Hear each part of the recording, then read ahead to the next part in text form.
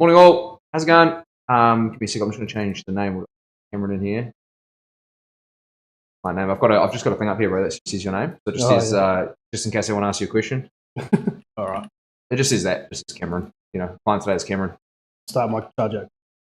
Oh no, feel free to ask any questions apart from about accounting. There you go, bro. Like, nah, I'm used to Nah, it's good. It's a rule now. It says it up here. So, can you see it, bro? It says, feel free to ask either of us any questions apart from about accounting. Apart from accounting. About accounting? Apart from accounting, that's it. Yeah. No, let's get the English right. Apart from accounting. I'm just Morning all. Struck, Hades, Bang Studios. Yo, what's up? How's it going? Morning, Shell. Ben, why did you choose accounting as a career choice? He's joking, bro. He's joking. I didn't even choose it. I only started in uni. You studied it? Only in uni, yeah. So straight into it. I wanted to do marketing. You wanted to do marketing? I had to take it as a class in school, accounting and economics. I'm really grateful that I did, though, because it's fucking good to have a base knowledge of, you know? Yeah. I did economics, which I liked, didn't do accounting, and then went to uni. I wanted to do marketing. I don't want to do real estate. I always thought that was good, but then realised I sucked at marketing. I only got C's. And I did accounting. I was always a weird numbers dude. Like, I always went up in primary, I was going up in classes for maths. Yeah. Like, when I was 6, I went to the 7-year-olds and did maths. Oh. And then I was like, oh, numbers, cool. Numbers are good. Yeah. So I've got a much better recall with numbers than I do with, the English language, man. I'm terrible with the English language. Oh, yeah, I failed English in high school. Yeah. But one thing, my maths teacher used to always tell me, he told me in high school, he was like, maths is great because there's only one right answer. Yeah, it's the universal language, right? Yeah. Only one right answer, yeah. But then he's like, maths is shit because there's only one right answer. Yeah, like English, you could write an essay and there's so many different answers. It's up to interpretation, eh? And I never understood that about the subject. I think that was what was really confusing for me. It was just that whole thing of like, but it makes sense to you, but then they're like, nah, it's wrong. Like, well, that's not. But it's like subjective almost. Like, oh, I mean, it's probably not, but that's probably why I don't understand it. But what do we got? What is this? Tell us everything there is to know about accounting. They're just. This has been again. Dan bro's getting early morning grief on accounting already. Oh man, that's crack up. Morning, Judd, bro. How are you? All good? And everyone's in this morning. We're on straight into it. Everyone, this is Cameron. Big thanks to Cameron for letting us stream today. Appreciate it, bro. Good. Getting into a really cool surrealism lower leg sleeve, you'd call it. Lower leg sleeve? Is that a thing? Lower leg wrap? Sock? Long sock? I don't know. Long sock, pants, shin guard.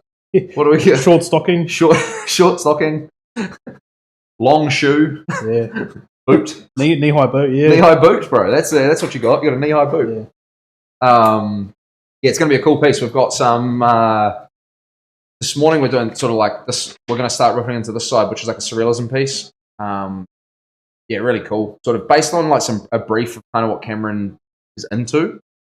Cam's one. Makes it quicker. Yeah, makes it quicker. That's the only I was work smarter, not harder. Yeah. Work smarter, not harder. That's my life motto. If I can do something quicker for less, it's way better. Yeah. Sweet. Big ups, Cam. Shot Cam. Appreciate it. Yeah, awesome. Knee high boot. Knee hao boot. Knee hao. What's knee hao? That's Mandarin. Knee hao. No. Yeah, because what's Japanese konnichiwa? Ni hao's front. Yeah, it must be Mandarin. Mandarin for hello? Yeah. Is that it? Sea Dog. Sea Dog's the nickname. Is he? How's it, bro? Yeah, this key. 80s leg warmer. Oh, look, we're getting into this boot thing. Everyone's.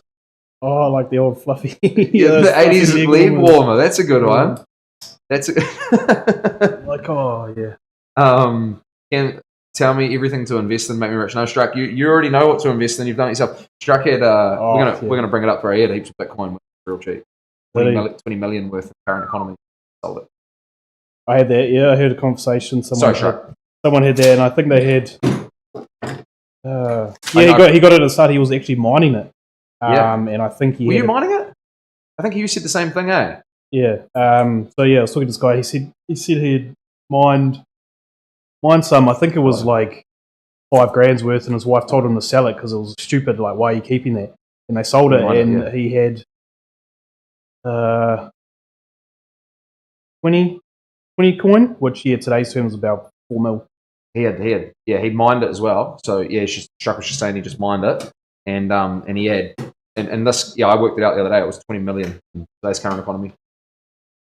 They're still mining, got like a decent amount for it though. So I'm sure at the time it was like, you sold it and you made your money and stuff like that. And I can't believe Ethereum right now. Have you seen Ethereum? Did you keep up with it all? I try not to because I didn't understand it and I didn't really look into it too much. Like I can do the obviously accounting side of it, but I didn't understand how you buy a currency, like buy a US dollar, but it's electronic and it goes up in value. Just the whole concept. So I never really invested in it. But, hindsight, great thing. I still think you pretty much can, and I think it'll still be pretty good. They should still keep going up. Even when it got to 50,000 NZ or 100,000 NZ, and you're just like, it's just crazy. But it's still, what is it? It got up to 200. It's at 200,000 right now. That's Bitcoin. Yeah, and then the rest of them kind of match towards Bitcoin, don't they? Yeah, somewhat. I mean, Ethereum's kind of they've all got their kind of like own perks and benefits and things like that. Again, I'm not a financial advisor. I don't understand it all. No. But yes, certain ones are having, like you understand it. Like if it's worth 200,000 and it goes at 210,000, it's only 5% increase. It's like if Ethereum's $20 and it goes up 21, 20. Well, if it goes up to $40, that's a 200% increase. So it's just like, I guess it's just trying to work out what's going to have that potential upside there. That's a bit better. You guys can see it a little bit clearer now. Yeah, that's why I think a lot of people get into those meme coins or the other little coins that are like 0.00001 because it's like, if it goes up twice that, then you can put in, or like, if it goes, it can go up to $1 very easily, and it's like, you can become a billionaire overnight. Well, you could do, yeah. I mean, it just takes kind of one thing in the world to change, some bit of legislation, some adoption of the coin or something like that, and then the next thing you know, it's booming. So that's the bit that everyone's trying to guess, right? That's the question of crystal ball gazing. Yeah, crystal ball gazing. Exactly. Yeah, exactly. Holy fuck, it's nuts. Yeah, it's crazy, bro. Yeah. By the way, whenever the instant message should be free whenever. Yeah, thanks, brother. I appreciate that heaps. I appreciate that heaps, bro. I mean, definitely come around, bro, and check it out, and we'll go through it here if you want to. Just go suss a feed or something, or even just call around for a coffee, bro. Get one of these grunts coffees in you. All right, I'm gonna make a start. Yes, bro. Yeah, me.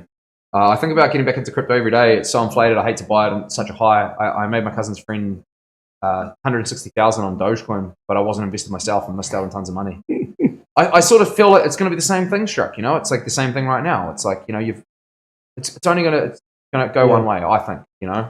There's no good time. There's no time in the market's better than timing the market. So you just got to get in. Not that I'm a financial advisor, but yeah, bro, that's a fucking quote of doom right there. Time in the market beats timing the market. Yeah, 100%. I like that. Write that down. I'm not a financial advisor, but yeah, that's most of their philosophy. All right, I'll tattoo that right down here, bro. So that and work smarter, not harder. Yeah, for sure. All right, we're into it, bro. You ready? Get you going. See how you feel. Good? Mm-hmm. Yeah, I've got to try to remember it. It's kind of like a stretch, isn't it? Hey, Lauren. How's it going? Sorry about the messages this morning. He was just going nuts. Yeah. Like fucking wouldn't stop barking, eh? Yeah. Take my truck next time and just leave him in the back of my truck. Do you know how to do the alarm thing? So it's okay. When you turn the key off, Cam, this is Lauren, by the way. Sorry, I meant to do that. How's it going? When you turn the key off, like off the truck, it comes up with on the dash. It says guard or reduced guard. You just flick it to reduced guard, and then it'll be sweet. Yeah. But yeah, no, he went nuts.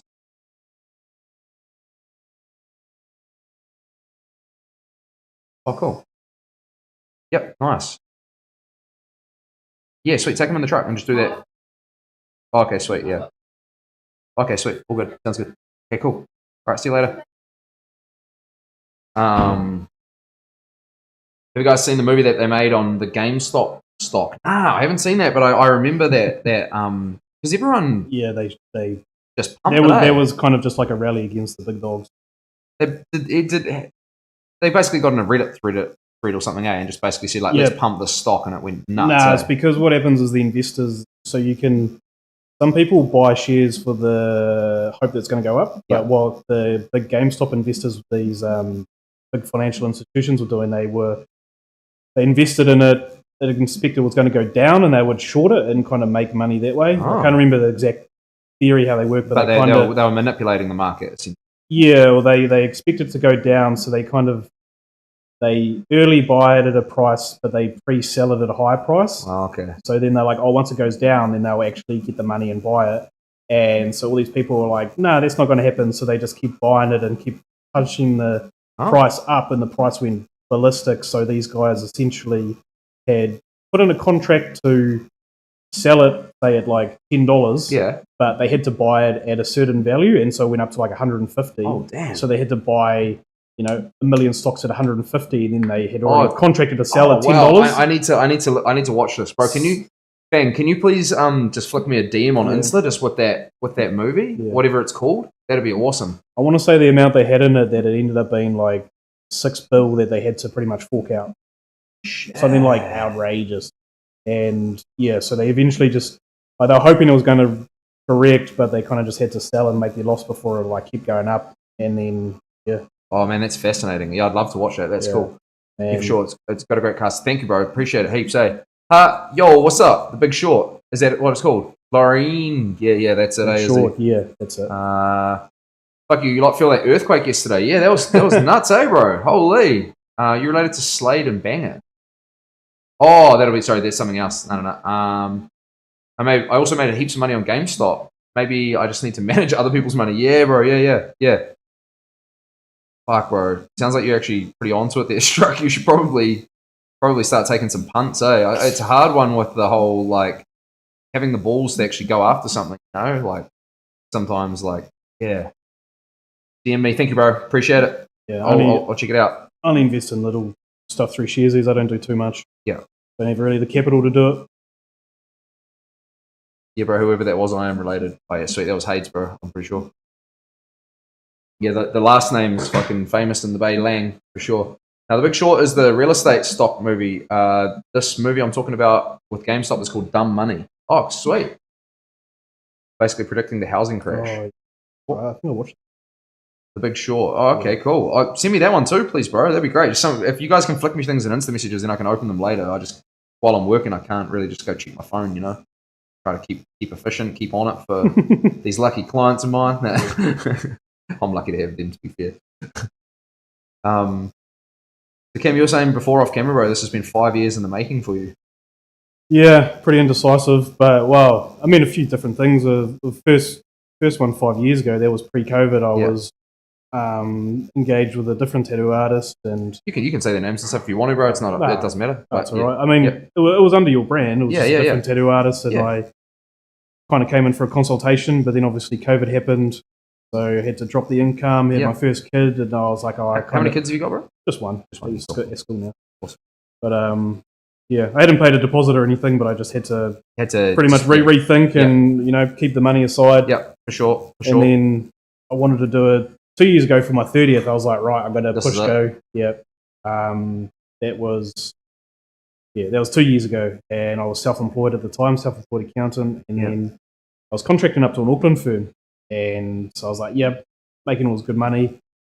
And then the way I was working, I reviewed stuff that was outsourced, and so I was essentially a contractor for them, and then they realised that they could outsource what I was doing, so they're like, we don't need you anymore. Oh, okay. And so I was about 6 weeks unemployed, so I was just living off my savings, and I had to essentially pull out of my second hopefulness of getting a tattoo again. Damn, dude. And I was like, fuck. So back in the workforce, so I've always, obviously, this has been on my radar for ages. Yeah, cool, man. Built up my capital again, and finally got into you. You're a bloody hard man to get into. Yeah, it turns out. Not so hard these days. It's come right back. In that time that you were trying to get in, bro, that was that time where money was damn cheap for everyone. Yeah. And man, I reckon genuinely I could have booked myself up for 2 years. No worries at all. I didn't. But I just had that many messages and unfortunately, that many people. Bro, I put up my Instagram told me unread message or something like that. So I clicked on on my Facebook. Or request or something. And I clicked on unread. There was 99 plus messages unread going back all the way to 2016 in a different folder that I hadn't found. I videoed it and some of them were spam. some of them were like genuine Inquiries. inquiries, and I just never even got back to all of these people, man. I Yeah. felt so bad about it. I was going to do a post about it, but then I was like, oh man, like, fuck, it's too late probably. I'm not Yeah, sure. I mean, if they wanted you, they would have realised that it's unread and they would have got you in through another channel. But Yeah, hopefully, man. But fuck, yeah, just I just it was through Instagram. I must have had the Instagram account there, but not actually. I don't know. I'm not sure what happened. It would have been worse if you were like quiet and you could have had all this potential business. But hey, Yeah, no, I was tapped out. So yeah, but I just felt real bad because I always like to reply to every single person. Like I would never leave someone, you know.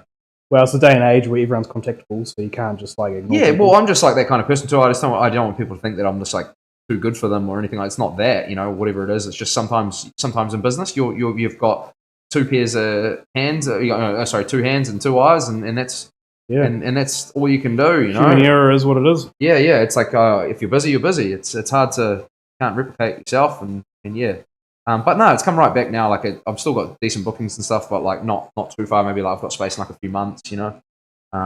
But enough to keep me busy anyway. It's been good because a lot of people are damn quiet, which is crazy for me. Like seeing like how quiet some people are getting.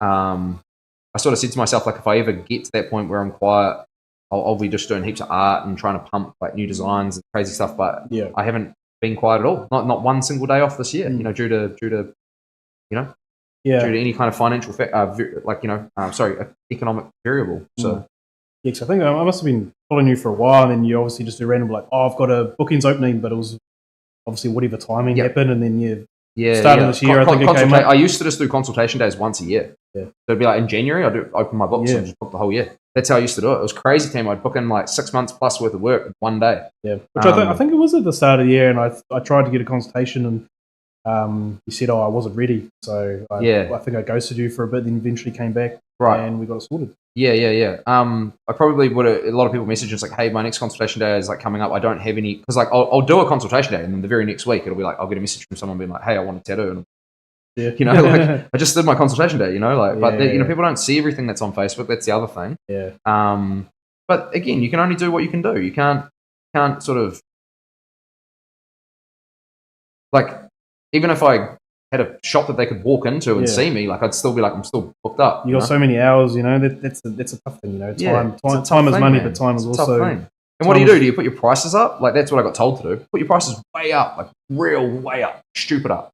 And I was like, well, nah, because that's I don't want my tattooing to be unattainable for people. Yeah. I'd rather just be busy, you know. So that was a really thing.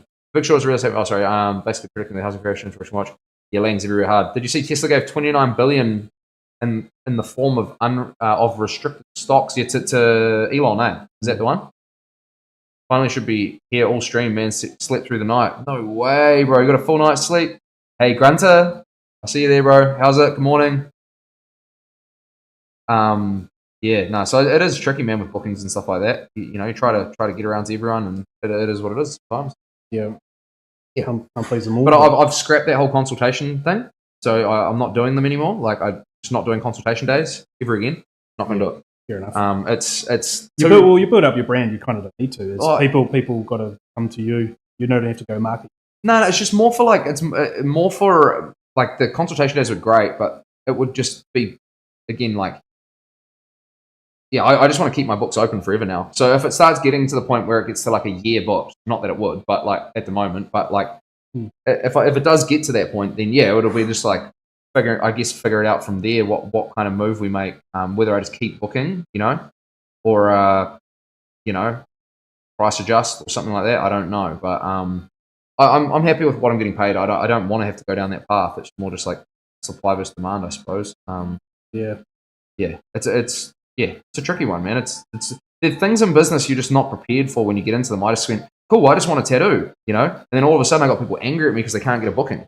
Like, fuck, what the hell? Like how do I deal with this? You know, I just want to do cool tattoos, you know? And that was really weird variable for me. Yeah. Oh yeah, you can't please them all. It's even like, you know, in my accounting, like I can't work in everyone's business. Yeah. I can't, you know, you can't do everything. That's why there's multiple people out there. Yeah. Time is the most scarce resource. Yeah.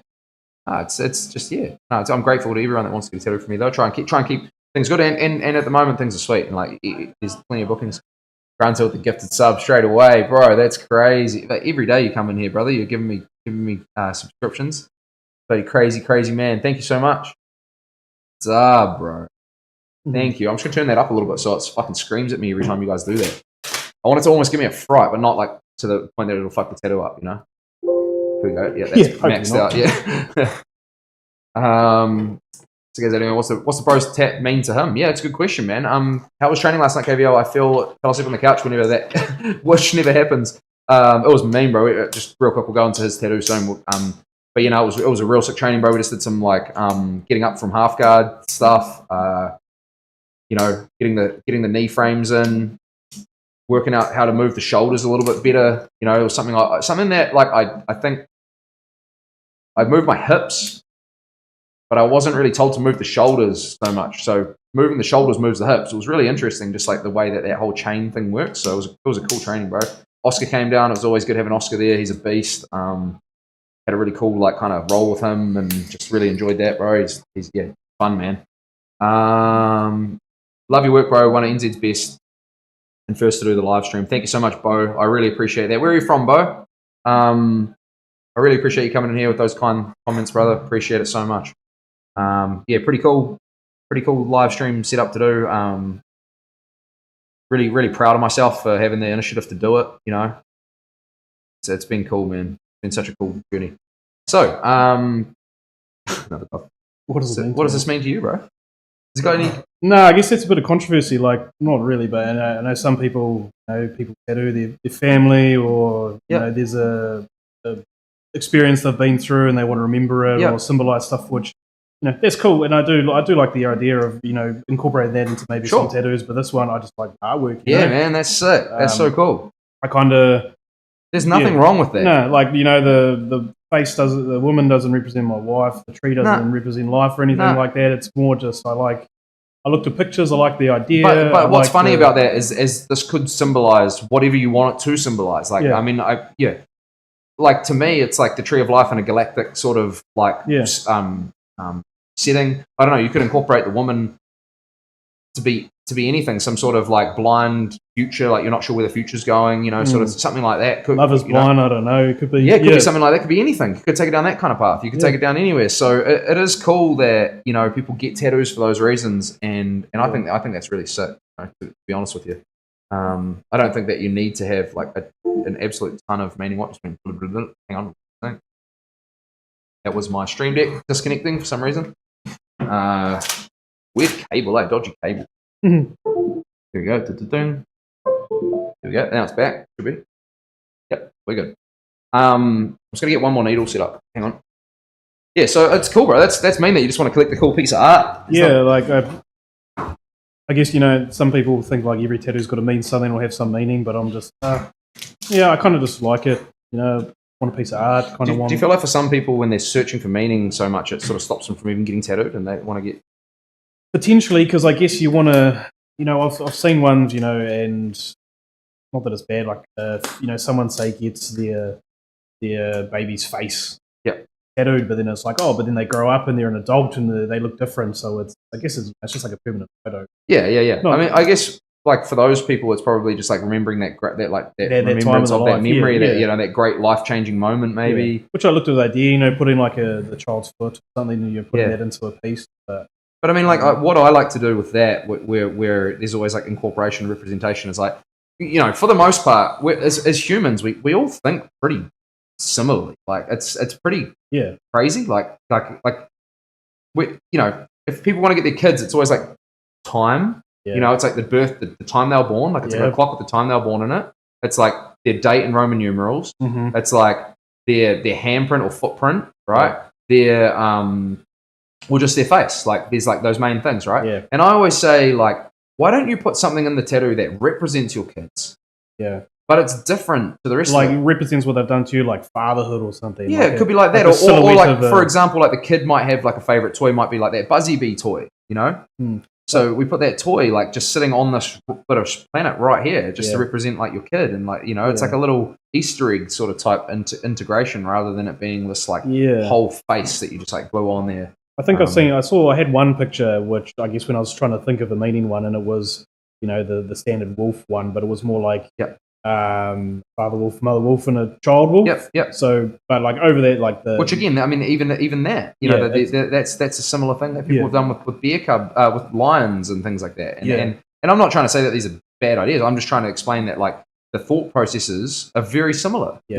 And because it was cool because of the whole pieces of artwork, which I think was more the striking bit. But and I think also the thing, like if I were to go down the like a meaning or whatever route, it takes you a lot more time to perfect it because I think it's a lot more. There's a lot more.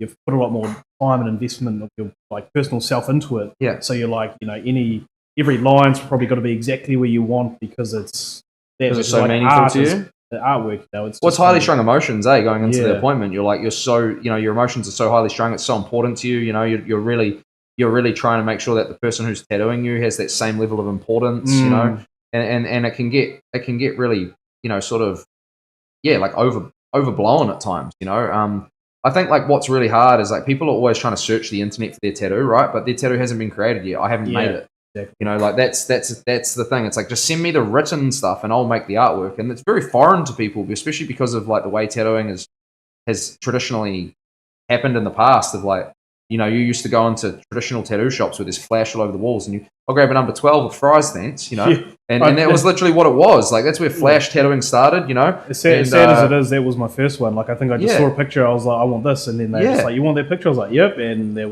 wasn't a mistake. It was just kind of 18 first tattoo. I just felt like something. Yep. So it's just trying to find an artist that you gel with, you like their artwork, you like everything they do, and then if you like that style and you love what they do, you're going to get a tattoo that you like. It's super important. Morning team, artwork looks cool today. Thanks for coming in, Cameron. Legend, Steve, bro. Steve's our other accountant here, bro.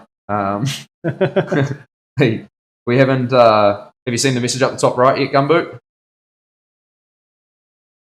Pretty funny, man. Have a little read, bro. You'll crack up. I don't know why it reminds me of the band Tool with their trippy artwork. Yes, it's like so the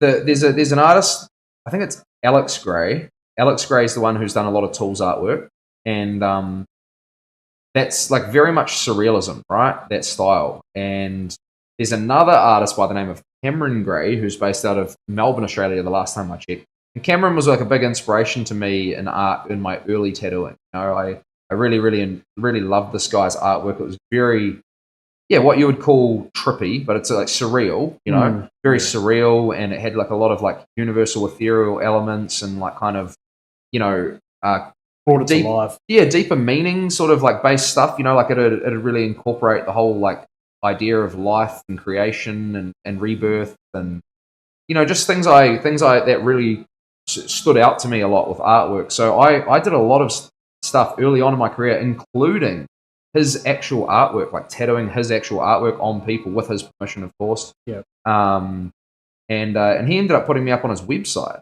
So like the tattoos that I've done are on his actual art. He's a digital artist. But, but cool. He really loved it. So it was quite cool. This is Parabel Visions. I think Parabel Visions is how it's spelled on Instagram. This is Cameron Gray. Very, very. I still draw a lot of like kind of my inspiration and my surrealism from the work that he did, and I think about. It was really interesting learning to tattoo his stuff because it like showed me how many elements were in the design. At like first glance, you look like, wow, that's really cool. There's a lot going on, but you don't really realize how much is going on until you actually start getting into it, and you're like, shit, this is fucking complex ad. Even looking at the iPad and the designs and you like how you create it because you kind of think it's just a picture, but you've got like the layers, different layers and different elements. And yeah. I should have shown you more of that whole process and what I did and stuff like that.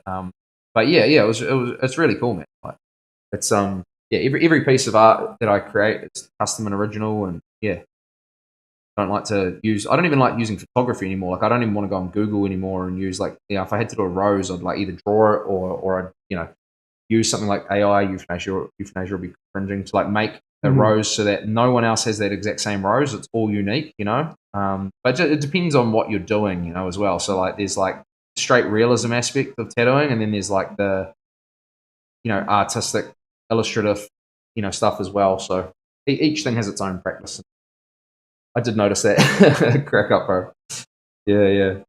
It's funny we were just talking about it, yeah, like before, because you sort of did say like, you know, you don't obviously like well, that's a joke. What I put up there is just like a joke, but like you know, you were saying before like don't ask me about the work outside of work, you know, work sort of thing. I don't know. It just seems to be a thing. Like I guess for context, I'd broken my ankle. Yeah, the chat knows. I broke my ankle, so I needed taxi chips for the ACC provided. So I just had to call up, and they'd pick me up and take me to work and back. So you know, accountant's check can be punishing, but taxi drivers can also be punishing, especially when it's during the day and you're not boozed up and having the time of your life. Yeah. So as soon as I ask what do you do for work, and they say accountant, and they just start asking you questions, and it's like, really? Yeah. So I always thought that like if I tell people I'm accountant, they'll be like, oh. I just tell people that I just work in the forestry.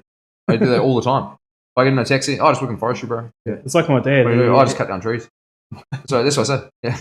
It's probably like my dad. It's a bit of a bad joke, but he always says, where do you work? And he goes, well, if they ask him where he works, he goes, waste management. They're like, oh, okay. I think he works with rubbish and stuff. But he said, no, I'm at the prison. Oh, true. No way. That's fucking crack up. Yeah, terrible dad joke. Waste management. Yeah. He always calls it waste. Yeah, that's crack up.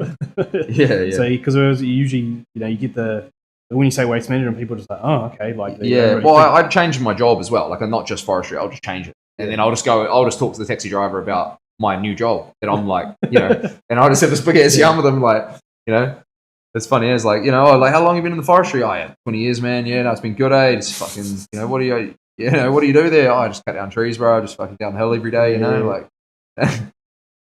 Just a big lumberjack. Yeah, I'm just. Here he is, chest with a big axe. It's like these big fucking arms, eh? It's like the chainsaw, like holding the chainsaw every day. Just going on all this bullshit, I just cut up kindling all day. Yeah, cut on the side of the road. Cut kindling, yeah.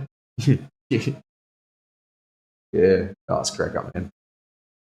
The amount of times I've said I'm bumming it. What's that? The amount of times I've said I'm bumming it on the benefit in town. Yeah, well, because as a and don't get me wrong, like. I've talked about this before. Like I like talking to people about tattoos, but when you're out in an environment where there's like alcohol and drinking and shit like that, like the last thing you want to be doing is like having this conversation, like this massive long consultation with someone, and then you don't even remember, or they don't even remember having it with you. Just such a waste of time. So it's just better off to just go, yeah, bro, sweet, happy as to talk to you about tattoos, but send me a message and I'll send you my booking info. And then sometimes they don't stop. Yeah. Yeah, bro, sweet. So so what I want to get is that, yeah, bro, yeah. And when drinking's involved, I mean, the chat goes longer and more, exuberant. It's like they just beat around the bush. Yeah. Then they never book in. Yeah, they never book in, bro. Of course they never do, bro, because they're just drinking, and that's why it's a waste of time having the conversation. Like, I can tell you right now, I've had like hundreds of conversations with people out on, out of work, not just mainly around the like drinking sort of thing, where you're like having a few beers and stuff, and like, these things come up, and not one person of those is booked in. Although one time I had too many beers, and I didn't, and this was when I was younger. I had too many, early 20s, and a guy turned up to the studio on Tuesday, and he's like, "Hey, bro," and I was like, "Hey," and he's like, "Remember me?" And I was like, "Nah." And he's like, "You told me to come in on Saturday." And I was like, "Oh, shit. Sorry, man." Oh, if I can, had a bit of a big one. Yeah, that sucks. So you just had to shoo him away. Yeah. Oh, no. We sort of. Yeah. But I didn't remember. Yeah. I did that a couple of times. It's hard one.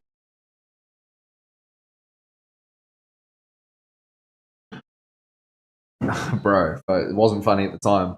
I felt like a dick.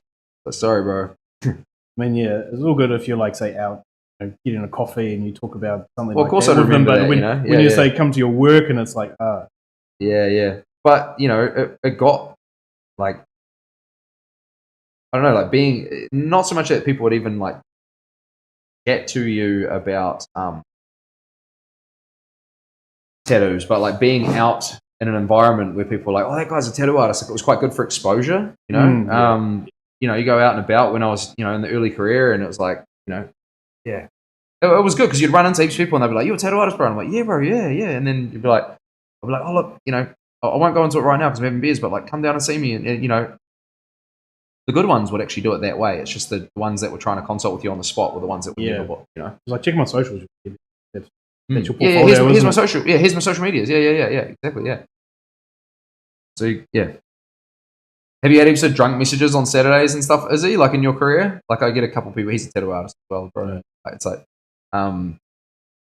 Saturday night or early Sunday morning, 3 a.m. or something. What people want a regretful hey, tattoo. bro, I want to get a tattoo. How much? Me and my mate want to get a tattoo. How much? And they'll and then you'll reply, and you'll never get a reply back because they sent it to you while they were out drinking. Yeah, it's pretty crack up. You've never tattooed anyone like on the piss? Nah. Like with me being on the piss or them. I guess like in Bali, people they drink, they get a tattoo at a bar just for like. Well, there's no health and safety standards. You're actually not legally allowed to do that in New Zealand. If you know that anyone is under the influence of any drugs or alcohol, you actually have to refuse them service because they're not. You know that they're not in sound. capacity. They're not in control. Yeah. That you know that they're not sound of mind. And so that's what the New Zealand laws versus like the Bali if I was there's no laws in Bali. If I was tattooing somebody, bro, like if I started tattooing and I found out that you were drunk, I would stop immediately and get out. Yeah, well, I'd just not be able to carry on. Yeah, sorry, man. Got to end the stream here. Boom, boom, boom. Look in the stream. Hey, bro, listen, you're drunk. I know you're drunk. I don't care. You have to leave. And you got to leave your car here, Yeah, legally unable to carry on. Yeah, legally unable to carry on, bro. Sorry, because I don't want any bullshit coming back on me as well. Oh, Shani with the double, holy fuck, Shani. How many? What are you at now? Like, it doesn't tell me anywhere. Watch that. Morning, big sexy morning, Rory, bro. How are you? How come your message didn't come up? I see it there on the right, but I didn't there on the left. What's going on with that? No, it's usually me replying drunk. Busy. You bad man. 36 gifted, Shani. Chat. She's gifted 36 subs this month already. We'll be on the 14th. That's crazy. Have you thought about your emote yet, Shani? Because I've got Steve's one's up. Or Gumboot's one's up. Sorry. What's that at 50? What's that? The emote. I did Shani and Steve a deal in Gumboot the other day, saying that so that you can how it works with gifted subscriptions. Not really. So you can come on the channel and you can choose to become a channel member, and it's about $8.99 NZ or something around that ballpark. I'm not too sure. You can also choose to gift subscriptions to other people, so it can potentially bring in. Why did Rory's message not come up? That's really weird. Where are you, Rory? The hell? KVL community feeling the love from you, Shani. Massive, Shani. Massive, massive, massive love. Honestly, she's unreal. Thank you so much. Actually, I don't know what to get put up. Yeah. Sorry, I don't know what that is. So you can basically go in there and you can gift subscriptions to other people, so they can become channel members, and you can support the channel, and it brings people into the platform. Basically, once there's since there's a gift there, I could just say go in and sign up for free or anyone like that. Yeah, so you might have got gifted a subscription, say for example, and it'll send you a notification in your email saying you've been gifted a subscription to Kvltattooer's channel. Come across and have a look, Yeah. And it's a huge thing. It just helps the channel grow. It's helps support the content creator so we can get better gear and things like that. Going to get some more cameras put up around my station, and I want to get some animated screens made up just after watching the bros stream last night. He was cool, team. We raided someone last night, and he was really nice and interactive, and it was cool. I really like that. Get some chest cameras for POV. What's that, like on here? Yeah. I had just turn it off when you finish. I was going to get like a head cam. Was my initial thought, instead of having this one up here? Yeah. My initial thought was to have a head cam, like a head, like a. I put on like a headlamp. But a camera so you can see exactly what I'm doing. But the problem is I'm constantly looking at my here and looking at chat and looking here. Kind of miss out the whole screen will just be shaking around all over the place, and people getting sick. And then you'll forget about it, and you go to the toilet and be like, oh. Now, no. Now you're OnlyFans. No, we're getting pretty much onto that. Yeah. No, and it'd be wired if I had to do that anyway. You couldn't do it wirelessly. So, man, I don't know where Rory's message came up on the right side screen. Like you guys can see it as well, but it hasn't come up on mine. So I'm a bit like, oh, geez, why is that not happening? But yeah, it's Shani's donated a significant amount of money this month to the stream. So just massive shout out to you, Shani. Honestly, it's like.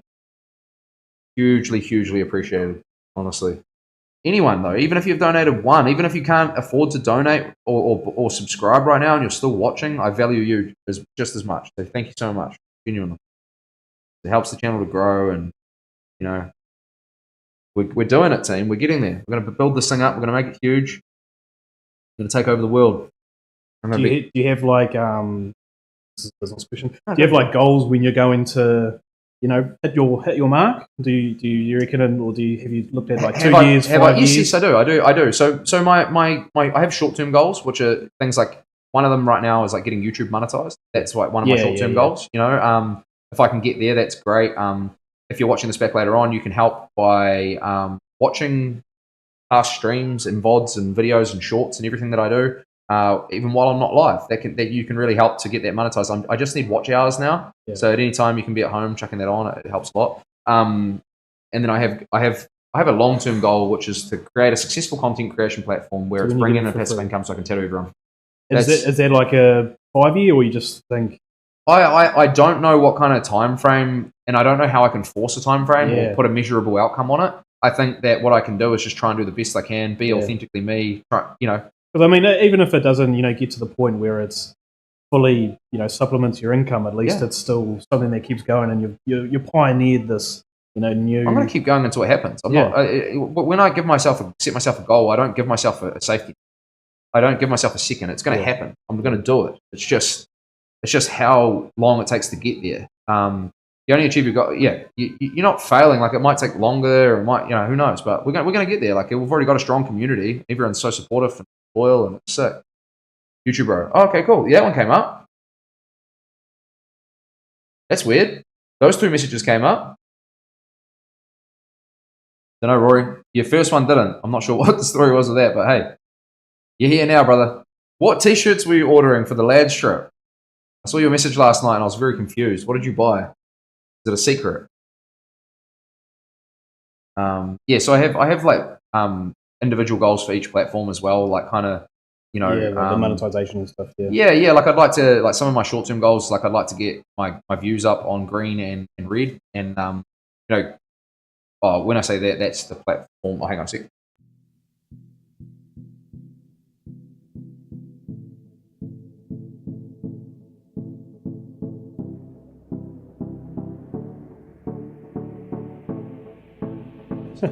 Sorry, I just had to explain something off camera so we didn't break TOS. I was going to say, did I not drop the red one? No, it's fine. I mean, you can say it, like, but it's like, you could say, like, because there's no benefit to me. Like, I can say, for example, like, I can stream on Purple, and I can say, like, I've got a YouTube channel, because I do have a YouTube. I'm not promoting it. Yeah. I'm just saying that I've got one, like, So you just got to be a little bit careful though about how you say it. Right. And what just depending on what you're up to. I've got a Facebook, I've got an Instagram. It is what it is. Disappointed that you're not doing dick tattoos today. Hey, Ragnar. Every day you're disappointed. You come in here, and he's always looking for dick tattoos, and they're not being done. Have you done one? No. Shit, no. No, nothing like that, man. I've always kept my career pretty, pretty just regular stuff, There's a lot of tattoo artists out there that are just into anything, and shit, man. Some people will be like, you're not even a real tattooer because you, like, won't do shit like that. What some people will, that's like the opinion of, like, what some people would say. Not like that. Their opinion doesn't mean anything. It literally means nothing. But everyone has a different view on, like, that sort of stuff. Have I tattooed in private areas? Yeah, like, very close to them and stuff like that. But not like, if somebody came in and they're like, I want to get a dick tattoo, I'll be like, no thanks. You have the right to not do things that make you feel uncomfortable. Yeah, like, that's just like, you can't do everything that people want you to do. Yeah, you have the right. Like, and some people's businesses and things like that may not operate in that same space, but I set my own rules. It's I'm not being a dick, or it's just like, well, not being a dick. That's an ironic thing to say, isn't it? Not being a dick. No, you're not being a dick tattooist. I'm not being a dick, and I'm not touching them. That's just that's Hey, some people would love that. Just get them to do it. Who knows? Not good ones. Oh no, Rory. Wonder what it's going to be. No TTS and no dick tattoos. I do have TTS. You're just not using the same one. I can't use that same one that's on that platform that Dills uses because it's like doesn't work on other platforms. So, and you have to be a channel member to use TTS over here. I'm sure I don't know if you are or not. I'm not sure with Ragnar, but yeah, it's just !T and it just reads it out. But I haven't got that one that's like makes it like Trump's voice. I think like Demon still types in like Theo Von or something like that. I'm pretty sure. I haven't seen Demon actually. Now I think about it, where he is. So yeah, I've definitely got goals with the stream and stuff like that. It's just how do you sort of measure them? You know? Optimus Prime is now following Legend. Thank you so much. That's a cool name, Optimus Prime. Oh wait, Optimus Prime. Optimus Prime is the one we raided last night, chat. Optimus, welcome, brother. This is. I'm driving. Oh, you're driving, Demon. Right, sorry. This is the Legend that we raided last night. Thank you so much for the shout out, bro. I love the energy on your channel. It was sick. It was so cool to see. I appreciate it heaps. Hopefully you're watching. I don't know, but yeah, I appreciate your energy. I appreciate you giving a shout out. I'm only learning how to do it, man. I'm only new. I'm only like a little while into it, so that was like literally the second time I've raided someone. All my chat's helping me to do it. It's cringy as, so pretty new to this whole thing, and yeah, crack up. If you had a single cartridge for the rest of your life, what are you choosing? I'm choosing a 3-round liner. Yep. Choosing a 3-round liner. If I had only one cartridge for the rest of my life and that's all I could use, I'm using a... Got Adwall, but I'm here. Optimus, I was just saying thank you so much for the shout out last night. I loved your energy. I'm only new to this, bro, so it was only my second raid, and it was just like, I was just cracking up. It was, yeah, great energy, man. It was really cool. Holy dang, you do so incredible work. Only, what's that? Holy dang, so you do incredible work only. Got it. Oh, thanks, man. Appreciate it. Thank you so much. I've been tattooing for 14 years. I only just started streaming maybe, how long ago was it now? 9 weeks ago. And as far as I'm aware, I'm the first tattoo artist in the world to multi-stream daily. So there's no one else really doing it in my industry. So I thought, hey, why not have a crack and get into it? And man, it's been so cool so far. So all my work's above here. This is all my like sort of healed or finished work. And then and then obviously this is just work in progress, what I'm working on now. So we've got a really cool design that we're working on. It's a bit of a surrealism piece. Keep it up, dude. The sky's the limit. Thank you so much, man. I really appreciate it. And I really appreciated you giving me a shout out last night when we raided. And thank you so much. How did your stream go yesterday, or whatever time it was when I raided? I don't even know. It's currently 11 a.m. here in New Zealand, so it is the 14th as well. I think you're in the States. I think, were you? I'm pretty sure. Yesterday, I'll be the I think it's still 13th. I'm pretty sure. Yeah, we're a day ahead. It depends where they are. They could be about 17 hours. That's about the only thing we're ahead in versus America. Yeah. And a Kiwi. I'm Canadian. Oh, dang, gonna call me an Aussie now? So I'm so sorry. It's the same thing. I'm so sorry, dude. It's like the same thing sometimes for us when we hear. I can definitely hear the Canadian accent. Yeah, Canadian's way different to... Way different. And you say a lot at the end of things. You say, you know, I'm a tattooer, eh? Yeah. Oh, I'm a tattooer, eh? Yeah, that's something that Canadians say a lot. I feel like the Canadian accent versus the American accent is similar to like New Zealand versus Australian. Like Australian has that. They say butt at the end of everything. They have the tang. Been a sick day, butt. Yeah. Yeah, they've got like a different kind of twang, the Aussie. Yeah. Yeah. Aussies. Well, I mean, we can because we know, but I guess. Yeah. Different. Yeah. So I'm so sorry. Is that big cam dog in the seat? Yeah, it is. This Regan Dobby's joined in, bro. It's the bro. Canada and USA is basically northern hemisphere of Oz versus New Zealand. Yeah. Oz is sort of northern and out to the west, but much bigger country, much bigger population. Australia, and you know, to be honest, like I know a lot of Kiwis get fired up about the whole like comparisons to Australia, but like we pretty much are the same country. It's you know, I always support them, and I love the country. If I'm being completely honest, I think it's a great country. spent a bit of time over there myself. Like we can pretty much move there freely if we want to. But that wouldn't be the same with you, Otimus, eh? Like you wouldn't be able to just move to the States freely. I don't imagine. It's tougher as well because each of the states have their own rules as well. I spent a couple of years outside Auckland in my youth. Grew up there. Sick. What are the chances of that? Just come in and like rager, and then you like grew up here. That's amazing, dude. What age were you over here? And how did that all come about? That's so cool. Bro, you're basically a Kiwi. You're one of us, bro. You'd probably be used to all the bros and all that stuff as well. How we talk, probably a little bit different.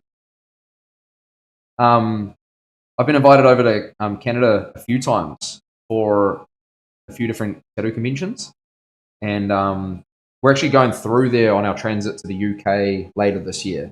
But I'd really, really like to try get to Toronto one. I've heard it's a really, really good convention. And is it Calgary? Is that another place in Canada? I don't know my geography. There's a Calgary Stampede that I think is a pretty world-renowned event. And I think that there's like a tattoo convention there as well. So Oz and NZ like squabbling siblings, exactly, Shell. Exactly what it is. Well, Otimus is one of us, and he understands the beef. I was like 10 to 13ish, moved for work, lived on an ostrich farm. Super weird. That's so random. An ostrich farm. What? So your parents or whatever would have moved for work, right? I was like, if you were working at 10 years old, like, dude, you're like been grinding. That's good. Have you ever eaten ostrich? Eaten ostrich? Yeah, ostrich meat. Is that a thing? Yeah. I don't know. You're allowed to do that. Yeah, I'm pretty sure. I think they used to, area. Yeah, I don't know. Well, I'm pretty sure like the markets they have in Hastings, they used to have a program, and I remember they had like it was like ostrich meat patties. It was beautiful. Eh? Really? Yeah, it's real good. I might need to Google it. I might be crossing the line. But Toronto and Calgary always have big events. A Calgary Stampede, but the tattoo con there is huge. Yeah, so that must be the one that I got invited to. It's really looks incredible. Looks like such a amazing event. So I'd love to come over sometime. You link up and do that collab, man. You draw up draw that Meowth up. We'll save that there that you had on stream yesterday, and we'll find one of your lucky viewers and we'll tattoo it on them. That'd be so funny. Collab, stream it up. That'd be crack up, dude. I love the idea of doing a stream at some stage where like there's fan art that's submitted, and then I just tattoo it on people or something like that. You know, like lucky dip. Yeah, you come in as like a mate, like you and a mate, and we blindfold you, and you have to try and draw something. Throw a dart at a board or something. Throw a dart at a board, try and draw something blindfolded. You know, get maybe like a kid to draw something or something. You know, like and then that's what you're getting tattooed on you. It'd be quite funny. I don't know how we'd work that out logistically yet, but those NZ labour laws, the children yearn for the ostrich paddocks. Oh, I like that. I like that, man. That's so funny. Wonder what do you do on an ostrich farm? It's like feed them water and that's like drench them. Yeah, what do you even do? Like obviously, throw out some maize, throw out some hay or something every now and then, and yeah, man, this is the first that I've heard of ostrich being eaten. Yeah, I'm pretty sure I had it. I think I Googled it and there well, it says that you can do it. It's a red meat alternative. It says low in iron. I don't know why. I just imagine petting zoo. That's just what I imagine. We've got a petting zoo out the back, Hamwana. Yep. Yeah, that's right. Yeah, and it's that seems pretty popular. I think there's actually one next to Golfland. That's what I more thought it was as well. So you said the ostriches were a status symbol, basically. Name a rich family, and you know of. They probably had a few. Yeah, that's kind of more what I imagined you having ostriches for. It's just to like flex and be like, "Yo, we'll have a look at these long necks, boy." You know. Oh, well, there's obviously ostrich eggs, they're huge, but I want to see. I'm 99%. I had some ostrich meat at a fair once at the showgrounds. This was years ago though, so I don't know. Ostrich eggs, that would be a thing. Yeah, they're huge. They are huge. That would be a thing. Oh, that's wild. That's such a cool connection. It's so funny that you've actually been over here and spent a bit of time. One eagle feed a family. Dude, that a massive, eh? I'm gonna go look into this. I need to find out. I need to find out about this ostrich meat thing. Wish I could pull things up right now while I'm working, but hey, we've got tattoos to get into it. I have to compliment you on the appearance of your stream, Otimus. I really, really liked the animated sort of like effects that you had flying all over the screen. It was really, really fun and playful and looked really crack up. It looks great, man. And I don't even know, you sort of looked like you had some sort of like Age of Empires 2 screen that you were there on or something like that. I think you said you were doing like some sort of software development or so though. I gotta say though, bro, keep doing what you're doing. I can see you going pretty far with streaming. Thank you so much, man. I really do appreciate that. It's been something that I feel like you know it's been it fits my personality well. I don't feel like I'm the best. I feel like I've got a lot to learn, but I am enjoying. I'm enjoying that. I'm enjoying the whole learning a new skill, going back to the apprentice stage, going back to the white belt stage, whatever it is. And just there's something about that. It's you sort of if you can enjoy it, like surrender to that process and embrace it, you've got nothing to lose. You're only starting. There's no expectations to meet. So hopefully it goes really well. I see the vision. Everyone sees the vision. Learning new stuff also teaches you about yourself. Great process. I couldn't agree more. And that's what I love about life, man. It's like diving into something new head first, figuring it out. And I've been so blessed with like a lucky team like Hades that's sort of like been behind me since day dot, helping with certain things. Like everyone here in my little community, it's been great, man. It's been a pleasure to link up, bro. Look forward to meeting up one day in Canada, doing this collab. It'd be hilarious. How long have you been streaming for, Otimus? If you don't mind me asking before we jump off the subject or whatever. Just curious. How's it feeling? Yes, all right. Sore spots? The odd little one, but I think close to the bone, but yeah. Gotta go do some things. All right, Hades. Thank you so much, bro. I live in the frozen tundra, but I can make a trek to a better Canadian spots. Frozen tundra, like way up or something like that. It's been on my list of places that I want to go for a long time. I really want to go somewhere like remote, like up there, like go and like see where some grizzlies are at or something like that. Like that's like that sounds so like such an adventure. Have you got bears and that around you over there?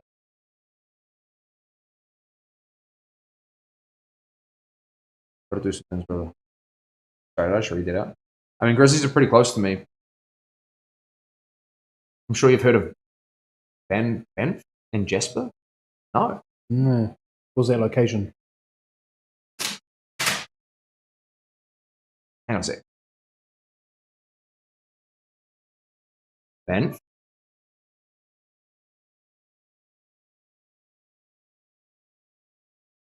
Banff and Jasper.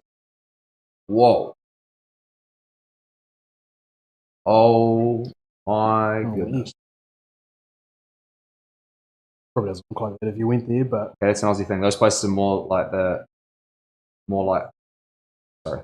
those places are more Aussie than Canadian. This is where you are. Is this where you are? Look at this team. Wow, man. Would be pretty nice. Dude, that's very remote. That's killer. Imagine like grabbing one of these little canoes and just going for a home through there. I'm further north, but that's the usual destination for basically anyone who mentions Canada. Okay, cool. Well, yeah, that looks pretty incredible. I can see why that would be a very popular thing. How cool is that? You're more north. I'm going to have a look into that. I'll leave that browser up and I'm going to check it out later on. These gloves back on. Have you been streaming for a long time, Otimus? How'd you get into it? If you don't mind me asking, it's probably a long conversation for a chat room, but just curious. Really interesting to find out about people and sort of like what sort of made them want to get into it and things like that. And 5 years in COVID streaming and just didn't stop. Yeah, right. That was about the time I started thinking about it too. shortly thereafter, I think 2021, I actually got a setup and I started trying to pursue it in tattooing. And then there were just a bunch of variables around what I do for a job. So like the first one is like client consent, privacy and things like that, right? It's like such a, people are in, pain and things like that already. And it's like, sometimes I guess like, I had to campaign a lot when I first started it to explain all the ins and outs of what I'm doing and how I'm keeping things like safe for the client and, yeah, a lot of PG stuff now, isn't it? Everyone, well, people love sharing all sorts on social media, but then it comes to I guess certain things like this, and they can be a bit more private. But anything like some people are old school as well because they know everything on the internet is there forever. So that's right. You gotta like watch what you say and things like that. But I think like it's just lighthearted and it's nothing too serious. And that was in the what are we now ninth week of streaming? There's only been one person that hasn't wanted to go on the stream so far out of all my clients, which has been pretty amazing and incredible and like not expected for me. I thought that maybe more people would have not wanted to do it. Yeah. And I think like the only reason why that happened was that they didn't want like their face on, and they I sent them a message. I send all my clients a message basically saying like the ins and outs of the stream and how it's all going to work and things like that. And he didn't really read it. So he thought his face was going to be on. He turned up going like, "Oh man, I don't want my face on here and stuff." I'm like, "No, it's not like that. Like it's just like the tattoo area, Like you can be mic'd up or not, and well, we're pretty much mic'd up, or I've since realized like mic'd up or just not stream because I can't have conversations with you and then someone chat. It's too confusing. You're talking to no one. Yeah, so it's like when they need to be able to hear what we're talking about and vice versa. So it's just one of those things. So it was really cool. It's an intimate setting where you're tattooing, pretty vulnerable spot for some, absolutely. But I think it's also a huge draw for the new viewers. Yeah, it's like really new and unique. And there was just a few things around, like say we've got music playing in the studio right now, but you guys can't hear it, and it's just like getting those things nailed so that we don't get copyright struck. So it's like the right kind of microphones, the right kind of noise gates, and trying to sort of sort all that out, as well as having like ceiling mounted DSLRs and mirrorless cameras and. It's crazy about that copyright because you think even like some people you get a lot of people caught out the gym influencers and they will video in the gym, but because there's music over playing, the videos will get taken down. And they didn't want to do that, but it's. I don't even know how you're allowed to do that. Like here in New Zealand, like video in a gym in like a public area. Like I've never understood. I've literally in my gym, like down the road, I've seen guys filming in the bathroom in the toilet. Like they're doing like posing sessions like in the toilet. And then obviously other people are walking through. There's an old boy walking past with his wang out, and then there's this young kid like posing in the mirror. Like it's like how is this even allowed? Like, but So there was a bunch of stuff with that, and then just like privacy laws in the country, just trying to get around all of that sort of stuff. But we've got it nailed down now, and it's been a real journey. And I actually needed technology to catch up a little bit, especially with like my camera. Like I've got this camera, my main camera is like an AI camera. It can track me around the room, and I can control it with hand gestures. I've got it off at the moment just because I, need it in a steady position. But it's pretty cool, man. It's just trying to educate myself on like what streaming is and how it works and how I would like to present myself in that space. That's taken a little while. Creating your brand. People have all sorts of ways they introduce them or converse themselves as well. Like, you don't just want to be another run of the mill. Hi, my name's Carl. That's it. Day of my life. It's like, no, you want. Yeah, you want to have your point of difference, right? And I think just being authentic and being yourself is the best way to approach that. And you'll find your audience. People will either like what you say and see you for you being that authentic person, or they'll tune out and go somewhere else. Yeah, I mean, there's 7 odd billion people, 8 billion on the earth. You don't need to please them all. No, it's pretty interesting. You see, I've seen ones and some Instagrammers, and they're like, "Oh, you're just a little influencer. Like nobody watches you." And they might have. Thank you so much. They might have like 5,000 followers, which is pretty decent now. But then I've seen the pictures of how 5,000 looks in the stadium, and it's actually a lot of people. A shit ton of people do. Yeah, it's crazy. I always think about school. Like when I grew up, my school was like 500 people, and it was a large. Like like when you see them all in a hall, you're like, "Holy fuck, that's a lot of people." Yeah, you got to stand there, and you have to, you get a certificate or whatever, and you got to stand in front of everyone. And you imagine 500 people streaming sounds like nothing these days, but man, that's a lot of people. But it's you just need some good ones as well, and that's what we're getting here. We're getting some good ones. That's, quality over quantity. But we're going to get the quantity too as well. We're just going to make sure it's all good. We want those good ones. trying to draw realism, and it's hard. Hey, Alien, how's it going? Wyrex in. Glove count. Glove count, I have no idea. We need to get that command. I should just make it set a random number between like 100,000 and 200,000 because that's, I reckon, I worked out in my career I've used over 100,000 gloves. It's a lot, man. That is a lot. How'd you figure that out? I just got my average amount of gloves that I use per week, like on average, which would be like 4 or 5 boxes. So like a box a day? Almost, yeah. Almost. Oh, this was when I was like my first 10 years of tattooing because I was working 6 days a week, sometimes 7. Yeah. So, and then I sort of just like worked out the roughly, weeks and then turned it into years. And it was like, holy, gotta get some work done, dude. But I'm really glad I got to stop. And hey, I'm so grateful for you coming in, Optimus. Thank you so much. Everyone, if you haven't seen his channel, click on him right now and check it out. He's an amazing streamer, great personality. Very, very grateful for you giving me a shout out when I came in for the raid yesterday, dude. Really appreciate it. And yeah, have a great stream later on if you're gonna get into it. Really appreciate it.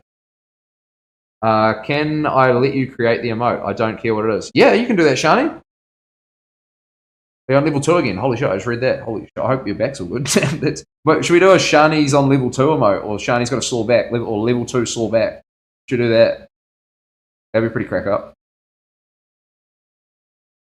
Or should I do the bro Shani? No. Something like that. I'll do something like that. The brother Shani.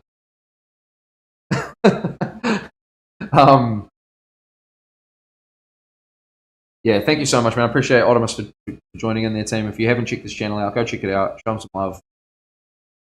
We'll slot back in as well at some stage.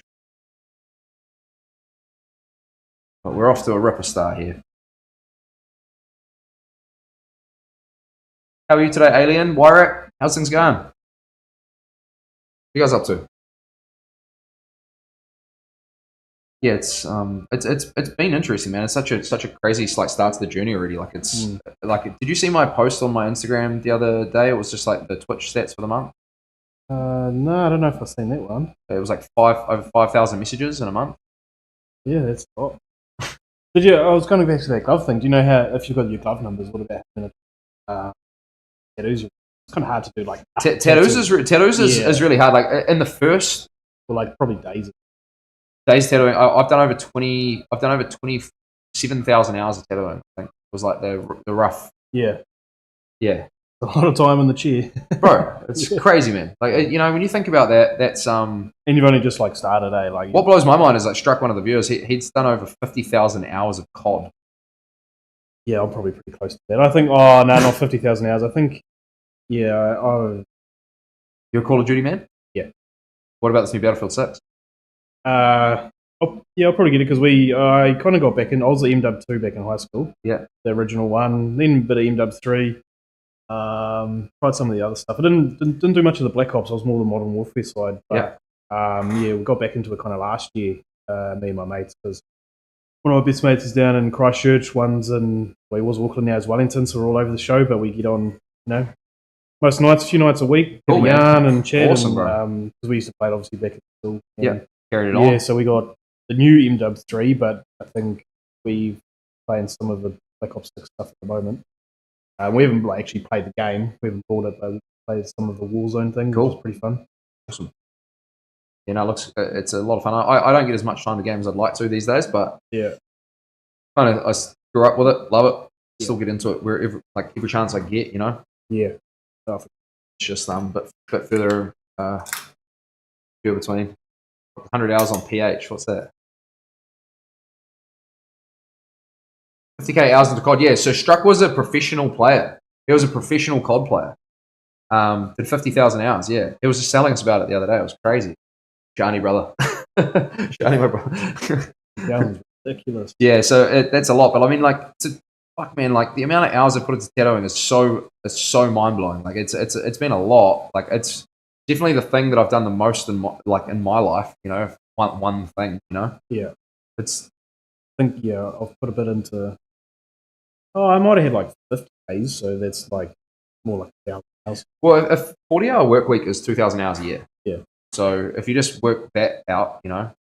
And but I mean, yeah, when I was starting off, it was like, a lot more hours than just 40 hours a week. Yeah, that's just like an actual Yeah, needle yeah, in hand. yeah. There's the other I stuff. probably do 40 now. Like you add your streaming hours up, but then there's like all the other stuff that goes into it. It's probably 40 now. Around there, I don't want to do more than that, man, anymore. Like it just, for me, it's just like smoking the whole pack of ciggies. Yeah. Yeah, there's that saying of working if you I love my job, and I've got it perfectly balanced for me. And that's the thing, like, if you work a job you love, then you never work a day in your life. That's how it genuinely feels, bro. Yeah, genuinely feels like that. Genuinely, I'm like so lucky and blessed that I feel that way. I just get to wake up. The streaming has just unlocked this whole new love for it again, which has been crazy. Like, I'm so excited every morning to turn the stream on.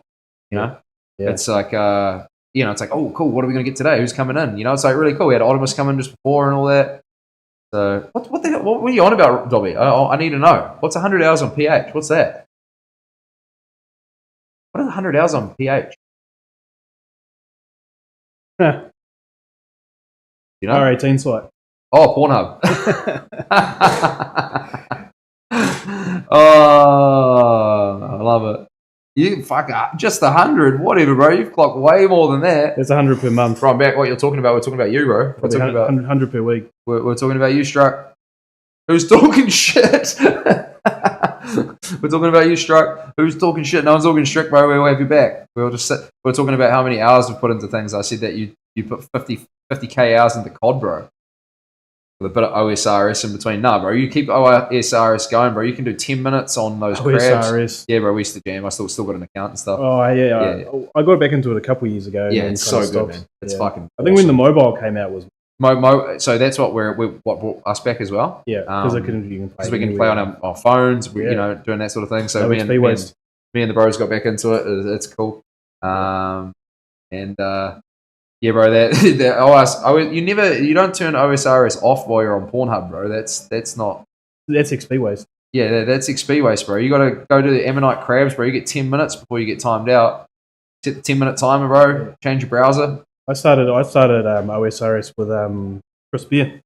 With Chris? Yeah. Do you know Chris? Yeah. One of my fucking good mates. My dad and his dad were like best mates when we were young, so we our dads, I used to go around to their house. What the hell, bro? Chris is like who I was talking about. That's who. I think that's why I think I commented on when he should tattoo his eye or something on the other eye on his piece he did on his back. Yeah. Yeah, and so our dads used to drink. Back? Oh, back leg, sorry. Oh, yeah.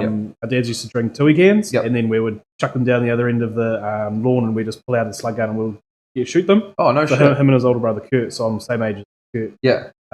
But yeah, we went to different schools, but grew up hanging out quite a bit. Yeah. And when I used to stay at his house, and we would have turns on RuneScape. No way, yeah. Chris is fucking so sweaty, bro, on that game. Yeah. He's he's RS3 now, isn't he?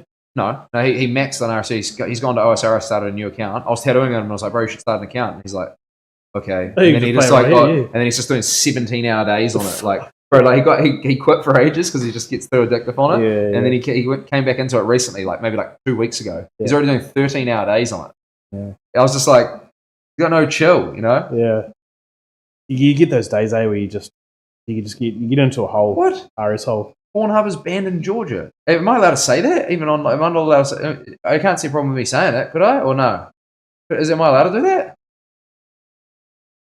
I don't want to fucking say the wrong thing. I'm too new to this thing. I don't know. Someone tell me. We'll quickly fucking do an apology segment. I can't imagine that's a bad thing. Yeah, I wasn't sure. That's why I said R18 because you never know. I think because it can be a bit even. I'm not promoting it. You shouldn't go on that website. You can say it. Oh, sweet, cool. All right, it was like even stuff like TikTok was looking at getting banned in those Asian countries. Yeah. Well, it's banned. PH is banned in Georgia. Struck was just saying. Government required people to verify they're 18, but that's too much work for them to do, so they're just banning it until they change the law. Just VPN it, bro. I think a good VPN can't get around, I mean, don't do that. Don't do that. Irresponsible. Don't do that. Oh, man, that's crack up.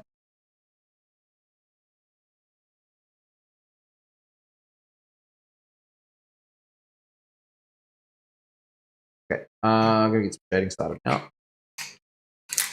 News VPN, but yeah, exactly.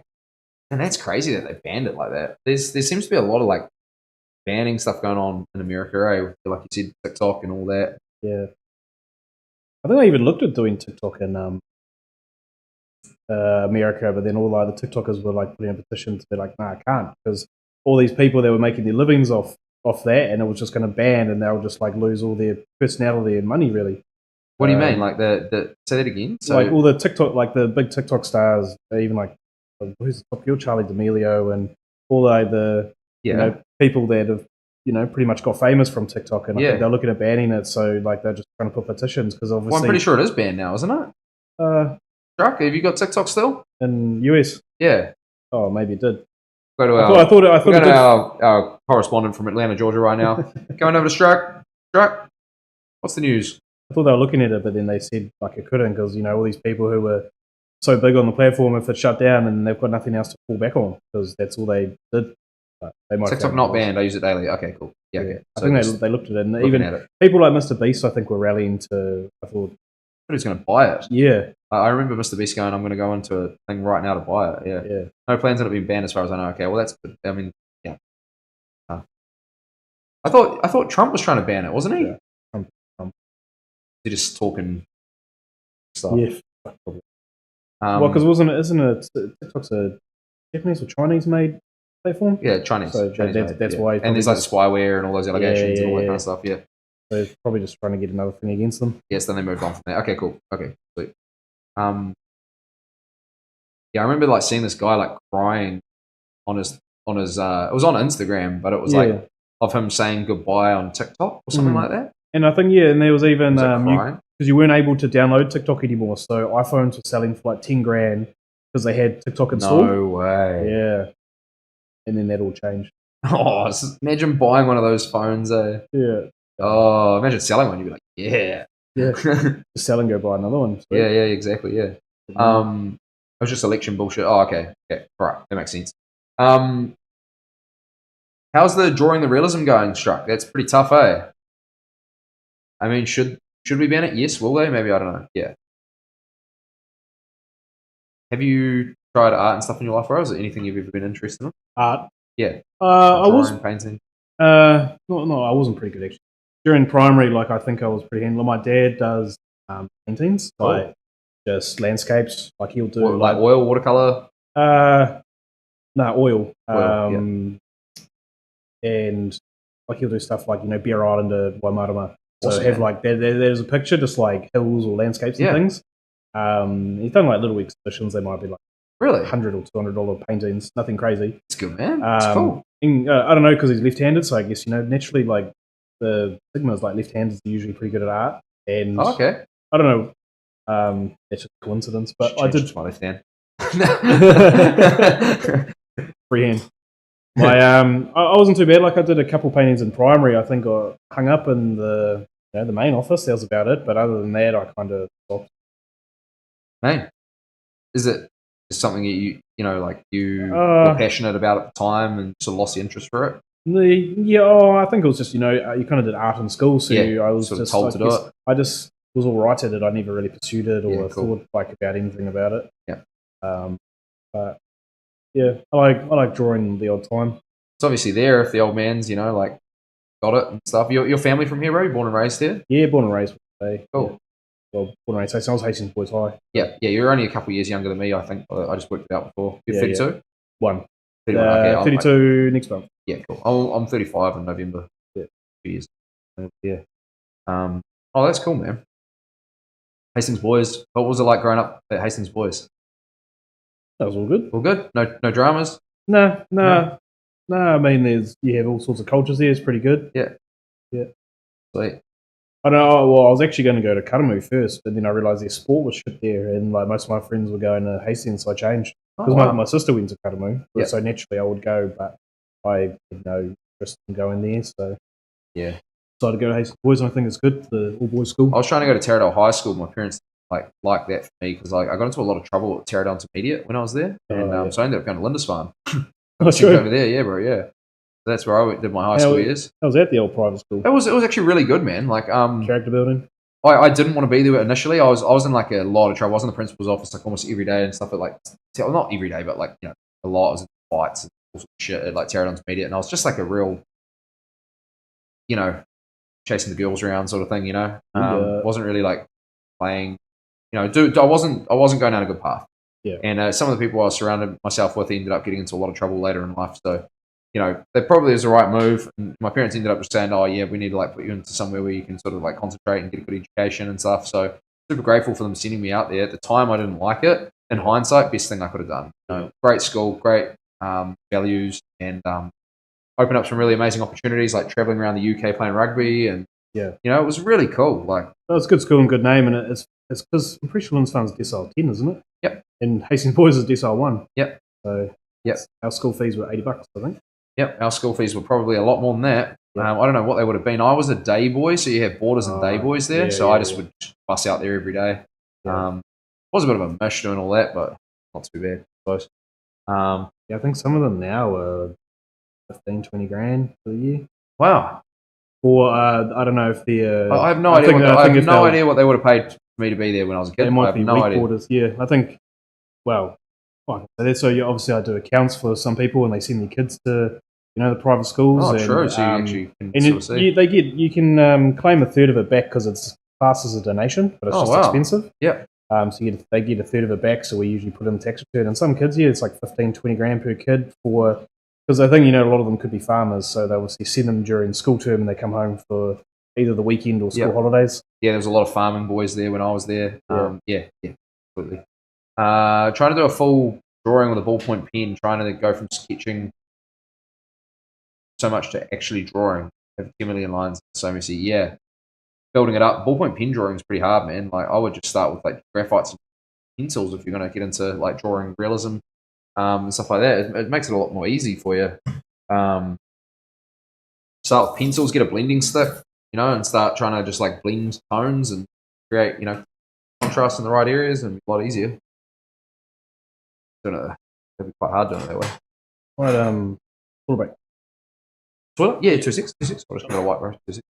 I just did, but just make sure it's like bleeds too much. When you hop up, it swells a lot and stuff. So just I'll hop. Would you like a coffee? Another one? No, I'm good. Yeah, okay. I'm usually one a day.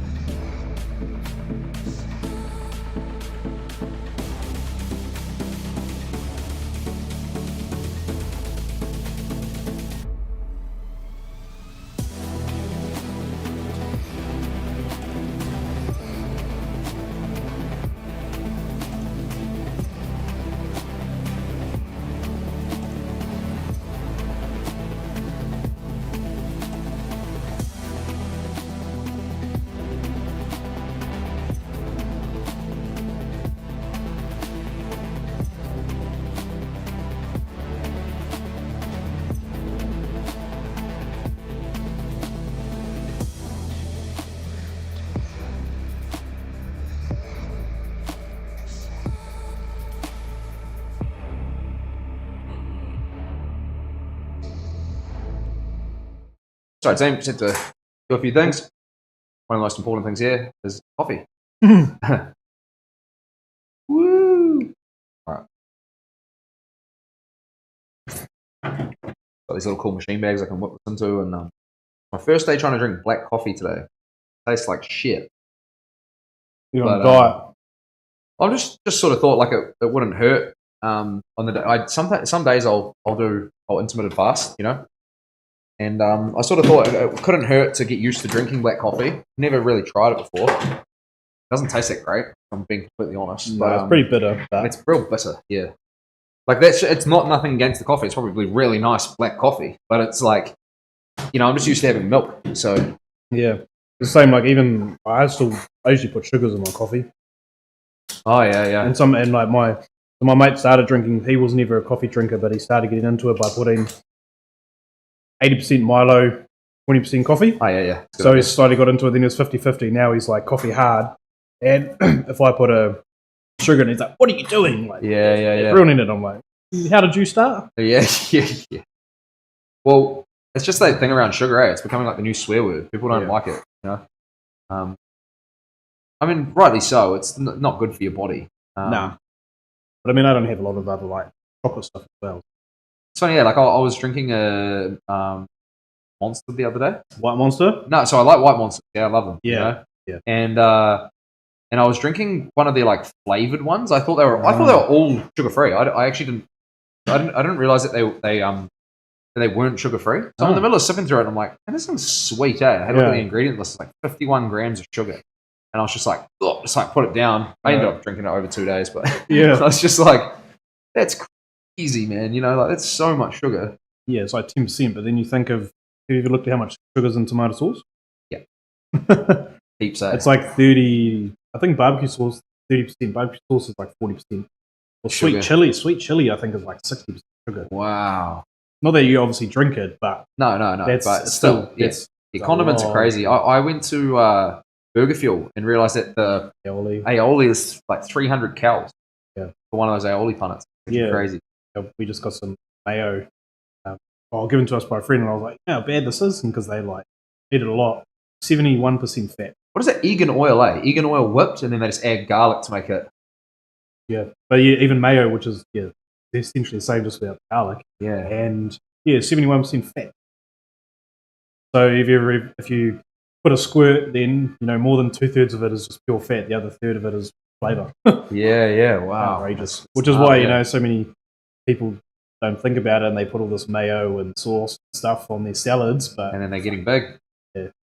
Yeah, we went when we were in America. We went to, I think it was somewhere in Vegas, eh? And Lauren got like this like Caesar salad or something like that. Because we're just trying to get good salad. We couldn't get like couldn't find it anywhere. It was gnarly. I think one place was in Chicago. I got a Caesar salad, but it came out. It was pretty much if you think of iceberg lettuce. Yeah. And they just cut it into quarters, so it was like a wedge.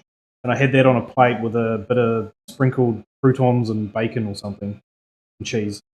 I was like, "What the fuck is this?" Yeah, Lauren's one was wet. It was a bowl, and it had like a good couple of mils, or a couple of centimeters of like fluid in it from all the dressing they put on it. It was just like it was just all dressing. Yeah, that's the old Jordan holiday sauce will get you. Oh, bro, it's beautiful. The Americans, eh? Oh man, how are you today, brother? Hope you're well. Hope that knee's feeling nice and spicy.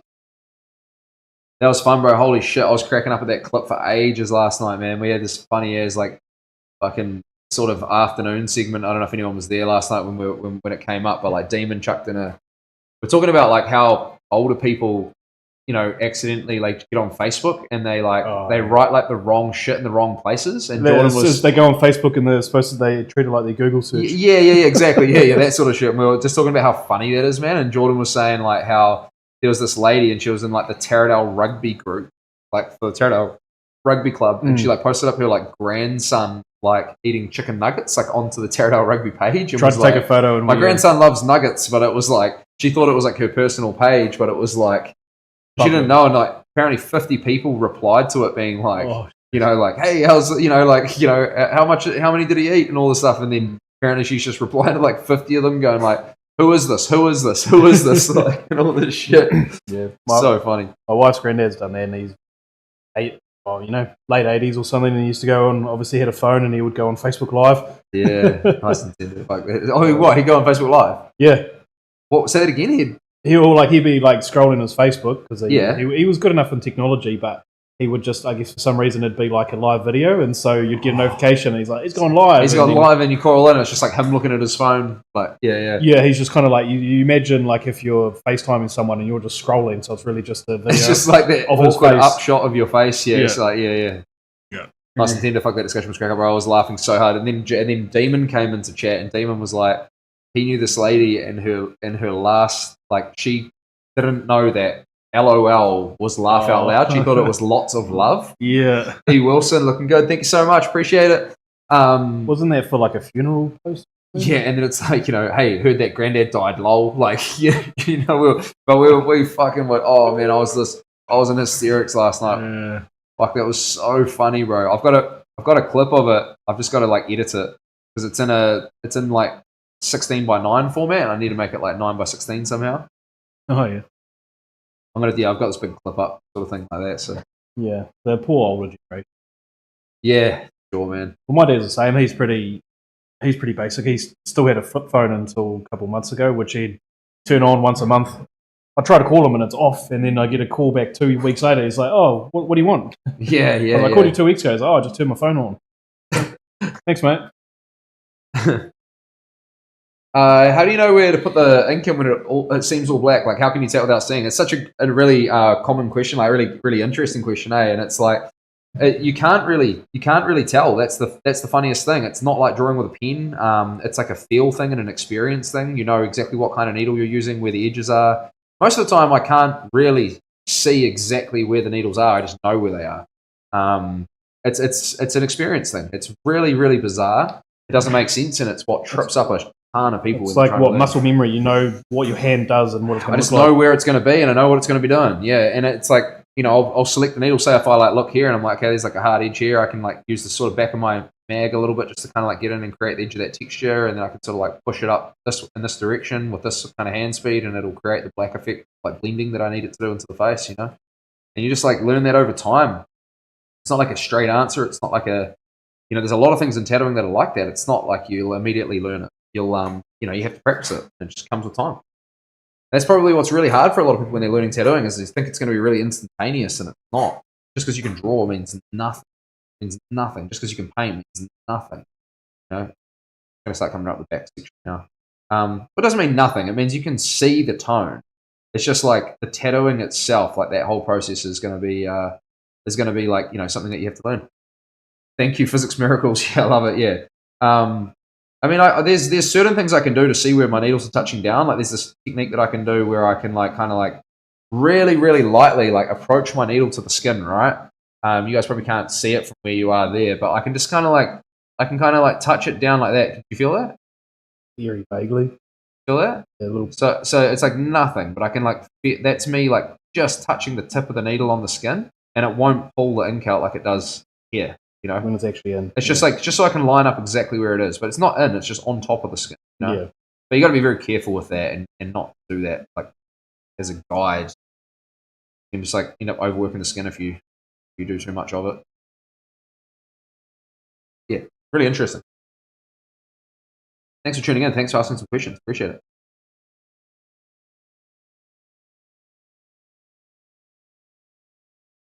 Yeah, it's like a long process to learn it. How'd you get into this whole golf thing, bro? You're like a mad golf head, right? Enthusiast, I call it. Yeah, but it's like they reckon you turn 30 and you either go into barbecuing or golf. Yeah, or isn't it home brewing, smoking, or golf, running? Or running, yeah, running. Running is like this thing that everyone's like, I'm going to run an ultra marathon. I'm like, you're fucking crazy. Yeah. No, I've played golf on and off for probably since I was 20. So 11 years. I've only like the last few years just sort of probably got more of a passion for it, I guess. So yeah, kind of. Well, would you consider yourself to be quite a competitive player? Very. I'm a competitive person regardless. Yeah, anything, sport, anything. Is that something that you've had your whole life, being competitive? or is it something that has like? Nah, yeah, I probably always have, like, whether it's your friends for whatever reason, who can dumb as enough, who can drink the most, who can be the fastest, who can be the I've got strongest. mates like that, and I used to be a lot like that as well. Yeah. Back in the day, I was a lot like that. Yeah. Even in work, and you do like in my office, and we'll do like random games for whatever. And even though it's a work environment, people want to be pretty humble. I'm like, nah, I want to win. Yeah, Like, it's just, where does that come from for you? Do you think? Like what? Like me? Yeah, I think just personally, like, you just want to be the best. It's like a pride thing in yourself. Yeah, like because I try to. Do you take losses well? Like if someone beats you, depends. So like when I'm just curious. Like I play hockey and I'm obviously competitive all the time, but because it's a team sport, so you've obviously you win as a team, you lose as a team. But then I would play stuff like squash, where I was probably more harder on myself because if I lost, it was all on me. Yeah. So that's where you got that real individual drive to. Yep. It's like jiu-jitsu. Jiu-jitsu is very individual. Yeah. And if I lose, it's on me. Fun fact: I did judo. Judo. I think when I was 11, 12. Yes, sir. For a couple of years. Back cool, man. In my fat times. Got some throws on you, bro? Yeah, I had a few badges. Throws? Yeah, we were doing some stuff last night and accidentally threw someone. I didn't mean to. I was just trying to like do this, like we're doing this foot drill battle. And I kind of like the way I put my foot, kind of like threw him over my hip. And I felt real bad. I was like, oh shit, I didn't mean to do that. Like, and he's probably a lot better than me at jiu-jitsu. Well, definitely is a lot better than me. Not probably, definitely is. And I thought he was going to mess me up for that, but he took it really well. I think he realized I didn't mean to do it. I'm starting a dad bod run club. Oh yeah. For those of us who are less than optimal athletically. Reading for R&B. I'd definitely come for a run, bro. I'm not trying to.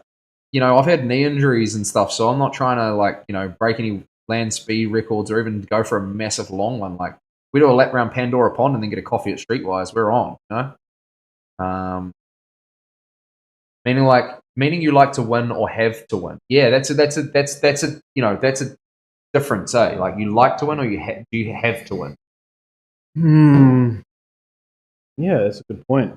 I think a bit of both.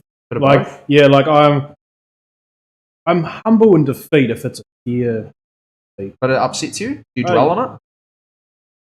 Sometimes. Yeah. It depends for what reasons. Yeah. Like this is what I always say in my usually when I play hockey, like I've coached and captained, and I try to put a bit of spark in the younger generation. But it's like I don't mind getting beaten, but I hate losing.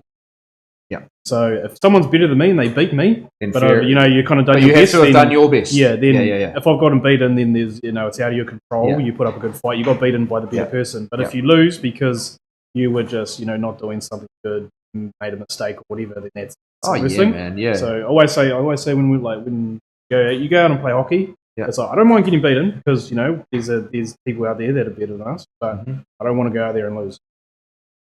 So it's cool, man. There's no right or wrong. I'm just curious because when I grew up, man, I had a fiercely competitive personality, man.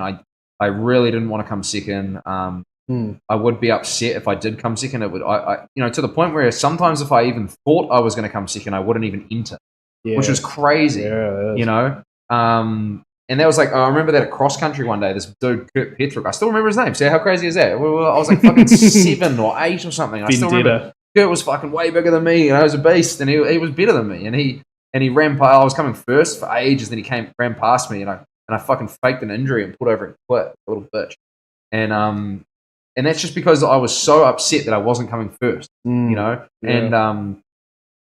like I had that personality for a lot of my life, until maybe in my 20s, and then I started humbling myself and maybe just being like, you can't win everything. But I see a lot of problems we have today, especially with like say sport and things like rugby, and there's like not as many people playing rugby and things like that anymore. Maybe there are a lot of people out there who are so viciously competitive in themselves that they don't even participate because they they can't stand the disappointment. They can't stand the disappointment of not being the best, and the expectation that we put on people socially is to be the best, especially with social media and things like that. Yeah, everything's photoshopped. Everything's everyone's got the best body, the best lifestyle. Yeah, so I've come full circle now. I've swung the complete other way. Now I'm like very, very okay with not being the best, but I'll still play, I'll still compete, I'll still have fun. For me, it's all about fun. That's what I vow for the rest of my life. Is just have fun, enjoy, participate, be a part of something. You don't have to be the best. Try your best though, Yeah. but you don't have to be the best. I think it's worse like if you know you are the best or could be the best. Because I guess when I was growing up, like I was never very athletic. I guess I was still competitive, so I knew I was never the fastest sprinter. I was never the strongest anything, but I was still competitive regardless. Yep. But I guess like if you say if you're a sprinter and you win the schools cross country or schools 100 meters, so you are number one. Yeah. If you lose, I think that's the worst. Yeah. I had a few tribulations with that towards the end of me being a white belt at jiu-jitsu when I was competing, and in my head, and I was talking to Kev about this. Kev's a mate of mine. He's an absolute beast. He is like one of the most physically hardworking people, but also somewhat gifted, I would say. He was like he might disagree with that, and it might come across like an insult, and I don't mean that to be an insult, but he's like 6'2", and he's fucking got good genetics, and and he's like. He was the fittest man in New Zealand at one point. He was the first man to represent New Zealand for CrossFit at the Worlds, and he's a purple belt in Jiu-Jitsu. He's an absolute pillar of a human being. And we were having this discussion about competing a while ago, and I was just trying to get his knowledge on things. And he always thinks that he's going to get beaten every time. That's how he goes into every comp. He thinks he's going to get beaten, and he carries this mentality, which is just like you're gonna get smoked. Like you need to be fucking onto it. And I was saying that I have a different sort of. I had a different outlook at one point when I was at the end of white belt. I felt like I was doing well in rolling and everything. I was submitting people all the time. I was doing really well against people that are similar, And I put this expectation on myself that I should win. Going into this comp, I had to win because I should win. And then because I put that expectation on myself. I got really nervous. It was like the first time that I'd fucking felt nerves in a long time. And I was like, what is this? This is a weird feeling. Because I had that performance anxiety, kind of what you're talking about. Like that whole, you're a sprinter and you always win. So now you've got this, you should win. This standard to me. And there's expectation and it just makes it worse. And then you don't enjoy it. Big Kev, nicest guy on the planet, still wouldn't mess with him. Do not mess with this fella, bro. He is a absolute killer. Like I'm telling you now, nicest guy ever. He'll shake your hand, look you in the eye. Man, he's the nicest guy, and he is just a fucking cardio machine, bro. Very hard work. And I didn't mean to say like he's gifted, like it's like natural talent. It's definitely not. So fucking hard. But like anything, there's like you've either got good knees or you got shit knees. Like I've got shit knees. Genetically, I've had scans done on my femurs that show that I have like a low groove in the end of my femur where my kneecap track. So I'm more likely to have injuries and stuff, knee dislocations. So genetically, I don't have good knees, unfortunately. I just mean like that. Like he's put together well. Works hard, does everything right: diet, training, mentality, commitment, discipline, stretching. Do you think it's true when there's those fatter people and they're like, I'm just big boned, genetics? Yeah. Maybe not. maybe. Like it was not crazy. that big boned. Yeah.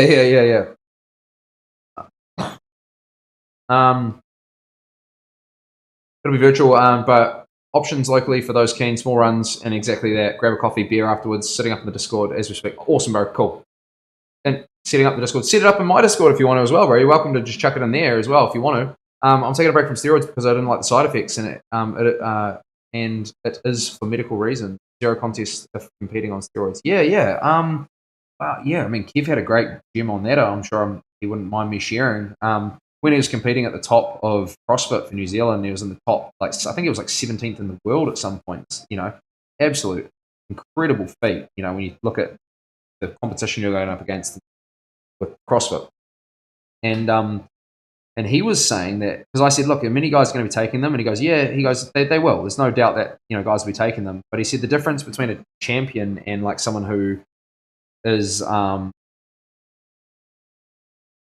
taking steroids is the for a gain in that realm is the mentality. Like he said, like if you take steroids, and his opinion on it was that means that you don't like you have a potential point that you will quit because you're hoping to use the steroids to give you the advantage. And he said that basically, like, he doesn't take them, and he knows that the top guys don't do it because the difference is in their mind. They don't need steroids to get there. They just will not quit mentally. Yeah. And that's what gets them there. That's what he said. Hope that made sense. But It kind of. yeah, it's basically saying that, like, the steroids looks like it shows that they're weak in the mind because they're not prepared to. Those are my words, not his. You know, that's just the best way to try and, like, explain it. Well, I hope your problems come right with the steroids. So it is for medical reasons. Yeah. So, man, the side effects. What's going on? If you don't mind sharing a little bit, that sounds really interesting. You don't have to go into personal details. Please don't. I'm not encouraging that, but just, like, what some of the side effects you're having are. I guess would be more what I'm asking. What's up, Euthanasia? How's it, bro? Morning. Talking to wins is a pain, bro. I couldn't even imagine. Bro, I remember trying to even just do ACC. That's fucking hard enough. I can't imagine how hard wins would be.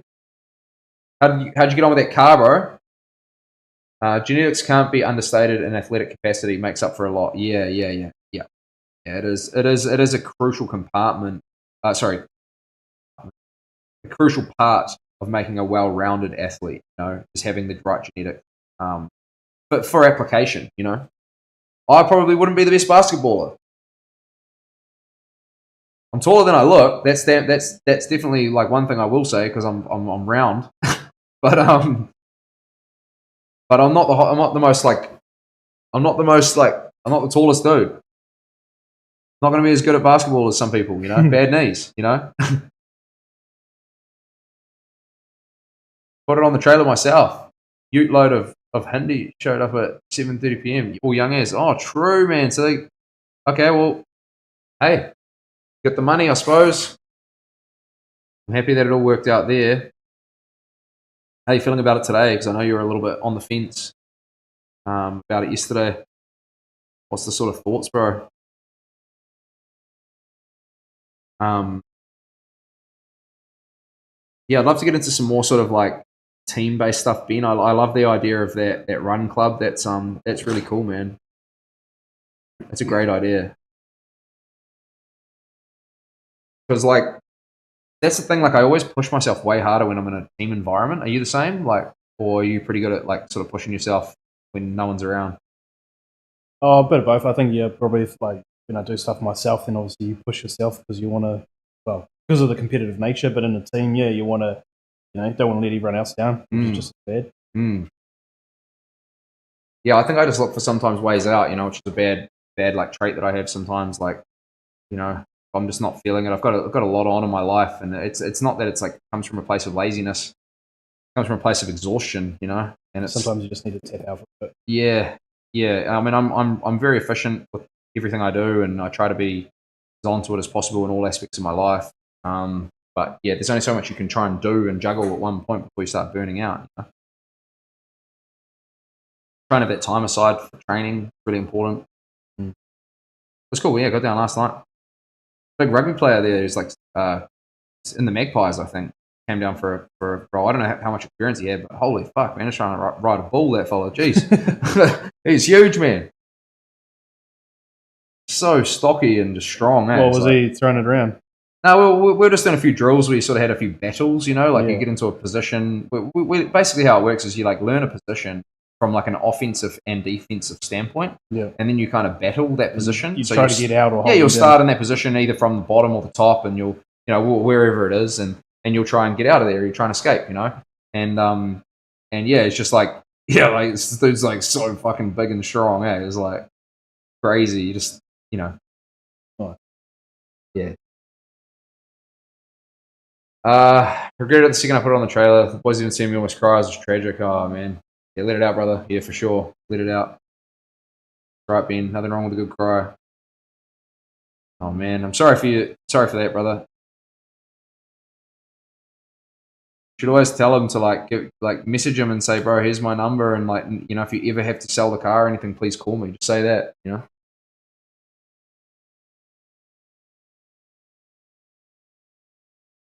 Did that before on a call to win something like solid, bro. Yeah. Pretty sure he's only 20, bro. Smooth comp profile said he was an orange belt. Oh, wow. Yeah, I could definitely tell he's done some stuff before. Like, you know, when someone's done some jiu-jitsu before. This dude he's definitely moved. Like, but I was like, yeah, it was just like, I was like, holy shit, man, this dude's strong as fuck. What position rugby player was he? I think he's a front rower, pretty sure. Yeah. Yeah. Orange belt. What's orange belt? How far along's orange belt, Jay? It'll be near the end, right? Is orange before green?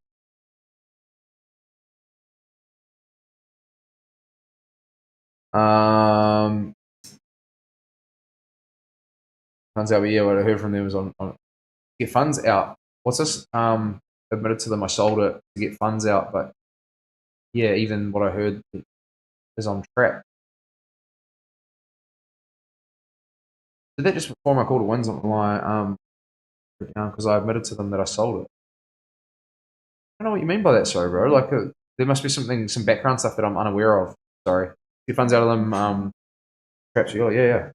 Yeah, orange belt in the kids grades is pretty legit. 2 to 5 years off of kids classes. Right, yeah. Bro, don't tell me that I got beaten by a kid like that. Like, tell me I get beaten by a kid like that. Bro, he's a full grown man. That dude's huge, man. He's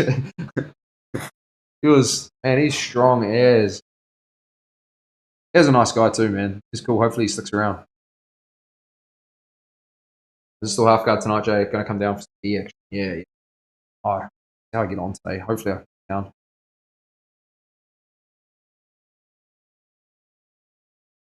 Probably have to do tonight, to be honest. About my week, when I can get in again. Definitely open mat for sure. Down for some rolls on Saturday. Train a bit during the week, bro? Huh? Do you train a bit during the week? Or like just anything at all? Yeah, I still gym at the moment. Yeah. Probably not as much as I want to. Like, obviously stopped hockey and things, but gym, I usually try at least 4 times a week, but now it's probably 2 to 3 at the moment, just for whatever reasons. Yeah, cool. That's good though, man. Like 3 times a week, solid, you know? Yeah, just try and keep me in shape. Especially when I'm not doing anything else. Like, usually during the winter when I'm doing hockey, that's like, usually train like a Thursday and play a Saturday, so that takes out a couple days. That's cardio, and then whatever other stuff comes up. Cool. We go. Yeah, it was like the training with the adults, but just because of his age, he had the kids' grades. There's no way that massive dude was training with teenagers. Yeah, I was like, bro, he's huge, man. Yeah, we're still half guard tonight and tomorrow. Tonight sweeping from distance, and tomorrow working from chest to chest again. Cool. It would be better for me to get down tonight then, if I can. Just to get that sweeping from distance part, I'd quite like that. Good, man. See how we get on.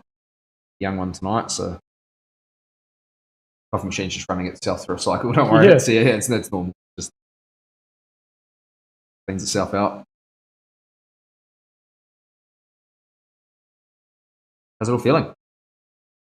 Yeah, this one I feel a bit more at the back, but the rest of it's been all right. Yeah, no, nice.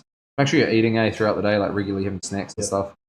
We can just heat up food whenever you get hungry.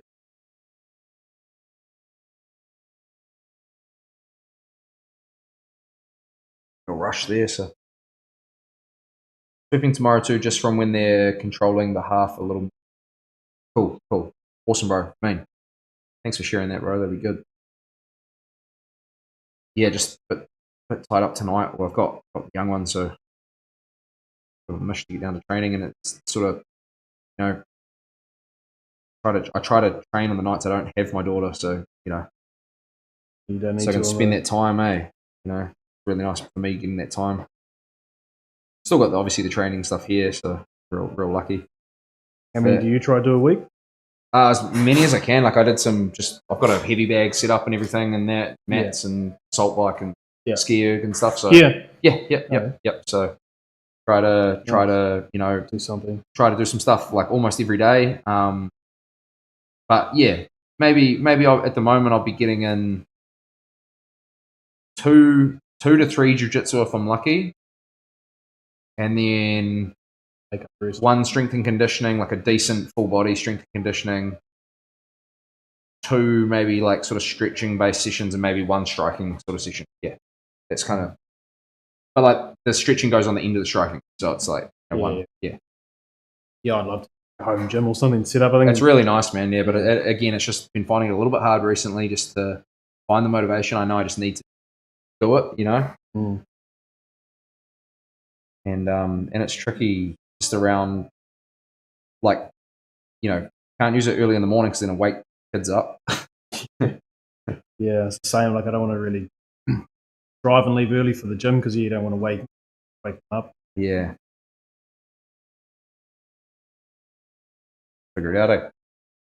But sometimes the morning is the easiest. Coffee time, Warrior. Still going on this one. I need to get some milk. It's not the one for me. Yeah, I remember trying that once. I think I tried I want to say it was a piccolo.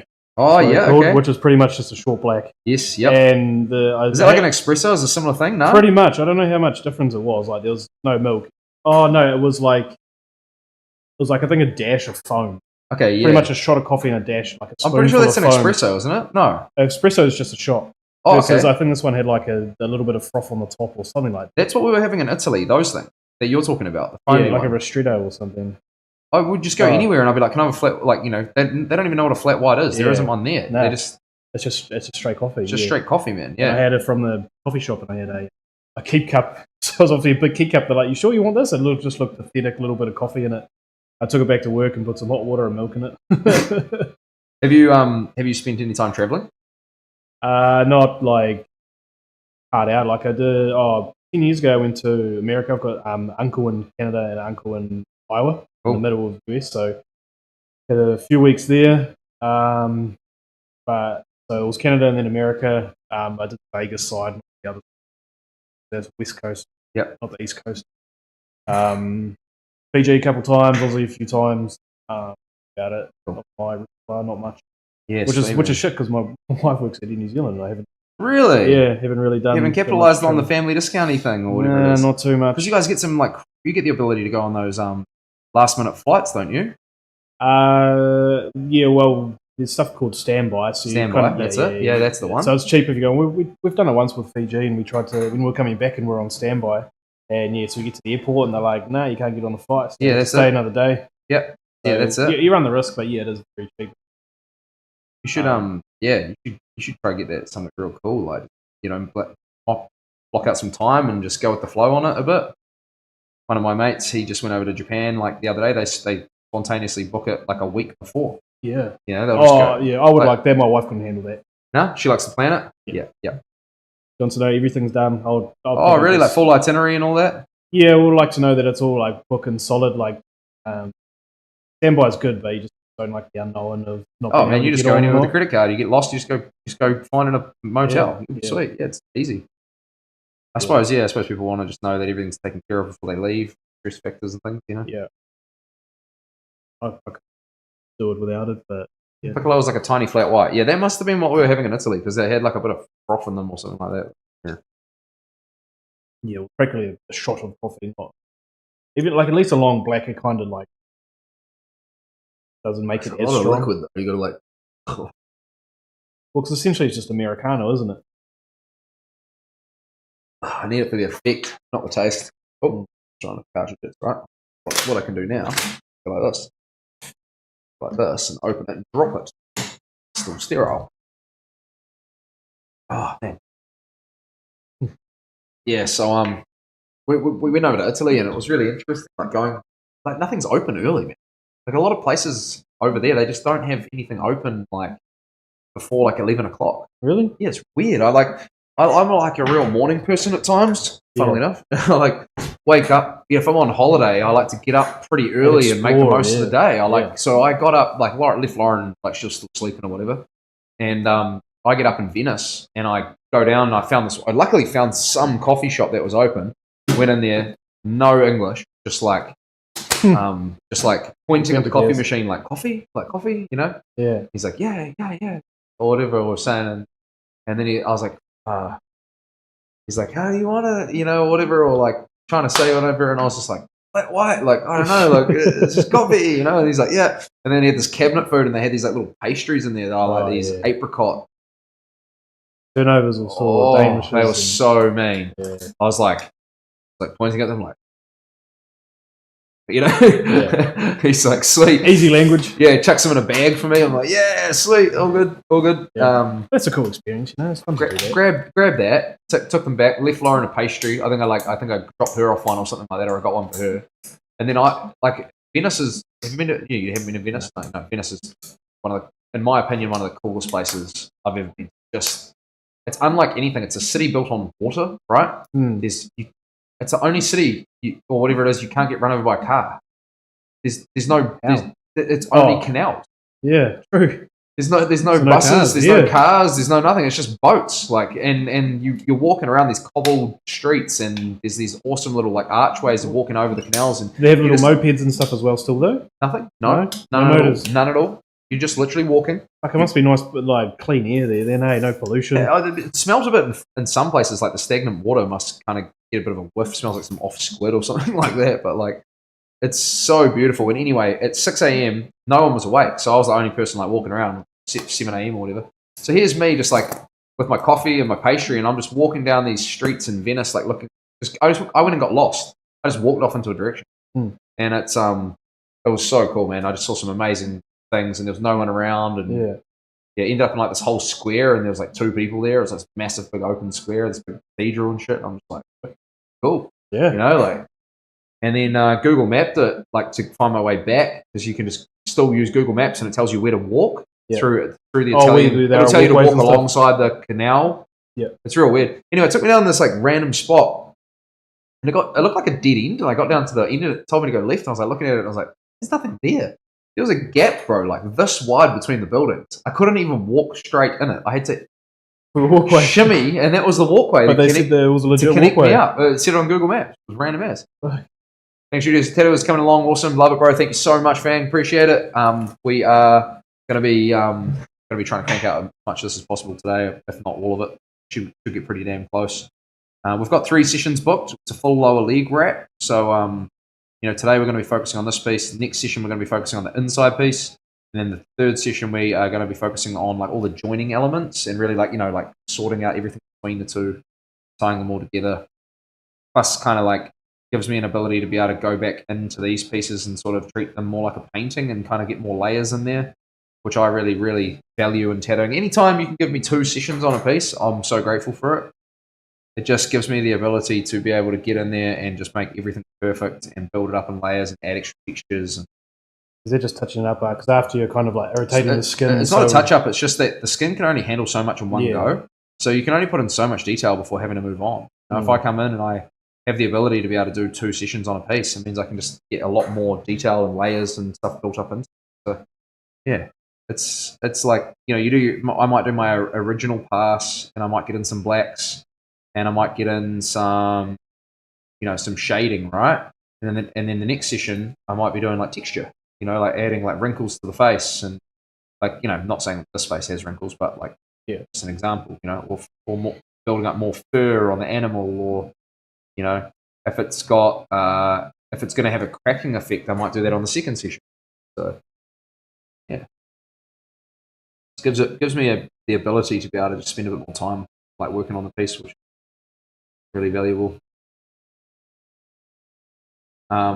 What's your plans for like travel in the future? Is the wife really into it, or?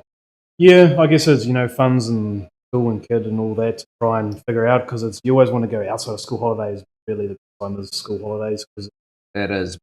So it's more expensive, but it is. Yeah, it is. It is the easiest time to do it. School holidays. I don't have like a bucket list to knock out 50 countries or whatever, but I mean, there's a few places that will be nice. Awesome. But I kind of like the idea. Like if I'm going to travel, I want to do it right. Like I don't want to backpack or anything. I don't want to find the cheapest place. I'd rather go over with. Money's not an issue. I would book whatever flight I want, book whatever hotel, do any experience I want, and not be like, oh, I've only got a $2,000 budget. Yeah, You know, cool. I'd rather do it properly. Absolutely, man. So I kind of like wait until money's kind of not an issue. Yes, sick. Well, not as much as an issue. Oh, no, awesome, man. It's something that Lauren really wants to do. So travel's pretty big on her list. So I want to make that a reality for her as much as I can. And I love the idea of it too. I just love the idea of she's happy, I'm happy. Like, that's kind of like how I sort of see it, So and I get to experience cool things, and I love traveling. It gets me out of my comfort zone and seeing some new sort of aspects of life I wouldn't otherwise see, because I can get pretty hermity, like I'm just left to my own devices. Yeah, I could probably do that too. Yeah, good to get out there. Well, it's just nice, and it's low stress if you be a hermit, because you can control all the variables around you. So yeah, things on your own accord. Yep. It's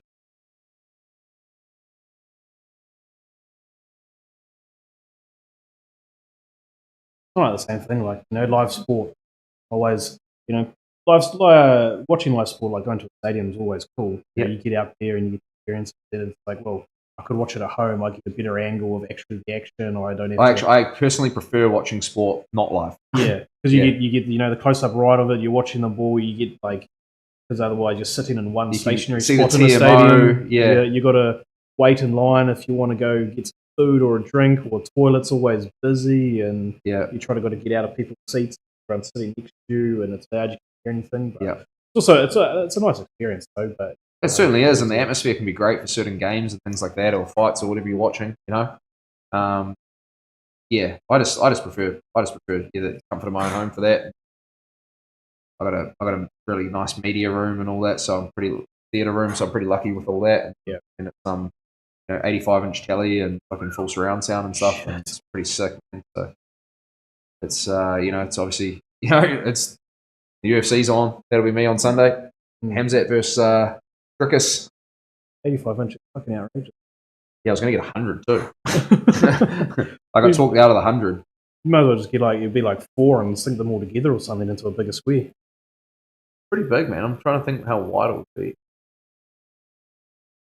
It's it's huge. It's 85 on the diagonal. Yeah, which is longer than us, because that's more than 2 meters. Yeah, it's huge. Fucking enormous. So if you imagine us on the diagonal, we'd fit inside the TV. Yeah, probably. Yeah, it's big. I was going to get the 100. I was just like, but Lauren was like, "No, it's too big." Do it once, do it right. I'm glad I listened, because it probably was too big. I don't know. Probably not. I probably still would have liked it for certain things. It saved me a few grand not getting the 100. I was always trying to upgrade. It's a 144 hertz monitor as well. Panel. I don't really know that. Oh, the refresh rate. So when you have a normal telly, there's 60 hertz. Yeah. Hey, lad. What was that? Is it kill it up? Kill it up. Got to be careful with that last bit. Thank you for the follow. Appreciate it. Thanks so much. Welcome to the studio. Hertz rate. Hertz rate. So 60 hertz is your traditional refresh rate of your panel. So that's how many times it refreshes per second. Oh, okay. So when you have a higher hertz rate or refresh rate, your images look more smooth. So if a ball's thrown, see that many frames. It looks like live. Yeah. So my big, the 85 that I have is 144 hertz with AI upscaling to 200 hertz. So everything looks so smooth on it. Yeah. It's beautiful experience. 4K as well. Yeah, we've just got basic 43 inch. Yep. I don't even know if it's OLED or QLED what they're at the moment, but we probably don't watch much. Yeah. Just movies. I don't watch like TV, like normal telly. Yeah. Just movies and sport. Yeah, movies and sport. Yeah. That's probably us as well. Like, we barely watch the news or any TV shows. If anything, it's your Netflix or movies or Pornhub on the 100-inch will go harder. Yeah, bro. So go crazy. Yeah. Feel like you're there. Open a can of tuna in the room for smell, and you'll be perfect. Everything will be in proportion. OG Mutters would look ridiculous. Sorry, that was a bit bad. I've got to watch myself on here. Yeah. Okay.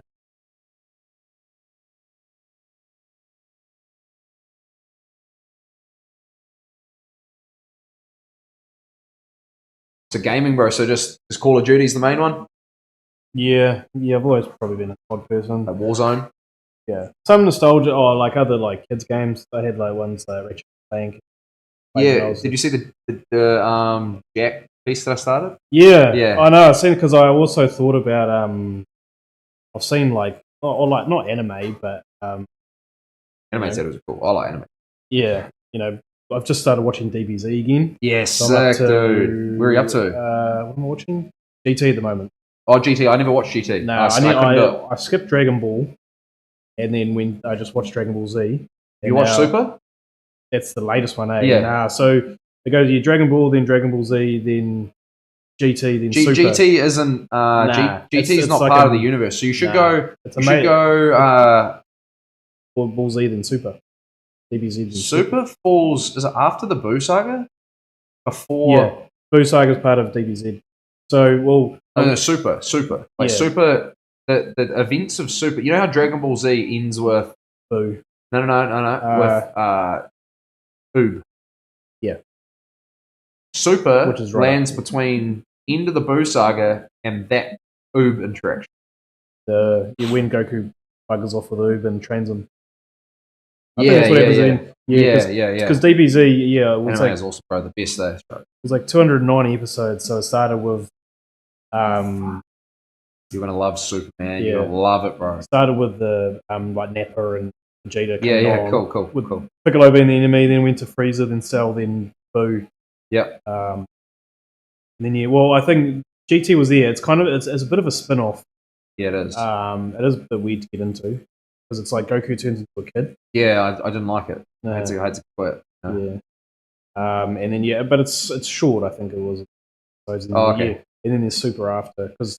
So I think Super and yeah, I mean that was the release order, but I think the order of events is something different. But man, if you haven't watched Super, you're in for a real treat, man. I've seen a few clips of it, dude. So, I think Super, like specifically the last Tournament of Power, that's probably part of my that's probably my favorite.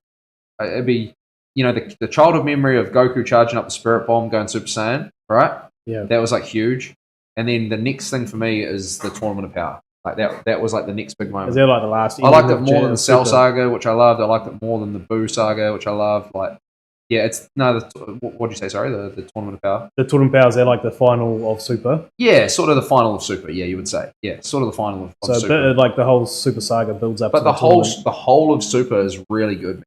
Have you seen Resurrection F? No. That's like the Frieza movie. There's a Battle of the Gods. Have you seen Battle of the Gods? It's another Dragon Ball Z movie. Don't worry about watching them. Just watch Super. Because basically, there's two movies that were released after Dragon Ball Z, and they're sort of preludes to Super. But Super is those movies in a long form. Banded. Yeah. So you're better off just watch Super. Yeah, don't worry about it. Yeah.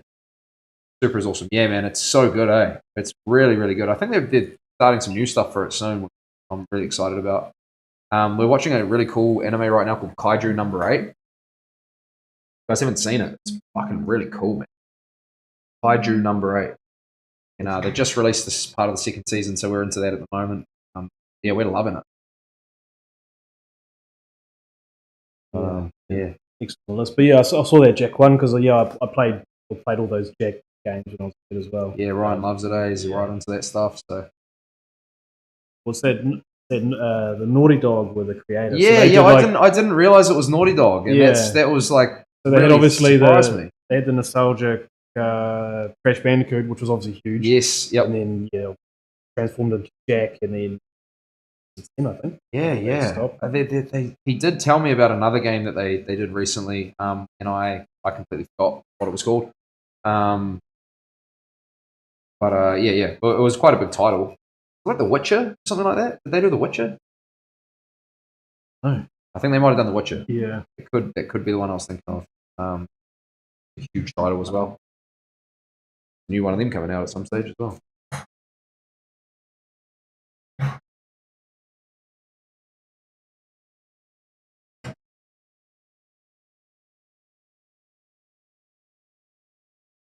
I was gonna finish just like shading the tree off real quick. Right. You say owl? IIGHT, like. All right. Yeah. So, I just lazy talk. Yeah.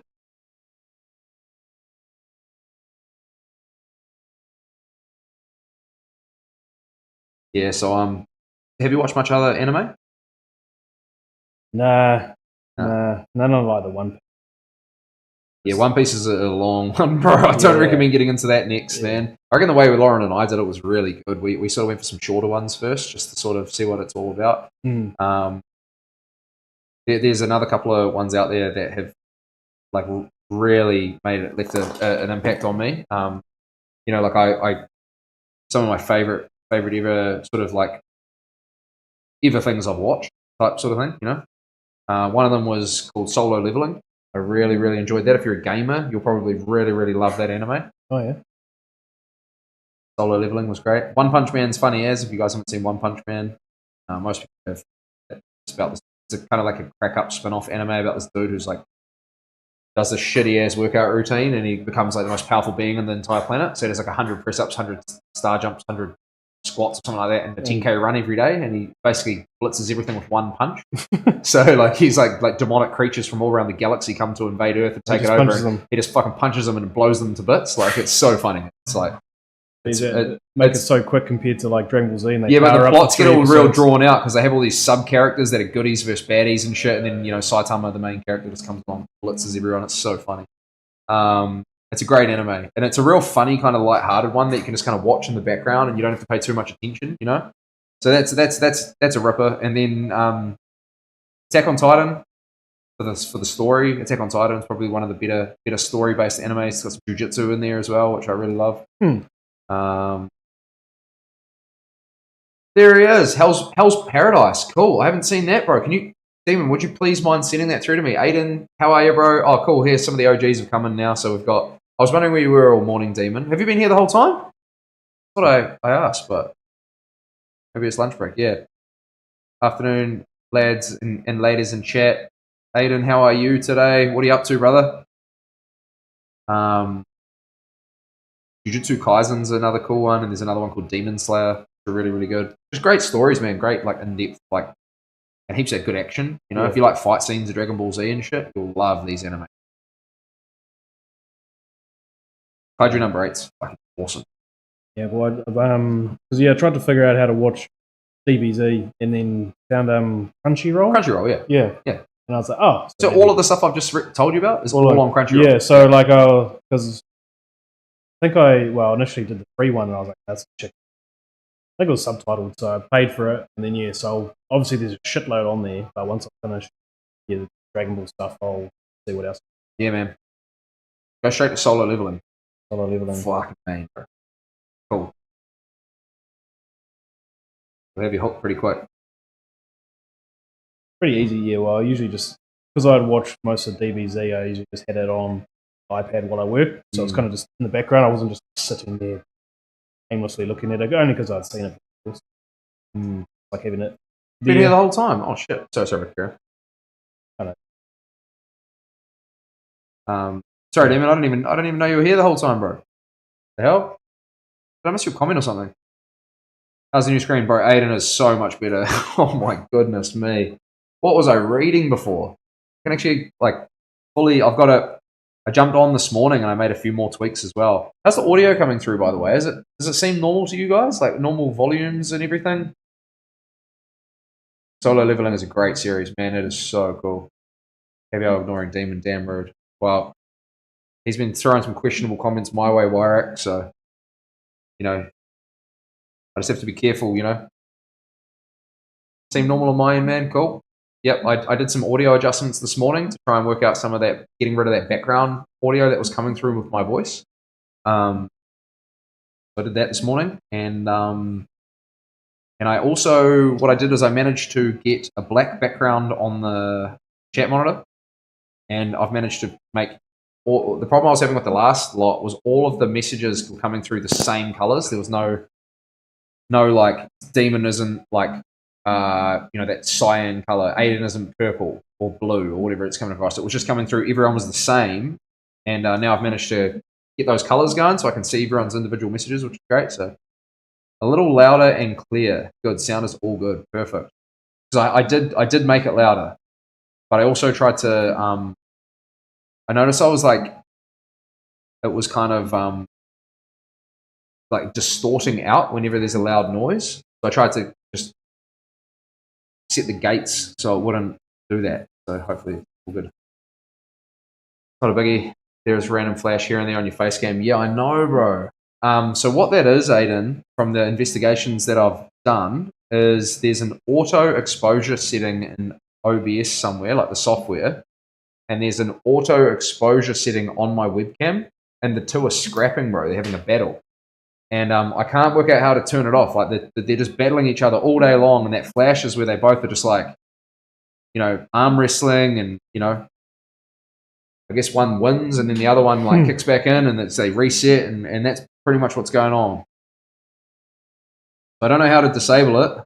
They're just there's 1v1 until death, bro. Yeah, it's just, they're just in Rust right now, bro, and they're just 1v1ing, bro. Like it's just I need to I should actually wonder if I should sit down and really try and work that out. But I've done some googling, nothing I can find. I may investigate getting a whole new webcam.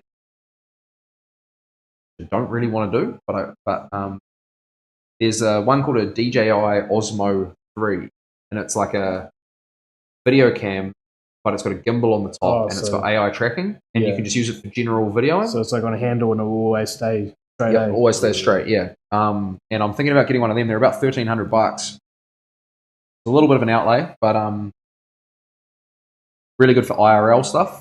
If I go out streaming, cruising around, go for an interview somewhere at one of the bros' houses or something. Out on the street, just do some public tattooing. Yeah, that's it. That's it. Yeah. Started like a little podcast sort of thing on the side as well. So just trying to get that to, kick off. Struck was suggesting that I got this, apparently there's a streaming backpack. Oh, so it has, so it like fits all your components. Everything in the backpack. Apparently you just wear the backpack. Yeah. Oh, and so it keeps like the battery and all that stuff. It's got batteries, everything. Yeah, apparently it's all in there. So that's something I might look into as well. Just sort of figure out how to set it all up, I guess. Got a list, man. I got a long list of shit I have to keep constantly doing, which is a good thing to have, Yeah, the rate technology is going. I mean, the streaming today will be a whole lot different than the streaming next year. That's right. Yeah. No, that's exactly right. So it's like you go and buy this like massive, like state of the art. It's like TVs, they always change. And it's gone, and it's like kind of thinking like surely there's going to be some like mobile stream solution that's like really universal soon, It's not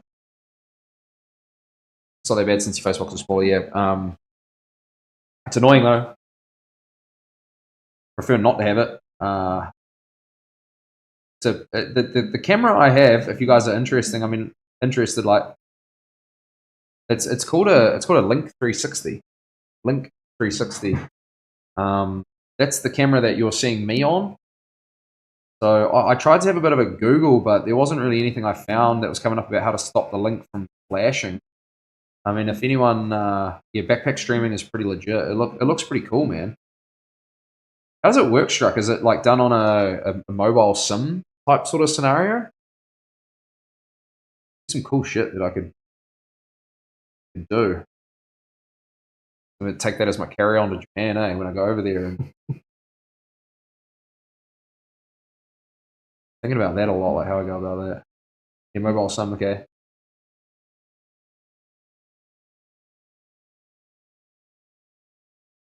I wonder how that would work if I went to a different country. Apparently they hate it over there, like people like streaming Japan and stuff. Probably the privacy and things. It's something that I saw. It's like I was watching this like travel thing, and they're just like, as long as you're not like live streaming here and shit, like people are, apparently it's people they don't really don't like it. Unless if you're like super famous, then they love you. Yeah. Like old who's the young fella? Speed. Yeah. Yeah.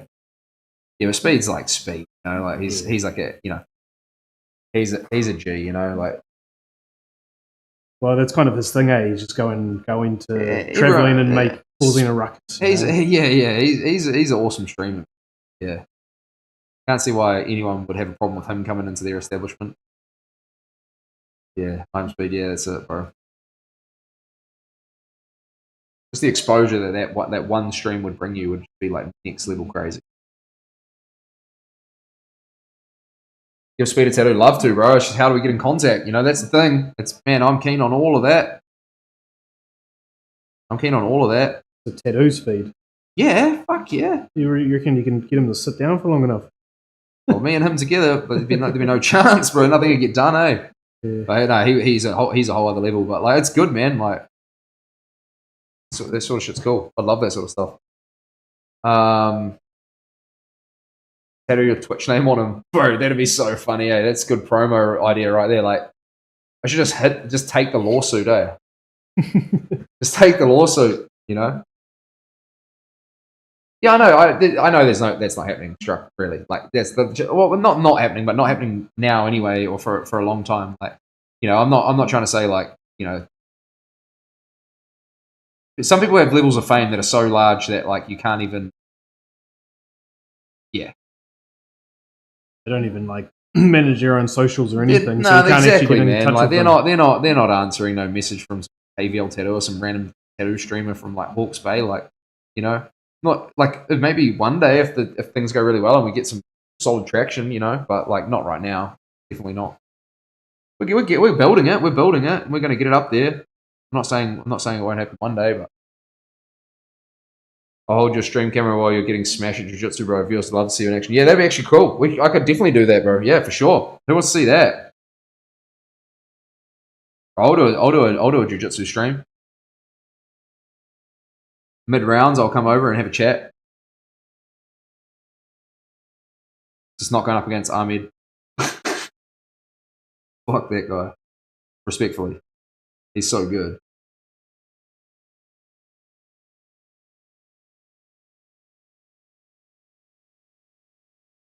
Watch me get Ben in saddle and Clover hold his ankle off. He knows it's coming too.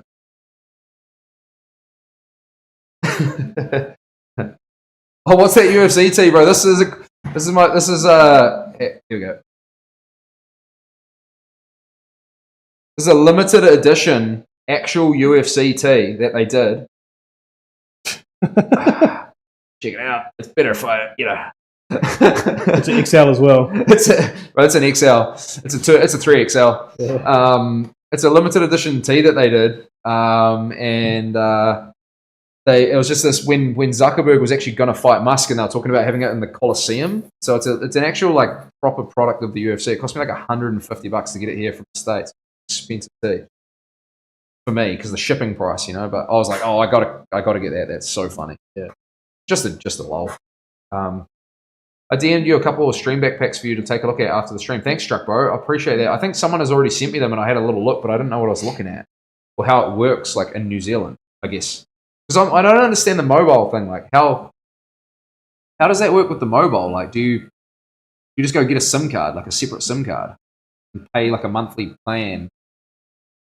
Because, you know, like, I'm pretty Dutch, and like having to pay like a monthly plan for something I don't use would be like that often would hurt. I wonder if I could put my SIM card in it, my like phone or something. Who would win? Huh? Zuckerberg, Musk. Zuckerberg would win. You reckon? Yeah, Zuckerberg would win. Yeah, he's actually decent at jiu-jitsu. Yeah, he would win.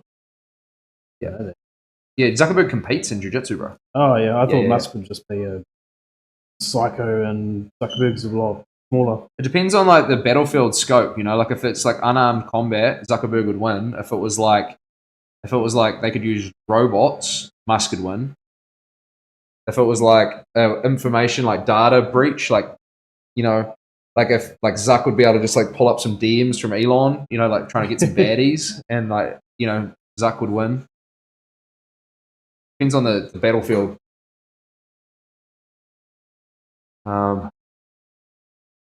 Put them on the card at the White House. Well, that'd be crazy, yeah. That'd be an amazing undercard fight, or even a main event. That could potentially be a main event fight, that one right there, you know.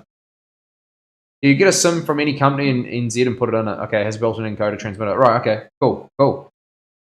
I wonder if I could, you know, say I went to Japan, I wonder if I could just take the backpack and then just get a SIM there, you know? And is it a computer in the backpack, Struck? Is that how it kind of works? Like, is it like a full PC in there? So when you start streaming, it's like OBS and everything? Or what's the story with it? If you don't mind answering, like, you could just send me a link to a video if you can't be bothered typing it all out. But, you know, we've got time while we're here, so Apparently it's got like batteries in it and stuff, and you can like pay to have extra It batteries. must be to work and all that. So. Yeah, I'm just trying to work out like how that works. Like, do you like put your phone into like a bit of it, and you know, I don't know.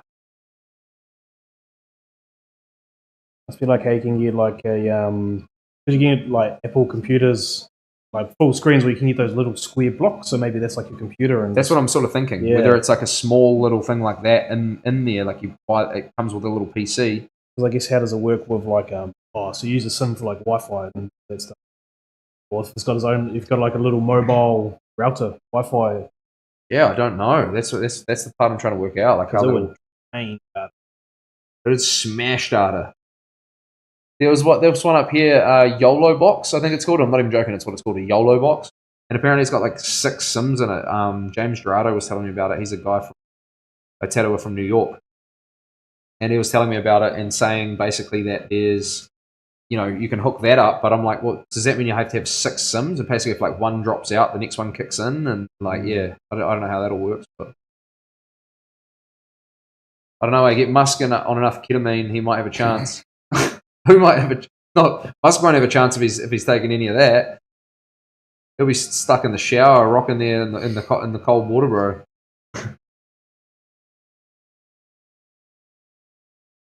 Is he on kit? Was Musk on kit? He's on something. Not a full on computer. That's what the encoder transmitter is. Yeah, okay. Something I just really don't understand. Should definitely look into that a lot more.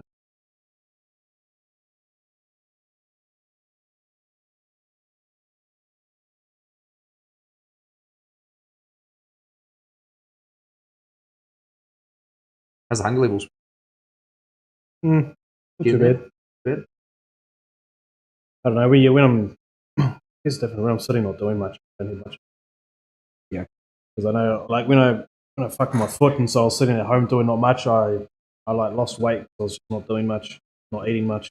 I'd be the opposite. If I was at home doing nothing, Yeah, I'd usually just be going to the fridge all the time. Usually I get bored, but then I couldn't really walk. So I had like a little knee scooter, so it was kind of limiting anyway. So I just sat there doing fuck all. So I wasn't really exerting energy. And then I didn't want to make the effort to go get food, so I didn't eat. Damn. Yeah.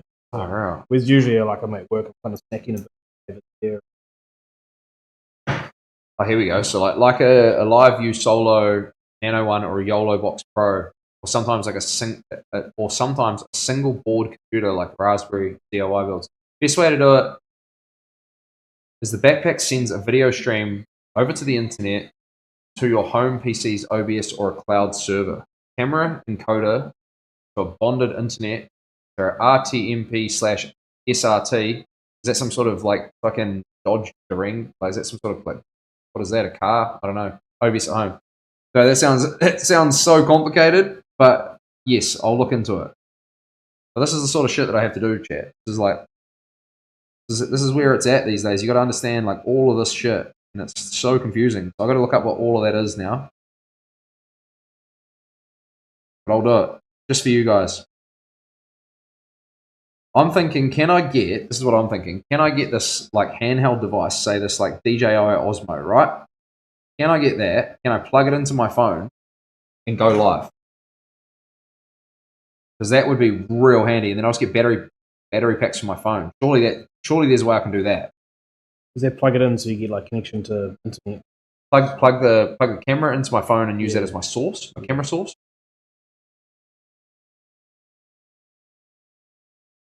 Or just somehow the Bluetooth connection, that's, or wireless. You're going to get into IRL streams. I was just going to do some stuff like that, Wyrack, like I wouldn't mind. There's some pretty cool stuff I do with conventions and things like that. And I sort of thought like just having that there as an option is just more content, and more content's good, right? So yeah, definitely would like to get into some IRL stuff. Maybe if I go on some sort of hit the road and go on some missions, I can just sort of take everything with me.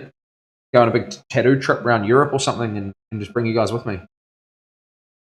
Go to, the convention in Poland that me and Ben are going to go to next year. Like that would be perfect for having like a mobile stream set up. Quite cool. Okay, here we go. Here we go. RTMP, encoder sends your OBS RTMP server or Twitch ingest. Jesus Christ. What does that all mean? What does that all mean? I'm lost on the first one you sent through. Hang on. What does RTMP stand for?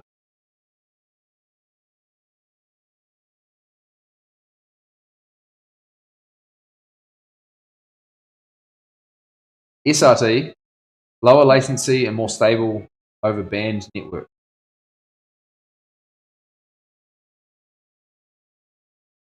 Okay. Real-time messaging protocol. Bonded internet, real-time messaging protocol. Okay. Yeah, I'm still pretty lost. Basically, the backpack captures the video and sends it to your computer at home, which is sent to Twitch. Yeah, that's much better. Yeah, cool. Yep, mean. Figure that out. I'd have to leave my computer on though while I'm in Japan. That's not. I don't really like the idea of that. Well, we'll figure it out. It's gonna take a little bit of mucking around. We'll work out what's best for me.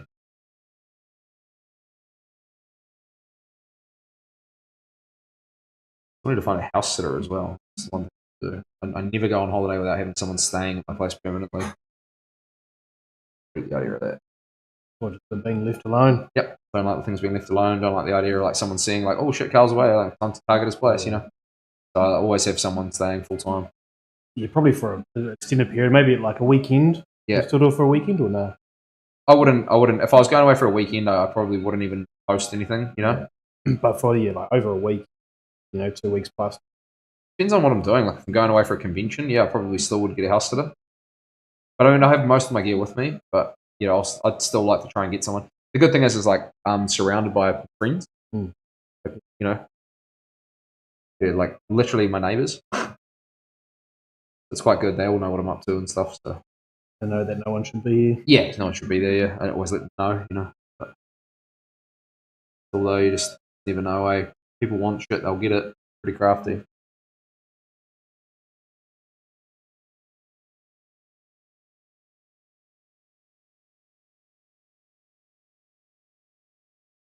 Amazing for a Nintendo convention. Yeah, probably it would be really good trying to set up something like that, eh?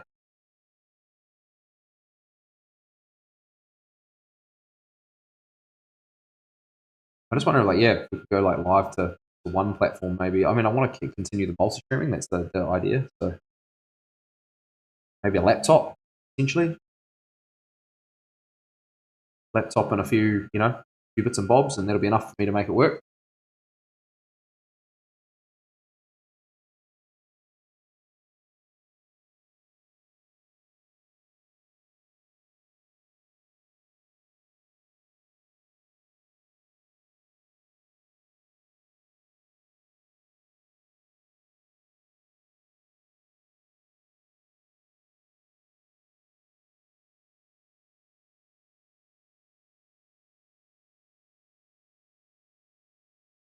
You can get the mate with 100 hours on Pornhub.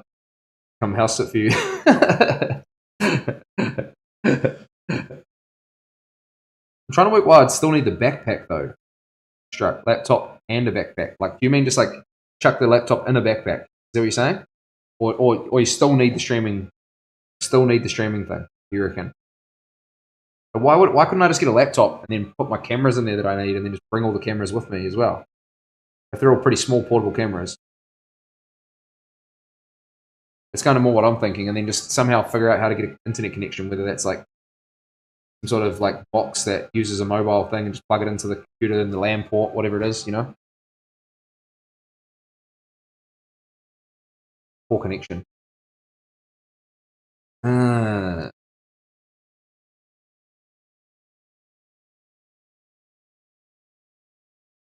I'll look into it, bro. We'll figure this out. We'll do it.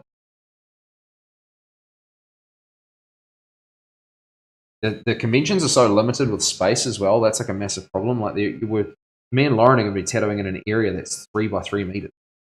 All right. That's all the room we have. Both of you? Yeah, both of us. It's jammed, man. I don't like it, but it's just the way it is. Like it's so even having a, if that's going to be the biggest problem as to what I can see why I can't stream, because I can't just have like a computer somewhere. There'll be nowhere to put There's it. nowhere to put it. There's not even a bench. You just have to go OG live on Facebook or something with your just phone probably, mount a phone. That's what I'm thinking would be the best, and then I probably won't even be able to really read chat. Or live on Instagram. Yeah, man, yeah.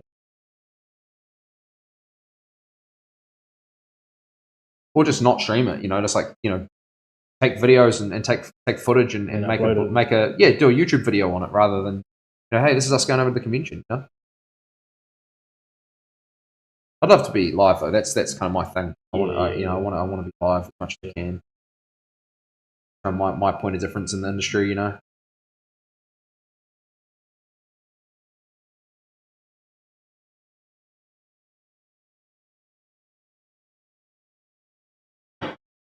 Get internet sure, then you might as well just get a whole you might as well just get a whole backpack if you're bringing a whole streaming setup. Backpack's tiny and compact. Most streams with backpack look. Most streams with backpack look at chat with phones. Yeah. So I'll just have to figure out how I can access my chat from my phone, my multi-chat. Easy. Struck, if this was all one platform, easy, right? Easy. Done. But it's multi-platform. That's the difficult thing. I can figure out how to do it just with one single platform, easy as. It's just trying to figure out like the multi thing, because the chat is put into like its own browser source, and it's like, how do I pull that up? I'd have to bring a side monitor, like a little, which is easy enough to do because I know this portable. It's called Lenovo, and they have this like little portable monitor you can get that just plugs in with an HDMI source, and so I could just like set that up for my chat, which is pretty easy. Have it like right here.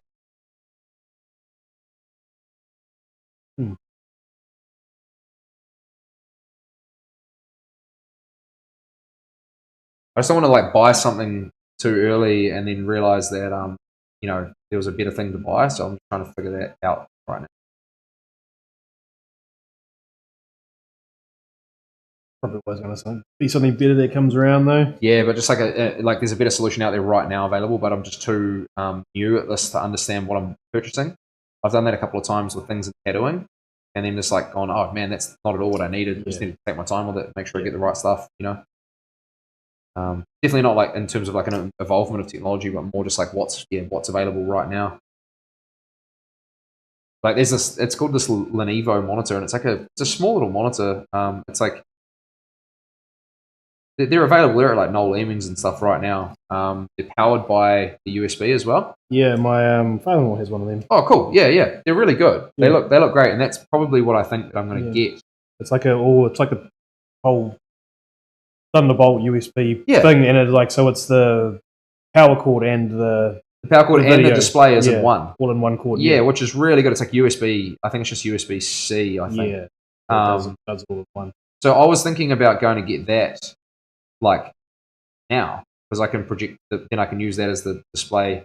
There's just like a couple of things, like I have to have cables and things like that, but cable management, but not too bad. I could probably put something like that, like on that stand, like the music stand. Yeah. And then just have it sitting here, and read. So I don't have to even look over there. I can just look right here. Yeah. Literally, like while I'm tattooing, just be like, oh, yep.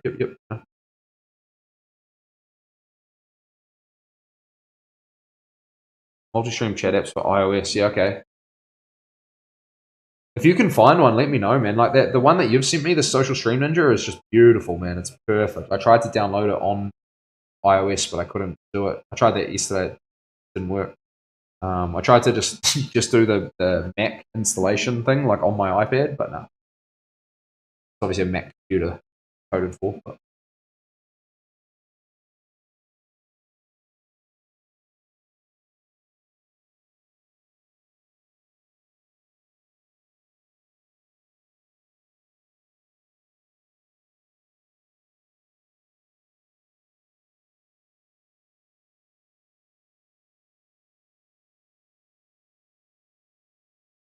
Any plans this weekend, bro? What are you up to? Nah.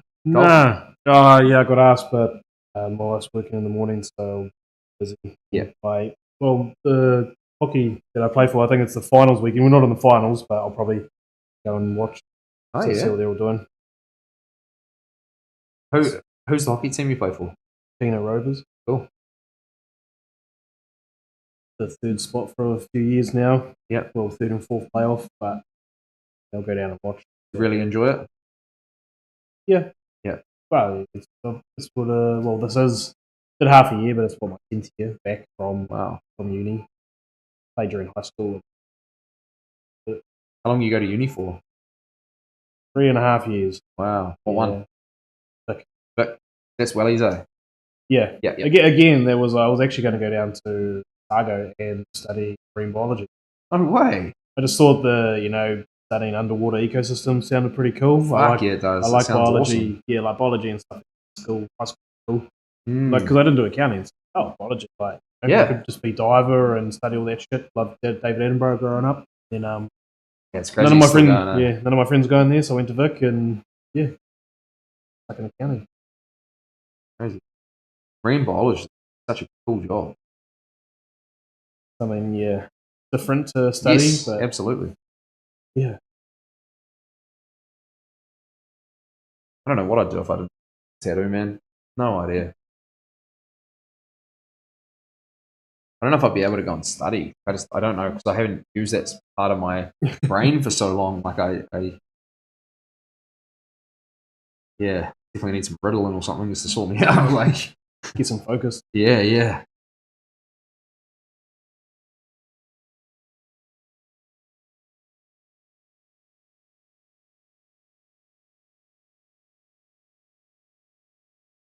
Went along really nicely, man. Good progress. A little bit hungry though. Yeah, you can let me know if you want to have a snack or whatever. Yep. I'll just do the same.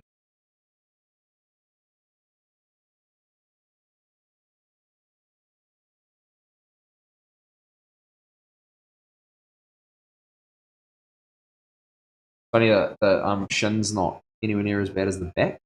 Yeah, I feel it more when you get around to the back. Yeah. Getting around that edge. I'm like, yeah, here we go. Everyone imagines it to be the other way around, so it's quite a shock for people when it's like, on the way. Why is that? Well, because you think like around the bone, it could be pretty. It's the nerve endings, bro. It's just where a joint is, there's more nerve endings.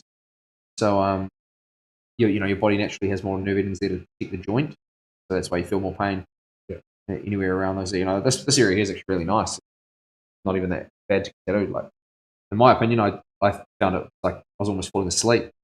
I did 3 days in a row from my toes up to about here. Yeah.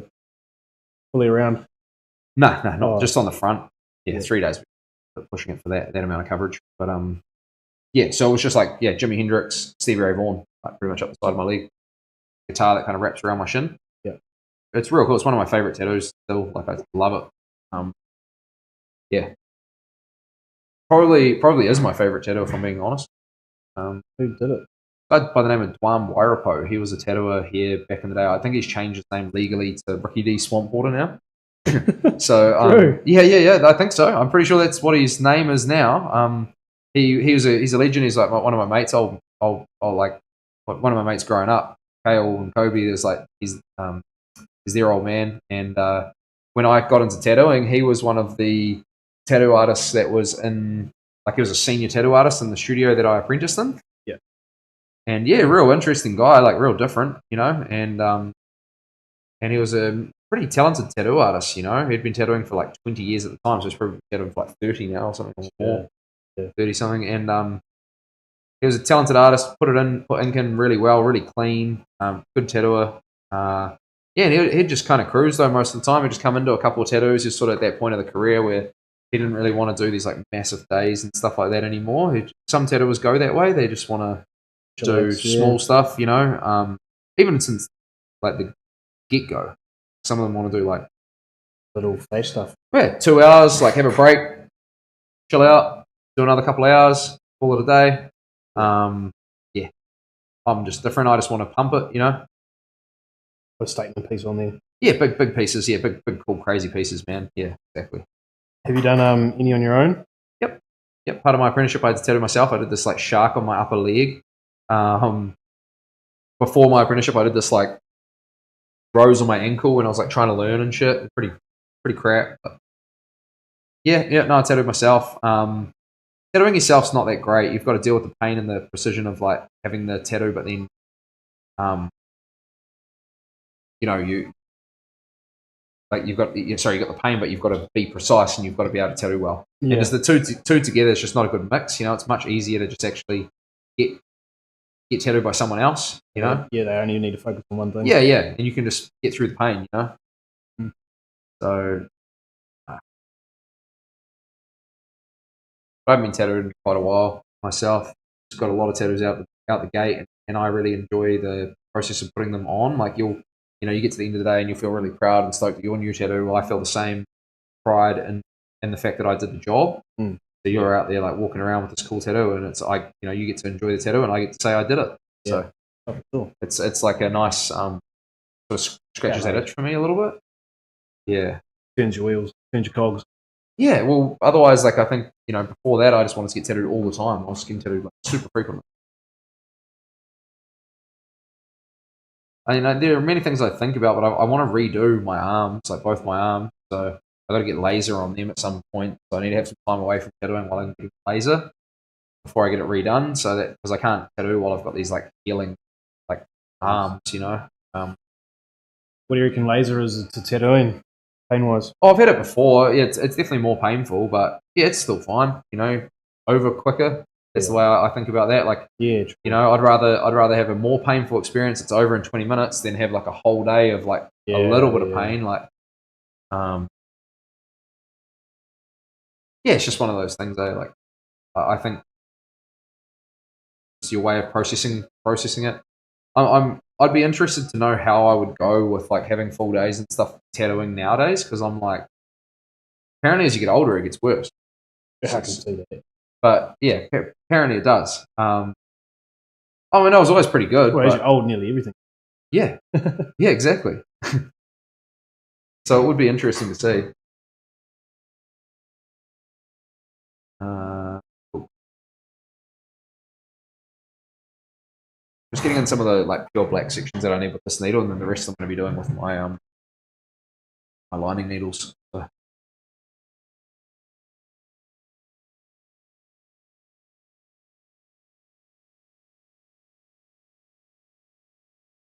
You got any plans like tomorrow? Are you working tomorrow or? Yep. Sitting down? Yeah. No physical stuff? No. I can elevate my leg a little bit, but I'll mainly just be in a chair. Like I won't really be walking around. No, that's fine, man. Some people I turn up and tattoo and they're like, "Yeah, I'm concreting tomorrow," and I'm like, "No, you're not." Yeah. That's fine, man. No problem at all. I was probably going to run a marathon in the morning. Yeah, no, but honestly, people do it. I can't even run a marathon now, so yeah. Yeah, well, tomorrow's a good time to start, bro. You're actually tough now. You got my tough.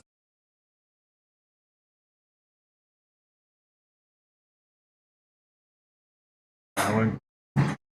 Cool. Yeah, I even thought about like gym in the Arvo, but probably not. Definitely not today. No, you're not actually. Like tomorrow Arvo. Well, you're not actually supposed to work out for 2 weeks. Oh, real? Yeah. Well, you're not supposed to sweet and stuff. Okay, yeah. So I've got aftercare instructions I need to give you for this tattoo and things you're supposed to do. I like to normally go into it at the end just so that I don't forget any information. So I'll probably repeat myself at the end of the day. But like basically, you've got an open wound. Yeah. And an open wound needs to stay clean. You go to a gym. A gym's like one of the worst, dirtiest environments you can possibly go to. Like, even though people like wipe down their benches, there's like bacteria, staph, like all sorts of shit all around there. Come down a little bit this way, please. You need to have a stretch soon, or? When you have a food and stuff. Yeah, I'll just quickly get this a little bit here. So yeah, like no sun, saltwater, chlorine, no soaking for until it's healed, because the scab, you've got a scab to protect. Or scab, like an area of skin that's like sort of regenerating over top. So you want to stay away from like touching anyone else's sweat, anything like that. No animal contact, in the tattooed area. Took my dog away. They'll want to try and like lick it and things like that. Gross. So yeah, there's a few things you have to just be aware of. As well as that, there's like the swelling factor. Like I had a guy once who got tattooed from me, and it was on the Friday, and on the Sunday he messaged me. He's like, "Hey, my ankle's swollen up like a balloon," and was like Sunday evening, and I was like, okay, well, that's random. Like, tell me about everything you've done. You know, he's like, oh, it was only after I did squats this morning. You know, I was like, that's what it was. Any excuse to get out of leg day, I'll take it. Yeah, exactly. Yeah.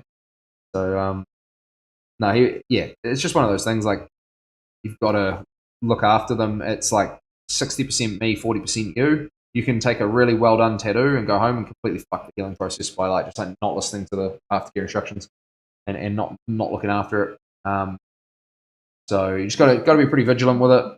But yeah, I'll run you through it all at the end. If there's any questions, you just send me a message. Like, you just tell me about it, or you got a little? Yeah, I've got it all written down. Yeah. I send it through to you, and then I go through it like in person. So you have it like you'll have a list of instructions plus verbal instructions as well. Yeah, so I'm good at listening, but I'm also good at forgetting. Yeah, written's great. Yeah. Oh yeah, we have to do that. That's even part of council requirements too. Yeah, you got to give aftercare instructions. Yeah.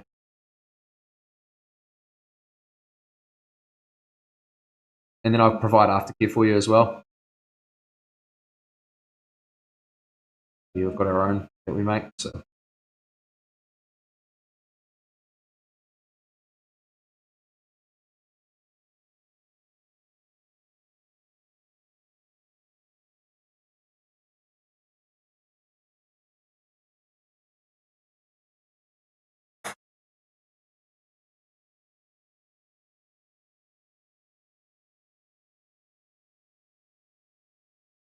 I've just got to get like these areas that are just kind of like pitch black. I've kind of got to get them in first before I kind of stop. Okay. What's our time now? Oh no, we should be all right. I'll heat some food up now. I'll get it in the microwave. Should be all right actually. The stencil's still pretty strong. You're sticking around, are you? You're not going any like? No, I got a few snacks that'll do me. Just snacks. You don't have a proper lunch or anything, or? Oh, like bars cool. And stuff. Yeah, cool. Sweet. That's enough to get going. That's what I mean. Yep, all good. I'll be right back, Sam. Hang on.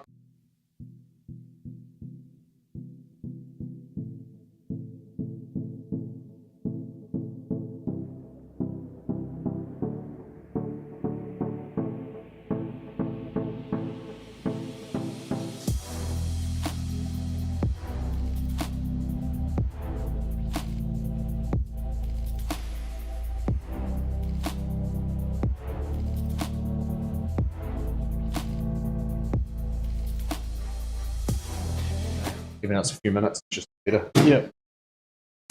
You reckon you'll get it done by 4, or you don't know? 4 o'clock's when we stop, bro. Yep. So in terms of like getting it done, it's a 3-day piece. Yeah. Oh yeah, but like I guess this side. Yeah, again, it's a 3-day piece. Like I don't know if I'll fully complete this piece today, but it'll be close. You know, it'll be. Oh yeah, I don't really mind. I just wondered. Yeah. No, yeah. We're fine, bro. We're sweet ass. We're like on track. Sometimes I might actually get it done. Sometimes it'll be close. Sometimes it might be like but over the course of the 3 days, we'll get it done. Yeah. It's about 3 days for a lower leg. Now we're on track. Sure. I want to get a little bit more of the on the back here.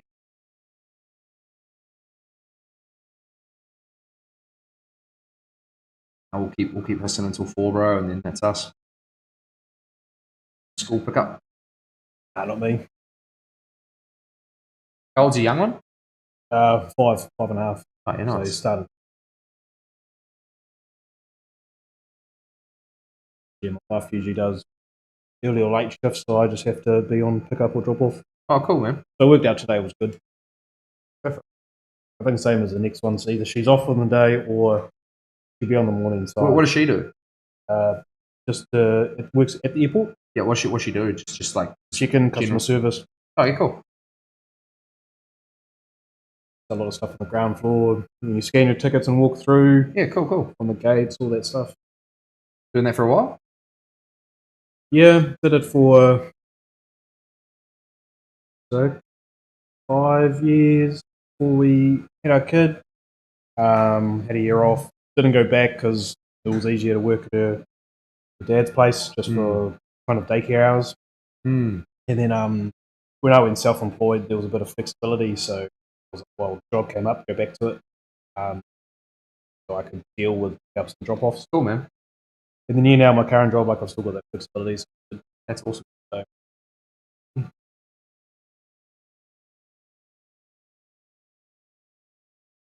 Do you want to get into like getting on the planes or anything or not? Nah.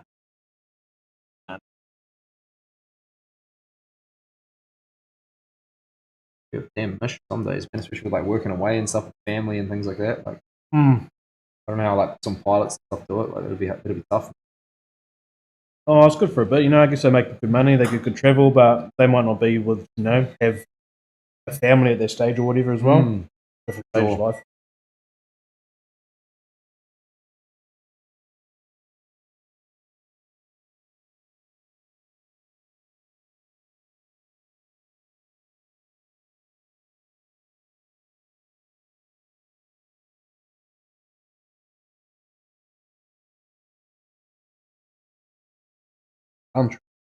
I think I've got like some butter chicken sort of thing going on.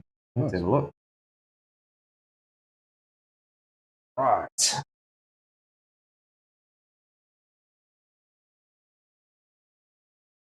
Okay, team. Well, I don't know. I'll sit with you guys while I have a quick feed. I'm track. Making good progress, bro. So, there's all whites that go through all the stars and stuff. So you have to leave gaps in tattooing. You can't tattoo white over top of black. That's a sore, but why is white more? Because it's just coming around everything that I've already tattooed. Oh, yeah. So like, I'm not going over top of the same things, but I'm just like coming right next to it. So by the end of the day, so it's like scratching a scratch. It's scratching next to the scratch. Oh, not going over the same things, going next to it. Yeah. So it's like it's just sort of one of those things there. I'm saying pretty crack up on Instagram, so I want to try to pull it up.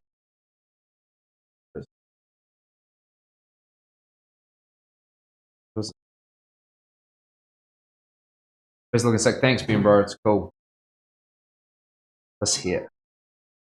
is that the palm? Yeah. I'm gonna pull this up. Screen share. You guys shared this into the Discord as well. Also shared in there.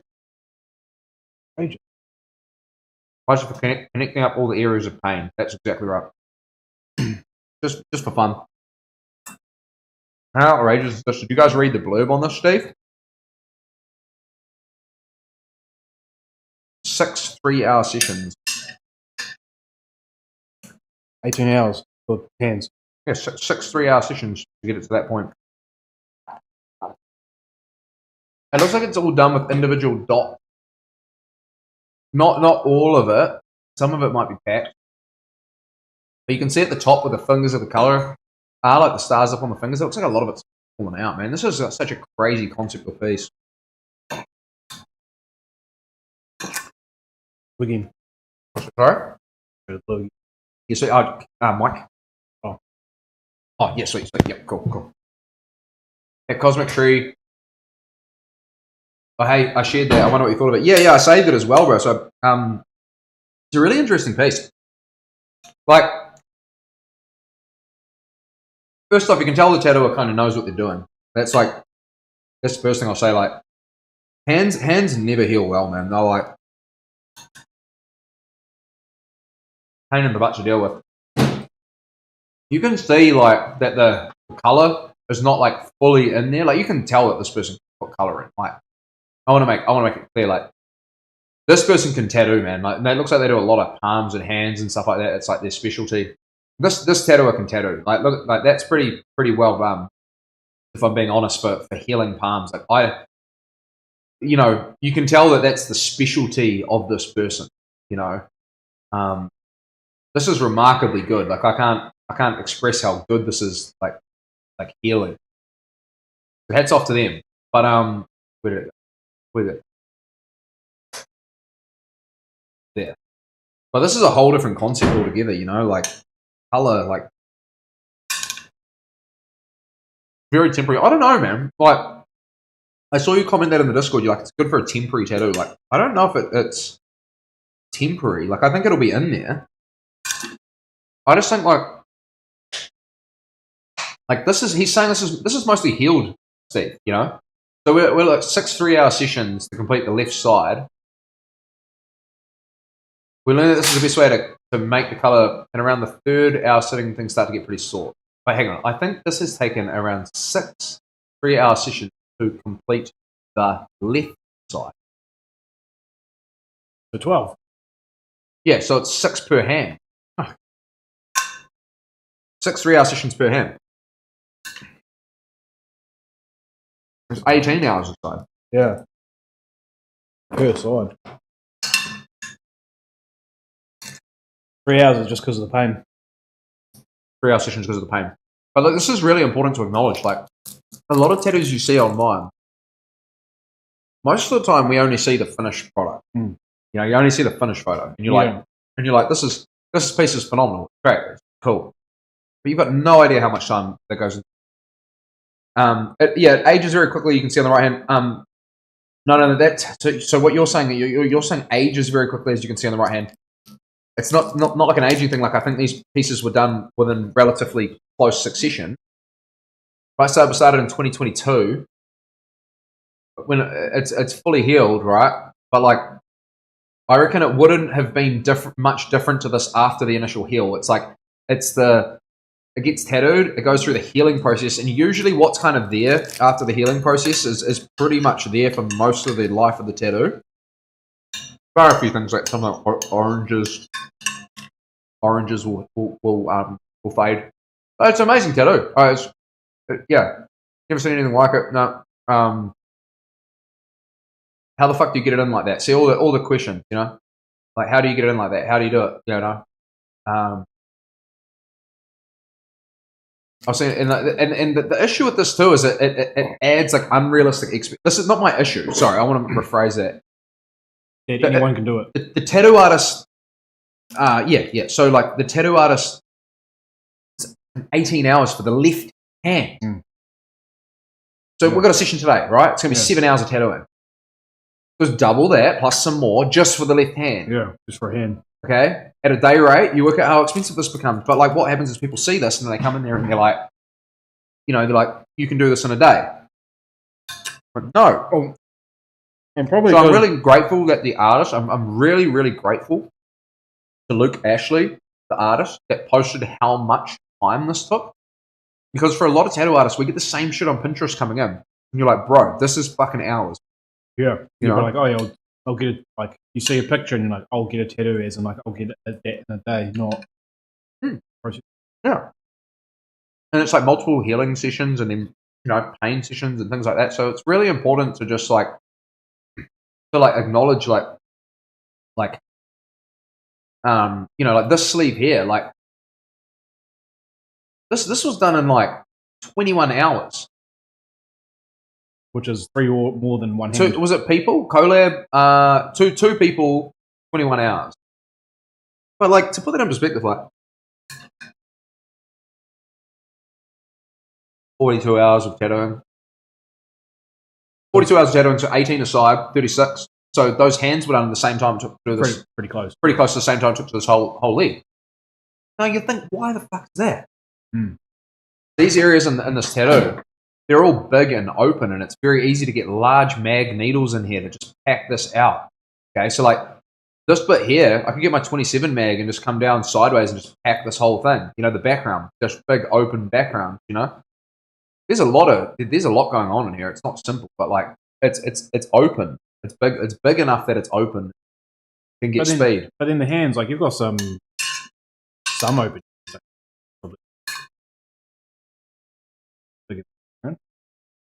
Not really. It's pretty tight and small. Like even in here, like maybe in that bit. This is all looks like it's all done with dots. Looks like they've got they've dotted that whole thing with color. You can see the edge of them.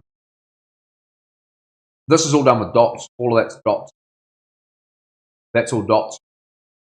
That's mag, but like it's got multiple tones in it, so you can't just like use a mag. Like you've got to rinse your mag out, use orange, then refill it up with like a pinky tone, and then rinse it out, and then get a purple. And it's not like there's nowhere it's big enough for it to be open to quickly do it. So it's like, yeah, amazing tattoo, super complex, super sick. Oh, I want to know how long some of these have taken. Yeah. Ours. Yeah, so this guy started this today. So it was like 1 day piece. That's like 1 day's progress. That's fucking huge, man. Yeah, how much a day? He could be like 8. You don't know. Yeah. Can be. Can be like really, really big hours. This is like, I guess what I'm trying to say is like such a large variation in pace depending on what you're doing. You have So there's a, I can't, sink? hang on a second.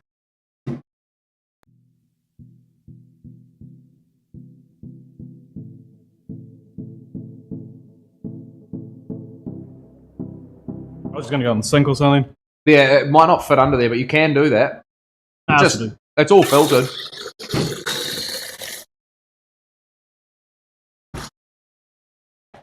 Hawke's Bay water's good.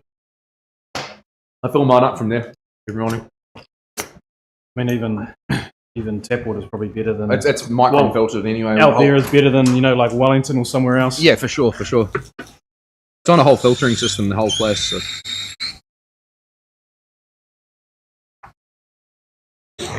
I'm happy stuff to like lollies and stuff there if you need to, bro. Keep the blood sugar up. Yeah. Okay. Yeah, no, there's some crazy, that handpiece was crazy, man. I wouldn't even want to attempt that. Like if I'm being... Receiving it or doing it? Doing it. No interest. No interest in it. Because, like, I've done that many hand tattoos, and they just are so different from person to person, too. Like, that person might have, like, the best possible skin. They're not going to use their hands. Like, I mean, that's the thing. Like, how are they going to heal it? Like, not use your hands, really, while it's healing, Yeah. What are you going to do? Like, give that to, like, some concreter? Like, just, like, open appointments for hand tattoos, and, like, some person on a shovel all day comes in, like, yeah, I want to get my hand tattooed, and like 3 days later they're on a shovel, like, no. Like, or even the hands are rough as shit anyway. Yeah, hands are rough as shit, they're calloused up, exactly, yeah. So it's like, it's just not even anything that you want, like, okay if you can get the right client for it, but it's like case by case, but yeah, it's a tricky one, man. It's definitely not something I'd want to have to, like, try. I remember I tattooed this painter's hands, like, years ago, and we did this, like, he wanted to get this, like, chick's face on his hand, and a big paisley bandana that went down his the knuckles. He's a really great guy. I love the fucking crack fast. But like just the healing of it, man, it just like dropped out like everywhere, all around the knuckles, and then had to touch it up again, and then touch it up a third time, and it's like, that's all time for me. Yeah. It's like, not that I can't tattoo, I can definitely tattoo. It's just like the area is just so unpredictable, Do you think he probably went over the same areas multiple times in those 6 sessions? Yeah, absolutely. Absolutely he would have. He for sure would have hit some areas twice. 100%, bro. It's just layering the color and like, yeah. I can't imagine if you're given like one pass on it that it would even be like remotely close to being okay. Like when it healed, there'd be so much that would fall out. I reckon some of the areas in that tattoo might have been done once. I'm not saying that, but some of the key areas probably were done multiple times. And that person, their entire page is hand tattoos. Like it's like their entire career is specializing in doing palm, which is cool. That's what they like doing. Yeah, I mean, niche, isn't it? You've got the niche. They look like they can heal other palms pretty damn well. What I'd love to be able to sit down with someone like that and talk. Hey, like not try and figure out what you're doing. It's like, hey, do you like vet your clients first beforehand? Do you like see their hands in the flesh, or do you just book the appointment? Because like we all know someone who's like that gym grunter who's in there with the calloused hands, Yeah. Like, how does that work? Really interesting. Yeah, what happens with adamant that they want one, you're like, it's not going to work well. It's not going to work. Oh, I've had to turn people down. I've had to turn people down for sure. It's very, very common. You got like this 60-year-old dude who's been like a fisherman his whole life. All his skin is just completely like wrinkled, sun damaged, and wrinkled and broken. Like, how you get to that part, that point of your skin so damaged that it's like so dry. It's like cracking and broken. There, you know. Now what he wants is like a realistic portrait on his outside forearm, and he's hairy as too. He's never going to shave his arm, so you're going to like, you know, when the hair grows back, you know, he's only going to be disappointed. Yeah.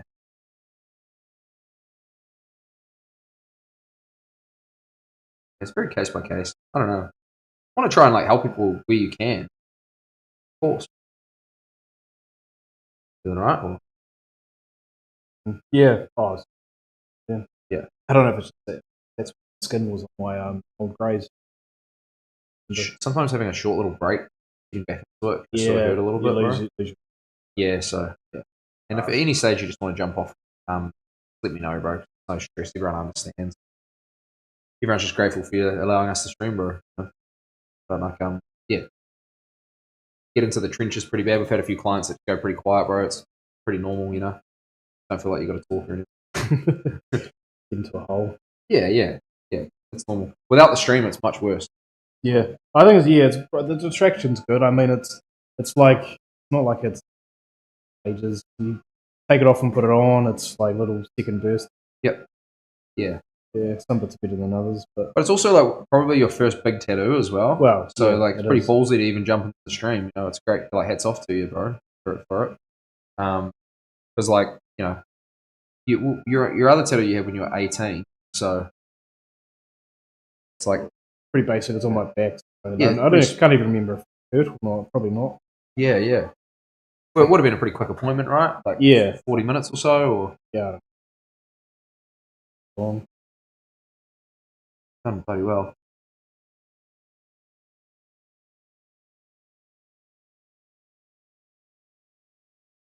Yeah, I got a sort of kickboxing guy in tomorrow.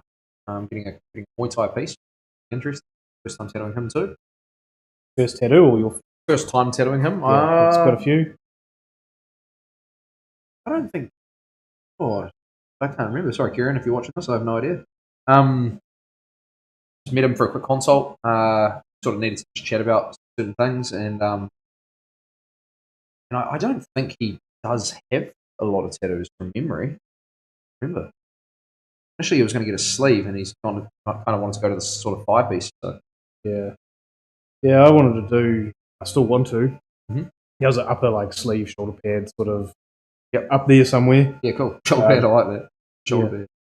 Well, because like when you think sleeve, it's just arm, but obviously if I only do upper arm, I want it to like don't mind if it wraps around the back or the front a bit.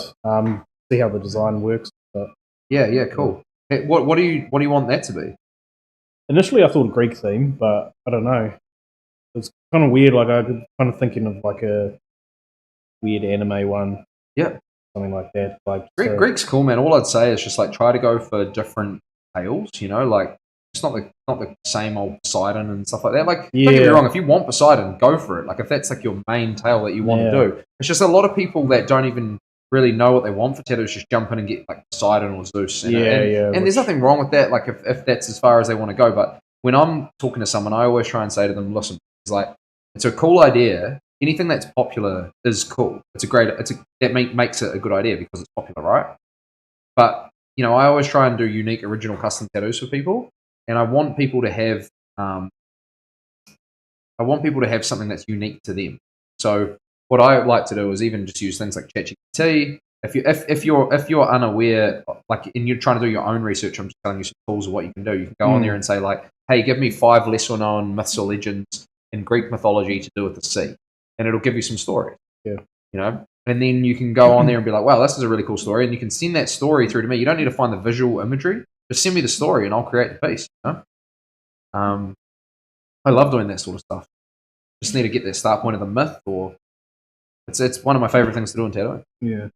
Yeah, I don't know. Yeah, I think initially like I always thought the Greek like a Greek be an idea, but I've kind of not fully stepped away from it, but kind of changed my mind. Yeah. Well, yeah, like obviously this is more just artwork. Yeah, cool, man. Like, even like the other side, space means nothing to me. Well, not personally, but I like. Yeah, cool. Like I do like the Yeah, cool.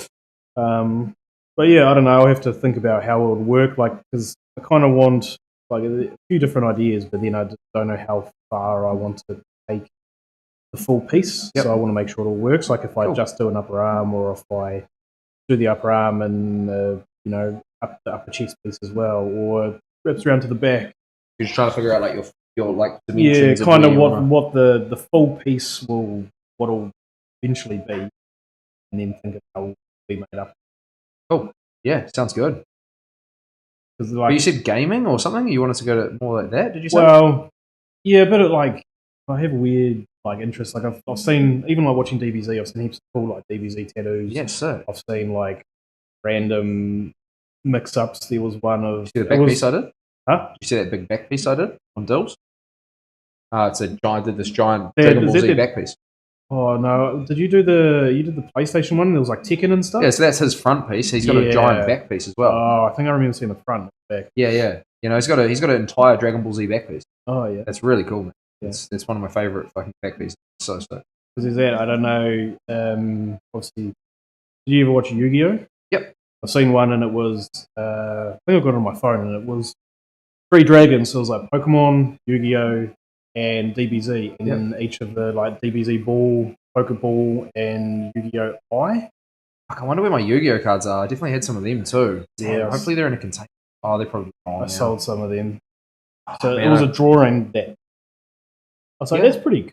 Pretty cool. So you got the Dragon Ball, the Pokeball, and the Yu-Gi-Oh eye. Yeah. Yeah, that's really cool. Yeah, so it's a great concept. Yeah, really. Yeah, really cool. so like something like that, it's pretty cool. But then, I wouldn't actually know if I want that on there. Well, tattoo is just so unique to the individual, and that's what everyone on this channel and stuff like does a great idea of, like, that like everyone understands that on here. Like, like obviously people come in to chat every now and then, and I remember someone coming in on YouTube at one point was like, "Why the fuck would you get that tattooed on you?" or something like that. But I can't remember exactly what was said. But it's like I had a mad collection of Yu-Gi-Oh cards, so many fake rares. Yeah, bro, I had some sick ass ones, man. I remember having a Blue Eyes White Dragon. They're worth heaps now and all that. Yeah. But yeah, like tattoos are so unique to the individual, and I always preach that. Anytime I talk about your ideas and stuff, it's like just because you like something doesn't mean that other people will, and vice versa. Yeah. So you just got to get something that you like, Yeah. Not try and get tattoos to please other people. Obviously, I'm not saying that you do that. You definitely don't. No. But then something like that, like the art is cool, but then it's like, would that actually be something I want? And then how would I put other stuff with it? Yeah. But oh, that was the person who thought you were tattooing Lady Gaga. Was it Shell's tattoo? Whose tattoo was that? I was doing. It wasn't even Lady Gaga. It was like someone came in and they were like, "Why the fuck would you tattoo Lady Gaga on your body?" And then we're like, "It's not Lady Gaga." And they're like, "It is." And then we're like, "No, it's not. It was you, Shell. Yeah, it was you." It was like, "No, it's definitely not Lady Gaga." It was so fucking people random. trying to tell you you're wrong. Like. Yeah. I was like, no, I literally generated the face using AI. So it's like it's own, like it's no one. Like it's just a reference, Yeah. It was so random. And then Steve's like, I commented back, I'm like, I'm pretty sure I'm pretty sure it's not. Like, it was like, she's like, it is. And Steve's like, I'm pretty sure it's not. They would know. Like, might look like them, but it's not. Yeah. Like, oh, fuck it, it's Lady Gaga. Girl's got Lady Gaga. The Morrigan Gaga. we did this like piece. It was like the Morrigan. It's like a goddess of death and things like that, and Irish folklore. So that was the piece. It was just totally nothing to do with Lady Gaga. Is that a recent one? Yeah, it was a recent one. Yeah, it's really cool. Yeah, so it's just part of life, eh? And like, there's periodically, like, I've posted things over the years, and just people comment random shit like that on your page, usually elderly, Yep. But hey, it's a public forum; they're allowed to do that. It's quite funny sometimes. I think it's funny. I don't know how my clients feel, but I just think like I just hope that they can see the funny side of it. Yeah, it's not like bad publicity, but it's bad publicity is good publicity. Like people talking smack about it is still good. It's still out there. I don't even think that. Yeah, it's like a certain sort of mentality though. It's like that mentality of like, why would you go onto someone's page and say something like that? And you wonder if it's like, like you sometimes like I just think, well, no one really would. That was like sound of mind. So I sort of think like, it's just there to try and trigger you. Like they're trying to catch you into Yeah, they're just keyboard warriors. They're trying to bait you. They're trying to bait you into a trigger, you know. So it's just you just got to be careful about how you react. I love seeing videos on TikTok of that, and it would be who's that? I don't know who it was, but it would just be like a girl, and she's like posing with, and she's wearing makeup, but it's not much. Yeah. And like a dude would comment, be like, "Oh, you'd look so much better without so much makeup and stuff." Just to trigger her. Yeah, and then so she like replies to the person, but like based off their profile picture, and they're just like a numpty. Like, yeah. And then she just like calls them out. Like, oh, thanks, Greg. You know, and it's like, you know, it's like some 60-year-old dude from like, you know. Yeah.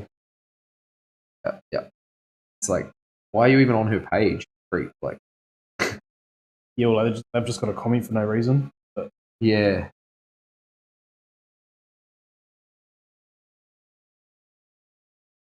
Yeah, keyboard warriors.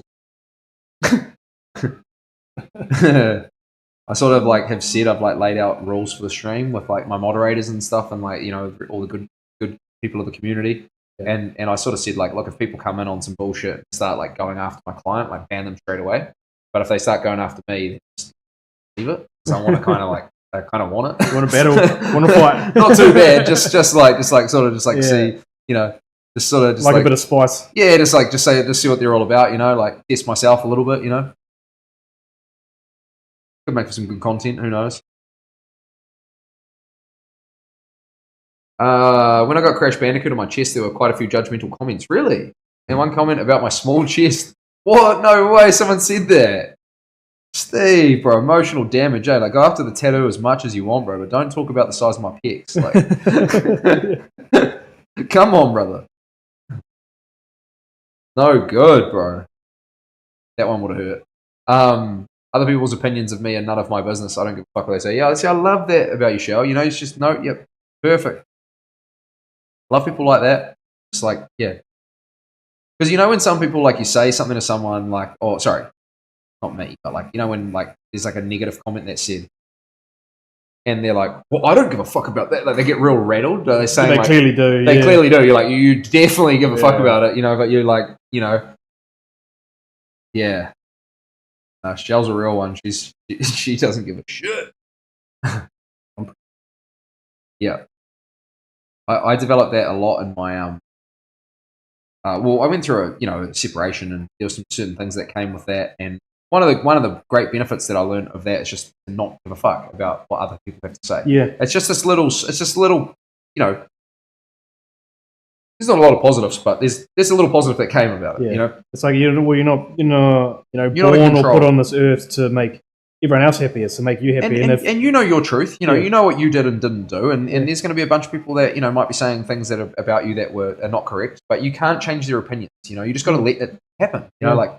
You know, and you can battle it as much as you want, but yeah, what I'm saying is, earlier in my life, I would try to fight everyone to the death if their opinion I perceived to be wrong. Yeah, I'd just like, they said something about me, I'd be like, hey, what? You know, and I'd like, you know, and now I'm just like, oh well, okay, you can think that. Yeah. Oh well, you know, see you later. It's funny how it's changed, eh? It's like. It's a weird part of that part of the process of the separation because, like, you know, and I'm not trying to make it about me. That's not what I'm saying. But like, when that happens, is like, you know, you like, and that's for everyone, not just me. It's like, you know, sometimes people imagine that there's a side to pick. It's not. Just either friends with someone or you're not, or whatever. And yeah, you know, they can shoot off in directions and start saying things. It's not even their business. And a very weird little space I've always found in society whenever two people separate. You know, everyone seems to have, not just with me, I'm just talking about in general, like, you know. Yeah, businesses or sport teams or relationships or you whatever. Got it, bro. Yeah. There's always a a lot to be a lot for a lot of people to say. It can never be straight up and down. There's always sides and rumors exactly. It's never just like, oh well, look, you know, it's just like if everyone had that mature head to just be like, oh well, these two people, you know, whatever if they're in a business partnership or a friendship or whatever it was, like, you know, things stopped working out and they decided to go their own way, you know, and just, you know, and that's all it is. But no, it's always just like the rumors start and all the bullshit. It's fucking crazy, man. I shared it on Reddit like 2 years ago. Like 2 years later, a random guy looked at my profile, found it, and called me small. What?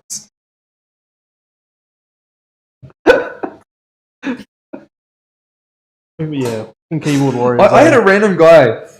He might be like. This was a funny one. I had a random guy come onto my page. I think I talked about it on stream. I can't remember. And goes, this is like not long ago. This was like months ago. And just goes, why are you using a tattoo machine at the end of your videos? You fake. What? And I was like, what? Doesn't even make sense. Yeah, I was just like, and I just commented back and I was like, you all right, bro? You got on the right page? You know, like you got the right, you know. And then he's like, you're using a tattoo machine in your video, but you use coils. You're a fake. Sorry, you use coils in your logo, but you use like Cheyenne machines, so you're a fake. And I was just like, who the fuck is this guy? Let me just pull it up. I'll show you what it is. Hang on. I'll show you what my logo looks like. And like just out of the blue, like logos. Where's my logo? Logo. Yeah. Here's my logo here. So this is my logo that I drew. Yeah, this is my logo that I drew. So it's KVL in the frame of a tattoo machine. It's cool. It's cool design. It's a tribute to the tattooing and the older school. Yeah, but it's like an old school machine. So this random graffiti artist from Invercargill did that. Came onto my page and just goes, "Why are you doing this? You fake." Oh. And I was just like, "What?" Like I was like, "Because I want to, you know, like because I can." He's like, "You don't even use those. You're you know all this da da da." And I was just like, "Bro, I did my traditional apprenticeship, like learning, you know, learning to build them. These are the types of machines I used when I started my apprenticeship." So I just commented back. I was like, how about you do a 14-year apprenticeship before I listen to your shit opinion or something? It was just like so random, man, you know. And then he started going on about some other stuff, and yeah, obviously wasn't a healthy interaction. But you know, just sits at home and wants. But I just thought, like, how weird is that? Like, I've never heard of this guy. I don't even know him. Yeah, just like, you know, Steve talking about like this guy coming in 2 years later onto he's found him on Reddit from a 2-year-old post. He just like, goes to his profile to say he's got a small chest. Like, that's someone's just sitting at home bored, be like, how can I fire up someone today? Yeah, it's so random, eh? Course was the best self growth I ever did. Yeah, highly recommend. Yeah. Yeah, I don't recommend it. It's fucking horrible, but it, you know, like for everyone involved, you know, it's not a great situation. Like, you know, it's not even just two people that are directly affected. There's like families and sort of shit. So it's not as simple as just like, you know, just that. But you know, you can gain a lot from it in weird ways, especially with like mentality and some of the courses I had to do, like your parenting through separation courses. They were really good, man. You know, and then just, you know, as bad as it sounds, like, you know, having to have lawyers involved like really helps you to learn your rights, because you don't know what your rights are and stuff. There's some really interesting things around that. Yeah. What you do have to do and what you don't have to do, and yeah. So there's like silver linings. Yeah, I think I have well, not my client personally, but at our work, and he's a divorce lawyer. Yeah, it is. Yeah. So we had there's like 3 different lawyers I had throughout that process for various tasks. So some of them handle the divorce and that, and then some of them handle the parenting through separation and all this stuff. It's you know, it's there's like children ones for kids and stuff. Yeah, no. Yeah, so it's a busy process. You know, it's a busy process, but some people it goes smoothly, some people it doesn't, and it is what it is. You just move forward in life, eh? And try and always be there for the kids. That's the main thing, is just making sure that the kids are happy and they don't see any of the nasty stuff. That's where it really sucks, man. Is, you know, we're very fortunate there that we didn't my daughter didn't have to see any nasty stuff, so that was really which can happen. Yep, it can happen very, very quickly. It does happen.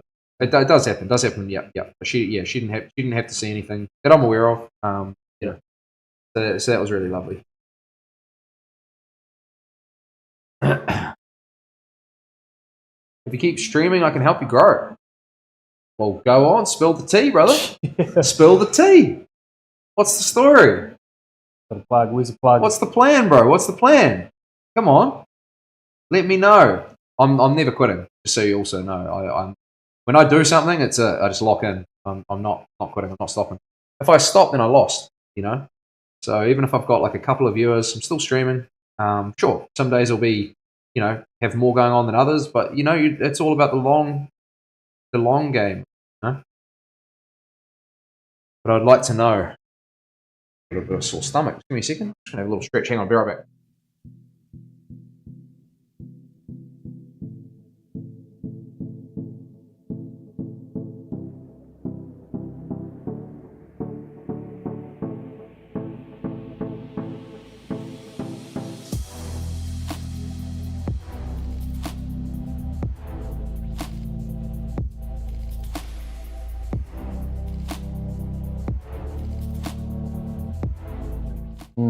Sorry, Tim. Just had a few sharp pains in my guts. I don't know what's going on. Sorry, I'm not like sick or anything. Just like Just those tickles. what's that? Just the little tickles. Yeah. Who knows? Oh, all good. Did you eat your food too fast? Yeah, more than likely. Yeah, actually, that's probably what I did. Yeah, I'd say so. That's what I normally do. Yeah, like every day after I eat. Don't actually chew it. Sometimes those butter chicken, because it's quite well. When you get the rice, you're like, I don't even need to chew it. Poop break shell, you reckon? Could be time. It grows itself. Chatting online is as powerful as anything else. Yeah. Hey, E. Wilson. What can I call you? Just Wilson? I did too. Hi from Idaho. Oh, man. Hey, much love and appreciation. Thank you so much for tuning in from Idaho. That's amazing. It's related to earthquakes. What? My sore tummy is related to earthquakes. Or what? Hey, that's really cool. How did you come across the stream? Can I ask you that? E. Wilson. Can I call you Wilson? Otherwise, I got to go E. Wilson, which is a bit harder to say. Is Wilson all good? Let me call you Wilson.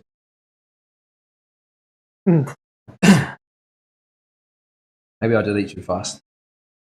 It was nice though, Lauren. Thank you so much. Wilson. Yeah. I was going to do that. That was my next move after getting the appropriate, yes, random. I talk about things that you do. Oh yeah. Cool. Sweet. Wilson. What was it? Castaway. Eh? Yeah. Thanks. Tom Hanks. Oh yes, we get to keep watching that kids Transformers movie we started watching.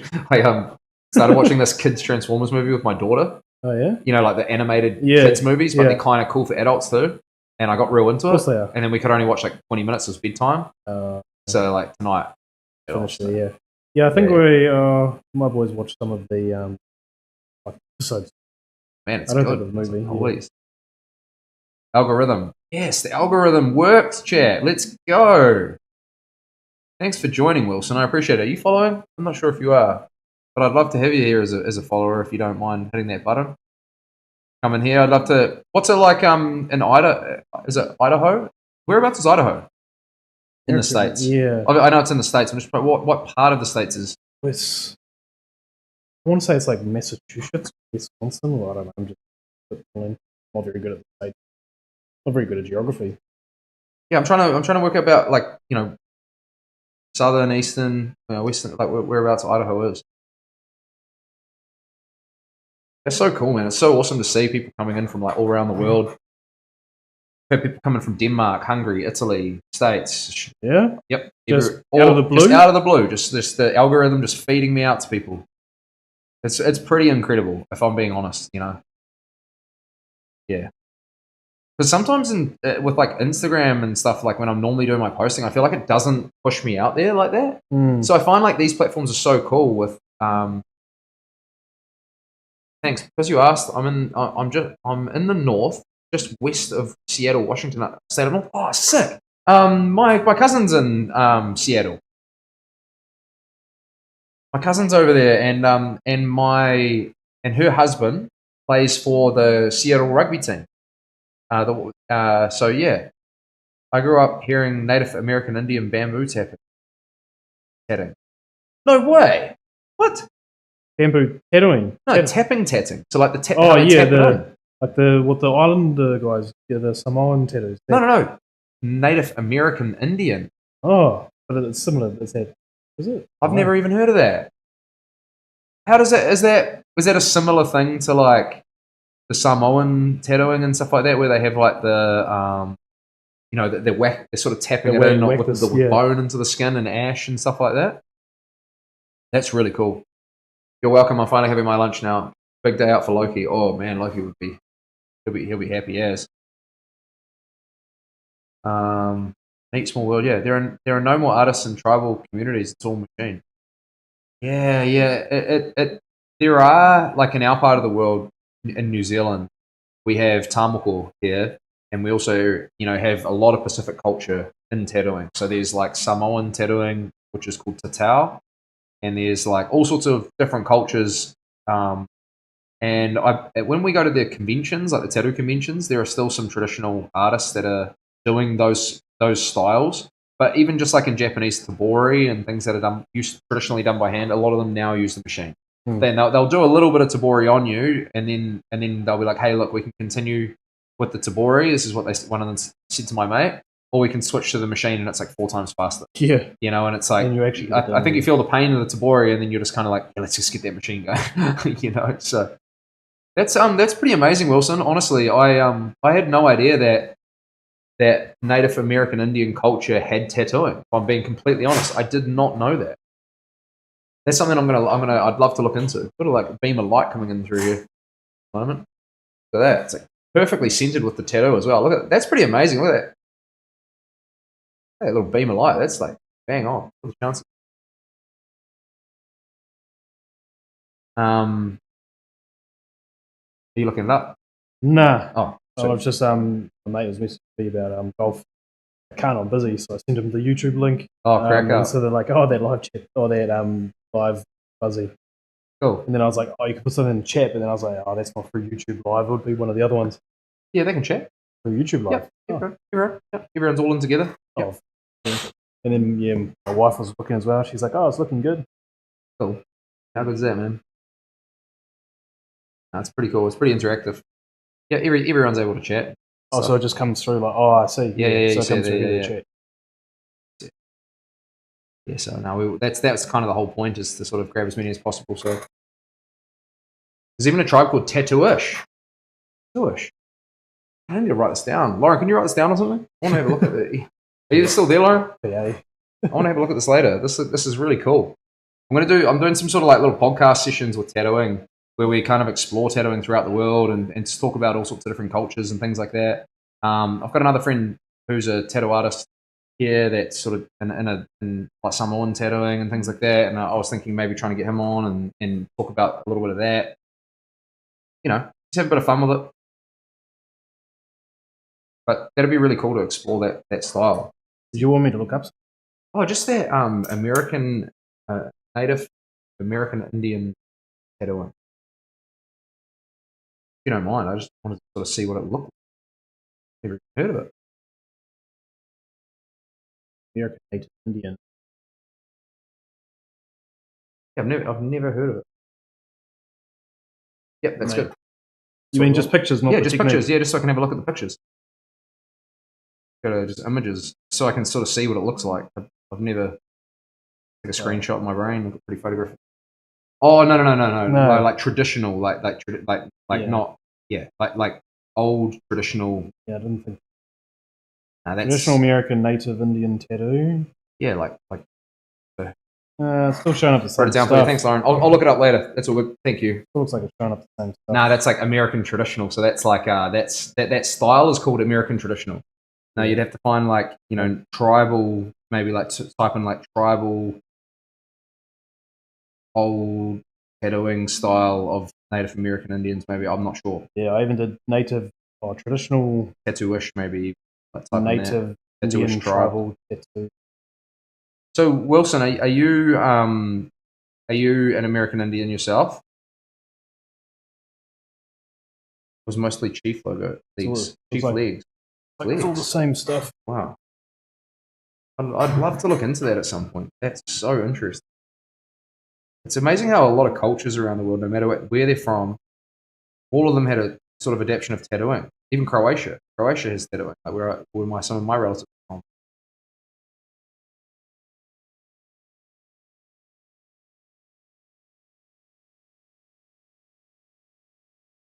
It's not online pics. No, just close to the tribal culture. Yeah.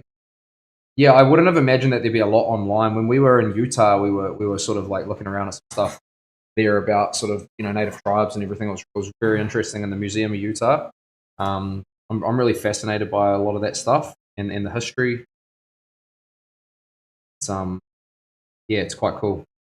So is Idaho next? Is Montana the next one over to the east? Idaho must be in Washington, but in between Washington and or somewhere wedged in there between Utah and Montana. I think. Trying to get that right. Definitely love to stop through someday. That sounds really cool.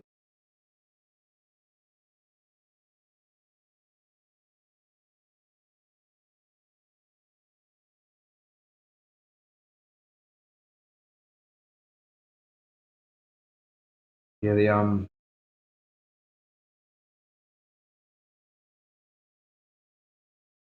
love to crack the states market with the streaming, man. That's like my dream because eventually down the line, I've already been offered a job in New York. That was a really really good job. I can't take it right now, but my daughter's young and stuff. But eventually down the line, maybe come over and spend a bit of time over there.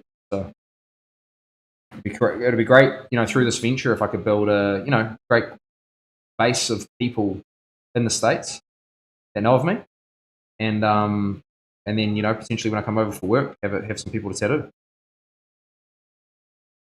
Tell your friends, tell your people, get out there. Find a job, not just go over and set yourself up. Yeah, sick. Yep. Oh, I've already got a job. I've already been offered jobs, like in studios over there. Oh yeah. Yeah. So, like I'm saying, like I can't go now because I've got a young daughter. yeah. Oh yeah, but instead of like going over there and setting yourself up, you go into a studio. But take all my stuff with me. So there's a process called O1B visa, and that's the one that that I need to get, which is about $15,000 to get the visa, and it's has a series of requirements to to get this actual visa. There's like 6 categories that I need to fulfill, and I need to fulfill 3 or 4 of the categories. I'm pretty sure to be able to be eligible to get the visa, and it's quite a process to get it, and it costs a lot to set it up. If I get the visa, it basically gives me the same rights as an American citizen. I can freely travel in and out of the country on my own accord for the 3 years that I have the visa.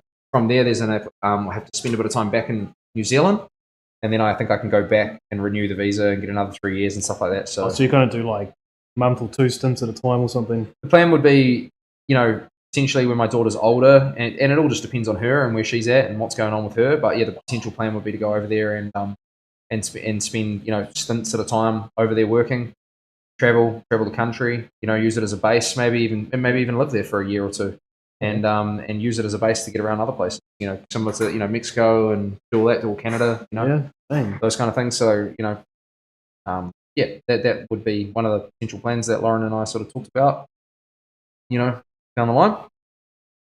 But yeah, phenomenal. When I went over there for the Empire State Tattoo Convention in New York, pretty phenomenal job offer I got. It was about 5 times what I'm getting paid here. It's hard to turn down. Yeah, imagine.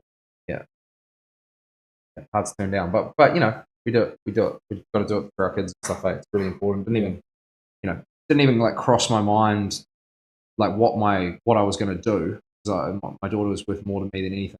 But like I just when you sit back and think about it, it's like, man, that was a lot of money. Yeah, it's all good though. Yeah, if your Seattle wants a honks, he can try Kvltattooer. They are north of Seattle and do a lot. Ooh, what's that all mean? Honk. Seattle cuz wants a try Kvltattooer. They are north of Seattle. Do a lot. Sorry, I'm just trying to understand what you mean by that. What's a conch? Yeah, my cousin Hannah, she's just living there, and Pungal's playing professional rugby. So he yeah, Tulip Tribe, he would fit in great. Oh, cool. sounds awesome. Yeah, so like if I ever end up in the States, I'm definitely going to stop in and see them. Seattle for sure. It's so funny. Get along with Pungwell like a house on fire. He's a crack up. He's like Samoan. I think he's Samoan born, but he's like, or he's American born Samoan. Pretty sure. He's like a crack up ass fellow, man. So patriotic. Got his like, it's like 4th of July, and he's like photos on his Instagram of him and like American like budgie smugglers and shit. Yeah. He's like this massive ass like number 8. It's crack up ass. He's a crack up.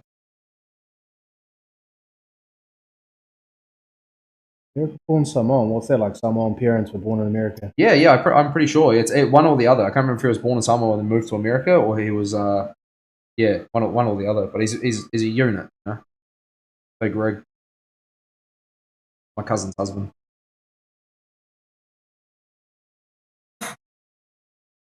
Yeah, my other uncle was coaching professional rugby in Utah, but he just moved to Japan, so he's coaching professional rugby over there as well.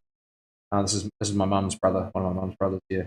So the one you were talking about earlier, the president of New Zealand Rugby. That's one of my mums. That's my uncle Matthew. So he was an All Black.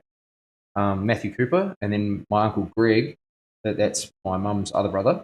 Greg Cooper was a professional All Black as well. So Greg's still coaching rugby. He's in Japan. Uncle Matthew's here looking after New Zealand Rugby. Yeah. So it's pretty cool.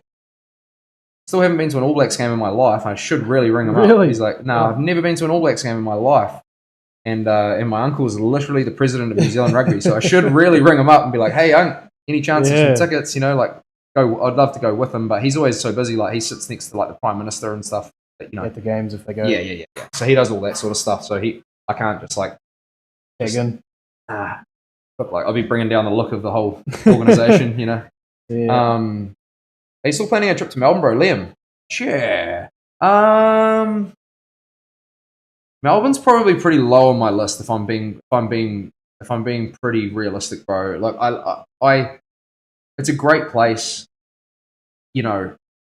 I've been there before. That's kind of the main reason why it's low on my list. I've got like some friends there, like Chris Showstopper and all that, Danger and all those guys, and like, awesome people. It's just like I kind of want to go explore new places. That's sort of my only thing. I'm not ruling it out. It's just really expensive to get there too. I don't know if you're aware, like the cost between Melbourne and things. How's Melbourne going, bro? Enjoying it over there? Put the shoulder back in. There it goes.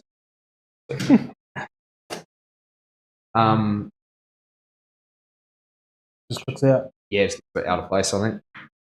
Jiu-jitsu and tattooing and all sorts of stuff. 100 shoulders. I was going to say about your fingers. How does that work with like arthritis or anything? You don't know? Fuck, it's going to be pretty bad, I reckon, later on, bro. Like all through my family, like my granddad's got arthritis, and it's pretty bad. So can't imagine it's going to be great, unfortunately. Tattooers have pretty limited lifespans. I think from memory, like I don't see a lot of tattooers over the age of 60. The only one I can really think of that's in his 50s that's like doing pretty damn good would be like Boris. Maybe Bob Tyrrell, maybe. There's like, there's lots in their 40s for sure, Once it gets to 50, your body's pretty had it. Sore, man. Already getting sore. I have quite sore neck and stuff. I really struggle sometimes after a long day tattooing. It's really bent over, tight hammies, Have to, But I mean, like, it could be worse, I enjoy what I do. Yeah. I guess like builders and stuff always how do you pass it on, because builders that's right. They do the apprenticeship, they work so hard building, and then they get to like 30, 35, and then they start a company and they employ people, then they get off the tools. Yeah, sure. Best, you can't get off the tools as much unless you Well, you can't even do that because you want a tattoo from me. Yeah. Exactly. You don't want to go to my fucking offhander. Yeah. You want to get a tattoo from me. That's just how it is. So it's like, it's just a tricky one, man. It's a tricky one. Bro, it's unreal. Such a sick place to live. But I understand the cost component. Definitely better bang for buck exploring other parts of the world. Yeah, it's so expensive to get there, man. It's like fucking. think I was saying it was like $1,700 for flights for him or something like that, you know? Just for across the ditch. And I bet it's a cool place, mate. You know, like I bet there's so much that I haven't seen there that would be wicked to check out. But I just don't know, man. Yeah, rather try and explore like States or Europe or something maybe. Or I'm not saying no. It's just like so expensive for me to get there. If somebody like was like, hey man, you know, if someone said to me like, hey bro, I've got an apartment for you. You can have for the time you come and guest spot there. I'd probably be over in a heartbeat. But it's like the fact that I have to pay for flights, accommodation, all of my mortgage while I'm over there, like my mortgage here while I'm there, plus accommodation, plus shop rent. It adds up. It's like I'd just be losing money. So yeah, I don't know. Now I'm talking about when I do this American thing later on, like not have a house here, like sell up. You know, sell up everything, move to the States, you know, down the line. Tattoos for a while. Way down the line. Once my daughter's way older. Not now.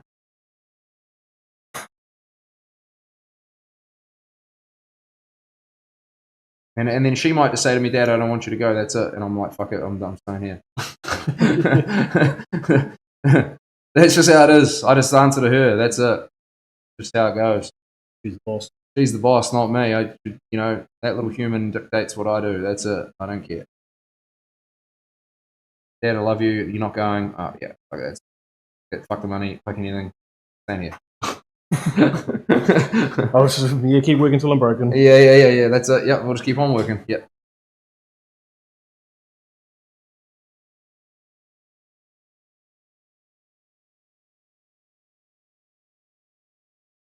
What are you up to over there, Liam, at the moment, bro?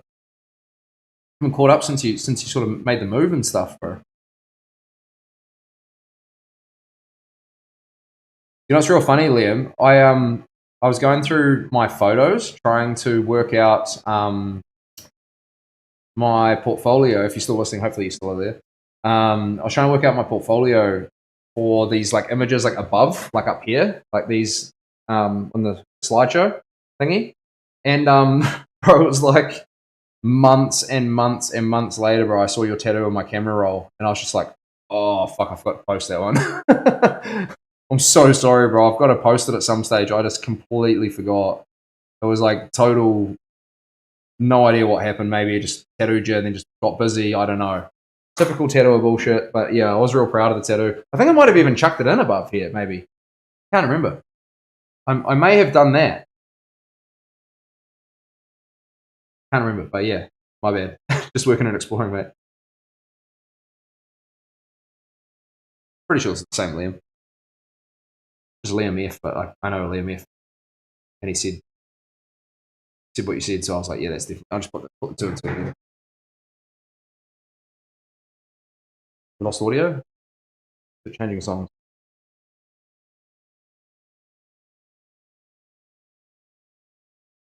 I don't know.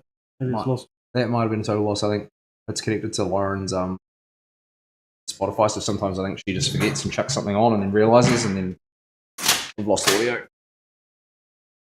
Probably been playing something real random.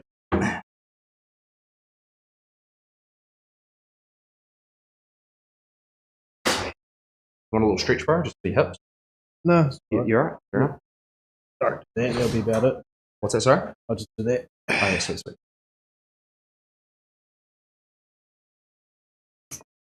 No, that was shocking on my behalf, Liam, bro. I genuinely like that tattoo. I was like, there's with it. I completely forgot. It's like, oh fuck, you know. And then I just like thought about it, and I was like, I'm sure I didn't post that, you know. So yeah, I didn't. My bad. I hate doing that. Sucks, man.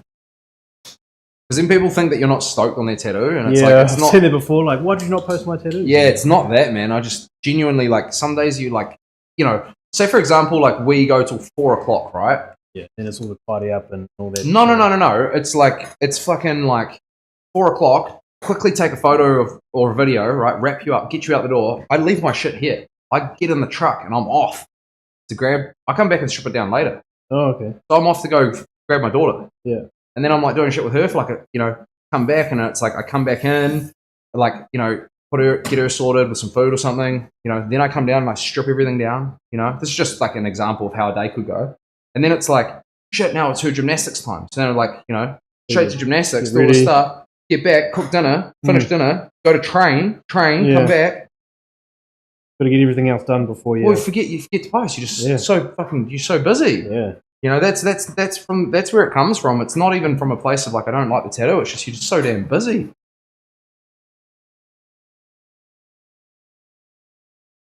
Yeah, but I always feel real bad when it happens because I like, I'm proud of every piece I do. I wouldn't tattoo it if I wasn't proud of it, And that's a tough thing too at the end of the day. Like, you're tired, I'm tired. Like, sometimes, I've had it in the past where like, I even had this one girl and she was like, oh, I feel like you weren't that like stoked to do my tattoo. Like, your reaction at the end of the day wasn't very like enthusiastic. And I was like, it's been a long day. I am so tired. I can't even see, like I'm so tired. I'm like, she probably wanted me to pull out the like smoke machines and the disco ball and like party poppers, bro, and throw confetti around. It's like, man, I've just put everything I have into this tattoo, like so drained and tired and like super proud of what I've done and stoked and super happy. But like some days you just, the energy levels might just be taking a hit or whatever it is, it's always a bad one when someone thinks that way, about how it was, But yeah, it's very few and far between. Just it happens. Yeah. Looking good. How's the pain going, Cameron? It's not too bad. You get the points, but funny around the back's probably where it's mainly been like I've winced a bit, I guess. Yeah, it's sore, man. Yeah. I was going to think about like I don't know if you use it or give like for numbing cream because I've seen it around and I was like, do not use it, bro. Not that I was going to ask for it. Yeah, it's illegal and stuff as well. You're not actually supposed to use it, bro. You're not supposed to. It's bad for your liver and damaging and stuff like that. I'm gonna do a big your liver. Yep, bad for all your organs, bro. Yep. Oh, because it just seeps in and it's absorbed by your skin. I'm gonna do a big video up on numbing cream, bro, and I'm gonna go into all the ins and outs of like everything on it. It's like a 30-minute conversation, So it's like there's so many benefits variables. and side effects. Well, say that again. Like the side effects and stuff like that. Well, there's no benefit. Yeah, the benefit is that you're pain free for 2 hours of the session, and then all the pain hits you like a truck, and it's worse than what it would have been if you just sat through it. Yeah. That's the only benefit. The negatives are there's a list of negatives from like issues with your heart, issues with your liver, how it's absorbing through your body, through to just simple things like the skin itself. It's all rubbery and it's hard to tattoo. You get this thing called pore swell, which makes it impossible for me to like saturate the skin properly. Not to mention just general reactions to anything that could be in it. No medical safety data sheets. For example, you said there's numbing cream around. Let's just say, for example, where did you see the numbing cream? Oh, it was just on like I've seen online and other tattoo videos. Online, right? Well, other tattoo shops, yeah.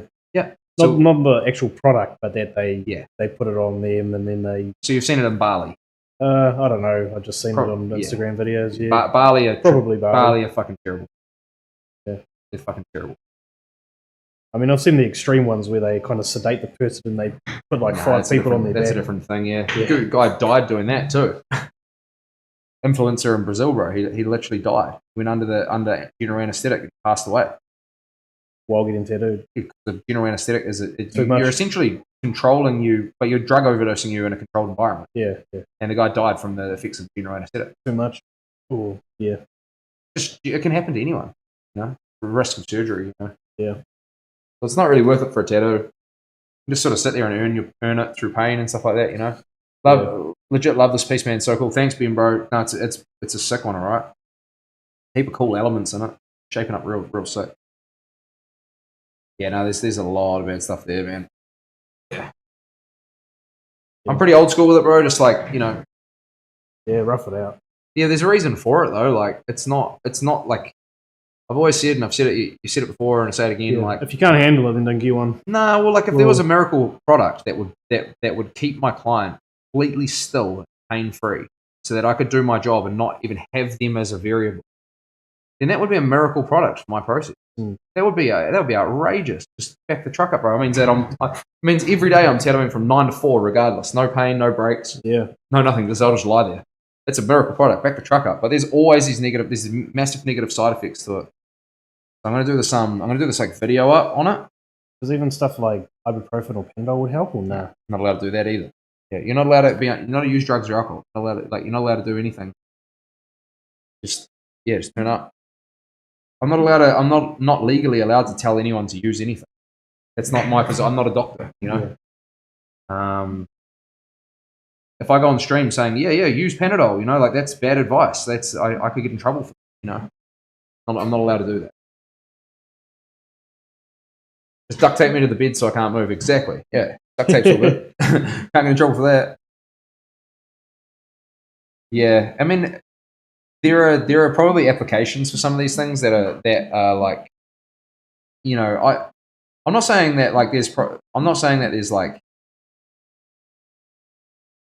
not legit products out there that would be used for some applications in tattooing. Say, for example, you're getting your eyebrows done, or you're getting like, you know, a small little bit of writing on your wrist, and it's your first tattoo, and you're nervous, so you use numbing cream. Like, but there's like the numbing cream is way too blanketed. I hate that term. I hate just like, you know, how like it's all put under the same category. It's like there's ink, but there are Chinese inks that have lead in them. And then there's proper professionally made inks that are done with proper medical safety data sheet. Same thing for numbing cream. People just read numbing cream and they're just like, cool, put it on. Yeah. They don't even think about the fact that it's what are the numbing creams made in some factory in China, and it's like, you know, there's no control on, like, you know, it's just like that's the problem I think with it, is there's no like clear person that's providing this numbing cream with like proper medical safety data sheets and everything like that. Like, I know you can go to a pharmacy and have some made at some place in Auckland, and it's like $130 for a tube or more. That'll last you one session. Yeah. So, but I don't even think they're allowed to do it anymore. I remember Lauren saying something about how Sacred got told that they weren't allowed to use it anymore or something like that. So I'd have to figure that out as well. Didn't you get their Tucci stuff as well? Yeah, it was terrible. Was it? Yeah, it's terrible. They're using me as like advertising now, and I don't even like it. They sent it to me for free and got me to do a review video, so I did it, but they haven't seen the actual proper review. No, it didn't work, man. It caused my client's skin to like blister up and shit. It's what it always does. Yeah. It sucks. Like, I wish I could offer some sort of solution for people to help with pain and things like that, but just a teaspoon of concrete or something.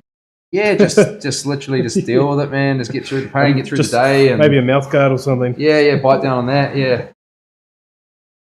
Silence is gold and duct tape is silver. What?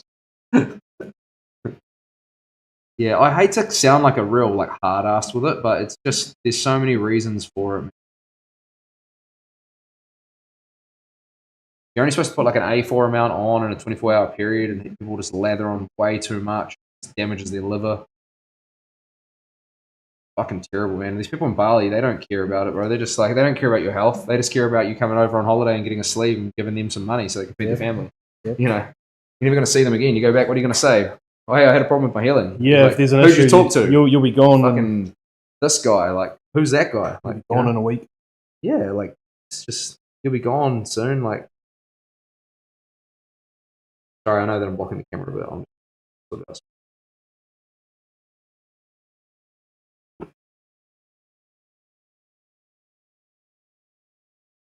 Don't do a massive piece for your first piece is my advice. You did good though, bro. You got through it, man. You did good, bro.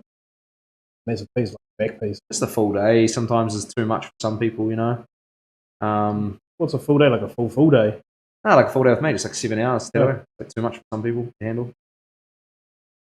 Like 7 hours of tattooing or so. You know, my day it's longer than that for me with sitting up, straight down, all that stuff. But yeah, I think that's what it looks out somewhere around there. Don't know.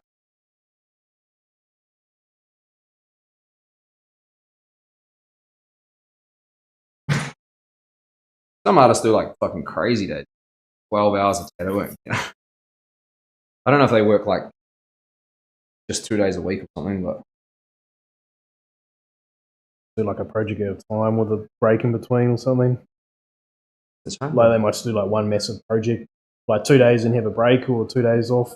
I don't know. Yeah, don't know. Yeah. I've seen some artists out there doing like, you know, posting up saying like, you know, 12-hour session, 12-hour session. You know. There you go. Just some like they're around the world. I'm not saying that's very common. Most artists work less than I do, but well, not most, but like, you know, I'm trying to say like people do smaller pieces. You know, on average, people will do a lot of smaller pieces than I do. I do a lot of large pieces, or only large pieces. You do anything less than a day? Haven't for the last 10 years. I'm not interested in it, man. Yeah.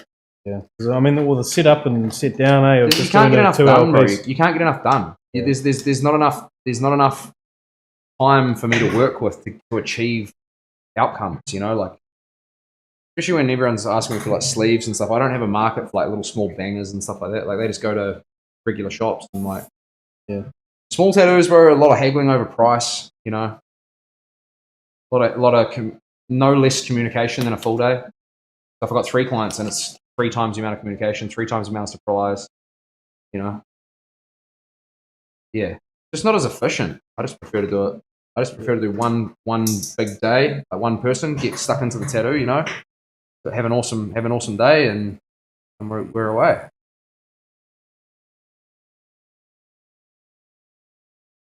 That's what I prefer, man. I just prefer to work that way, and because of demand, it's better for me because it's like if I have like I don't.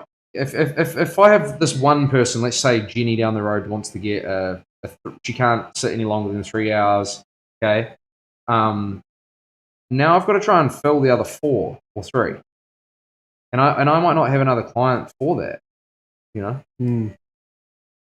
because you have to take a day off work to come get this piece. The last thing you want to do is take 2 days off work. Clients in general, like to like split it in half. Yeah, split it in half. You got to take double the time off work. Yeah. So most people would like to come and just get it smashed out. Yeah, and the day's done. So it's really hard to fill small spots for me. I found it like incredibly hard. Like it almost doesn't work even if I have months' notice. I can't fill the 3-hour slot because someone just goes, when's your next full day? Yeah. You've even got like one little one in the day, then you've stuffed the whole full day. You stuffed the whole full day. You could have done a whole day.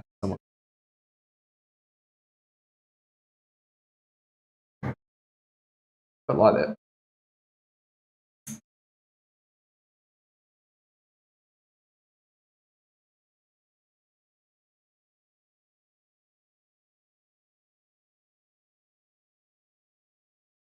Everyone's different though. Some other artists just like doing small little pieces, and that's happy days. They move on to the next piece. You know, that's what they like. What they like doing. Place for everyone. Little half an hour sessions at a time. Yeah. Simple. Yep. Nice simple tattoo. No detail. Well, just I mean, it's somewhat of detail. They just like doing smaller pieces. You know. Yeah. Sometimes styles like American traditional tattooing or black work are very smaller sessions. You know, they're not full sleeves. You barely ever see an American traditional tattooer doing full sleeves. You just see them doing like little bangers. You know, doing bangers the whole time. No one's any better. No one's any better or that than the next person next to them. It's just like how you like working and stuff. You know. Yeah, how art you like. Well, cool. Yeah, it's like you know how you have musicians, and musicians are so different. Yeah. So they do different styles. They do different styles, and they do different things, and they have different interests and things that align with their soul and their inner. It's the same with tattooers or artists. Yeah, different lyrics, meanings, and all different lyrics, different meanings, different genres, different projects. You know, some do small stuff, some do big stuff, some make beats, some don't even like lyrics. You know, some play guitar, but they don't. You know, it's the same sort of thing. Like some people, same sort of concept. You wouldn't ask Bob Marley to do a death metal concert, would you? Like, it would be funny though. You could probably ask AI to do it. That'd be great. Yeah. Oh, I'll cry.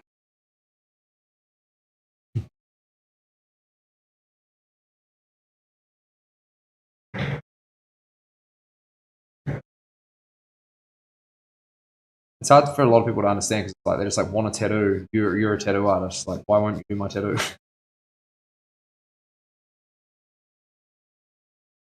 I'm not Samoan. I don't know anything to do with Samoan tattoo. I can't do it.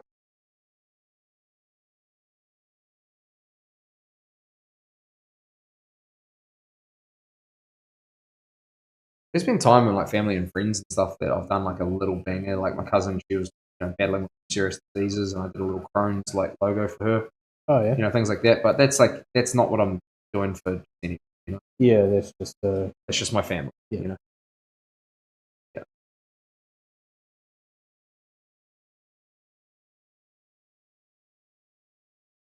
It's like a small appointment. She was here from Dunedin. Like quickly do it.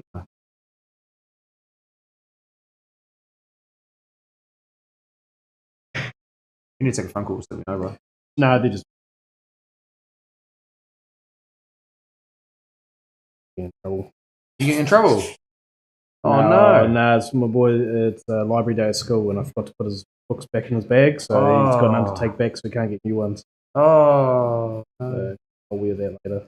Oh, you've been away all day getting tattooed. Yeah. I was lucky because he had a bit of a cough last night, and I was like, I'll be sick tomorrow. Have to figure out how I can try and get someone to look after him. But nothing worse than cancelling this.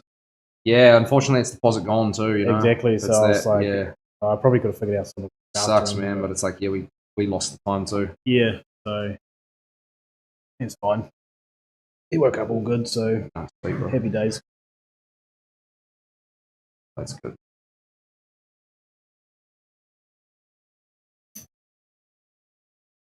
I didn't actually think about it because usually like Thursday, work from home day for me. So if he's sick, then it's whatever. Yeah. Pretty easy for me. Like, do you have a daycare set up or no, or like anything like that, or nah? Is he at school? Yeah. Because you can't really take him to daycare if he's sick anyway, can you? Grandparents? Yeah. So his, well, my mother-in-law, she doesn't work.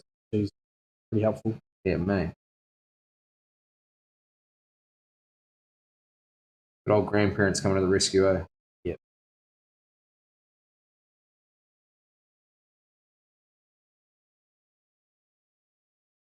You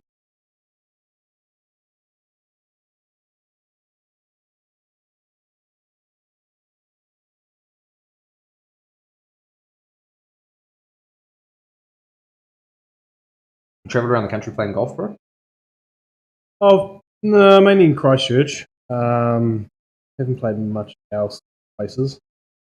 We'll plan on it. I think we were supposed to be in Taupo to play, but decided to do Hawke's Bay this year. We're looking at doing Queenstown next year, and then eventually just do other spots around when we can. Awesome, man. It'd be nice to, but I think I was watching Geordie Barrett. He does a bit of golfing. Yep. And I think last year he put up like on an Instagram post like all the places he's played. Yeah, over the year, and it was like 50 different courses. Damn. And like it was like New Zealand, Australia, Fiji, Africa, because obviously when he was traveling for rugby, South Africa and stuff, and I was like, fuck, that's man. Yeah, my brother-in-law was like mad on it, like him and his brother. They're just traveling around the country constantly, bro, going on these like crazy golf trips. Yeah. Pretty incredible.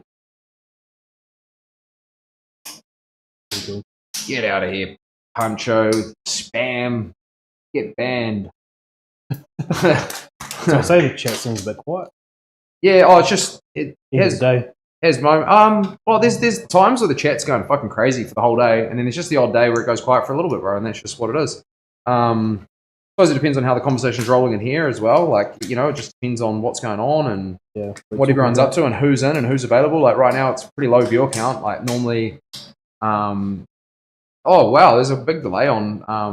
There's actually a big delay on chat for a second. That could be a factor. I just saw one of Liam's messages come in there, or maybe it got deleted. I don't know. One of the other got deleted, maybe.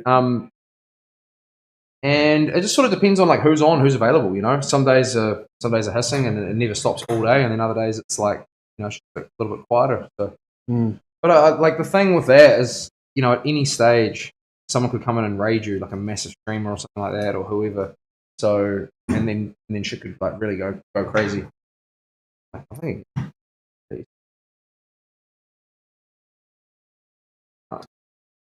side of the needle, not the needle, but plastic. Cool.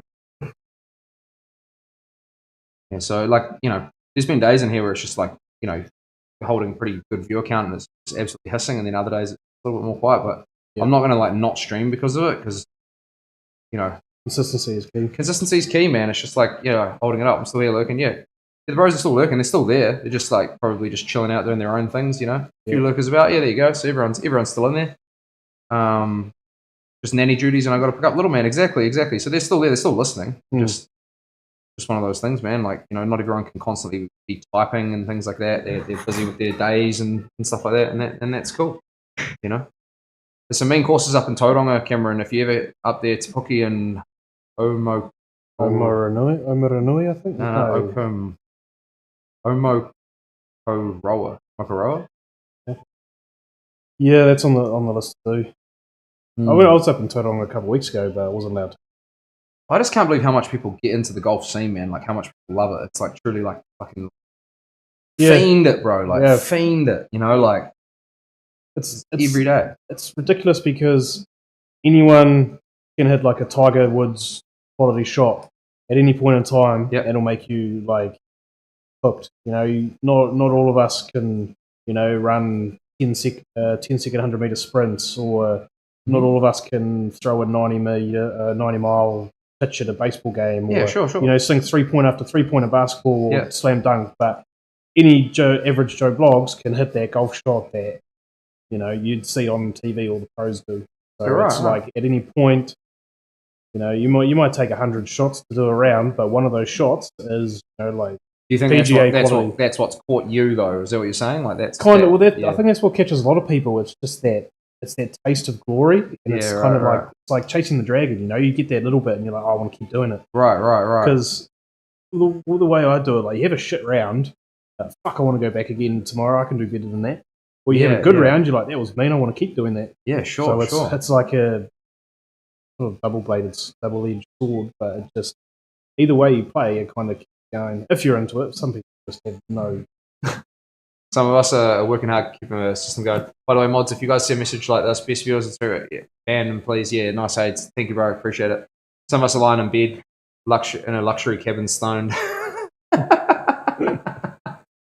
Is it the birthday day today? Let's crack up.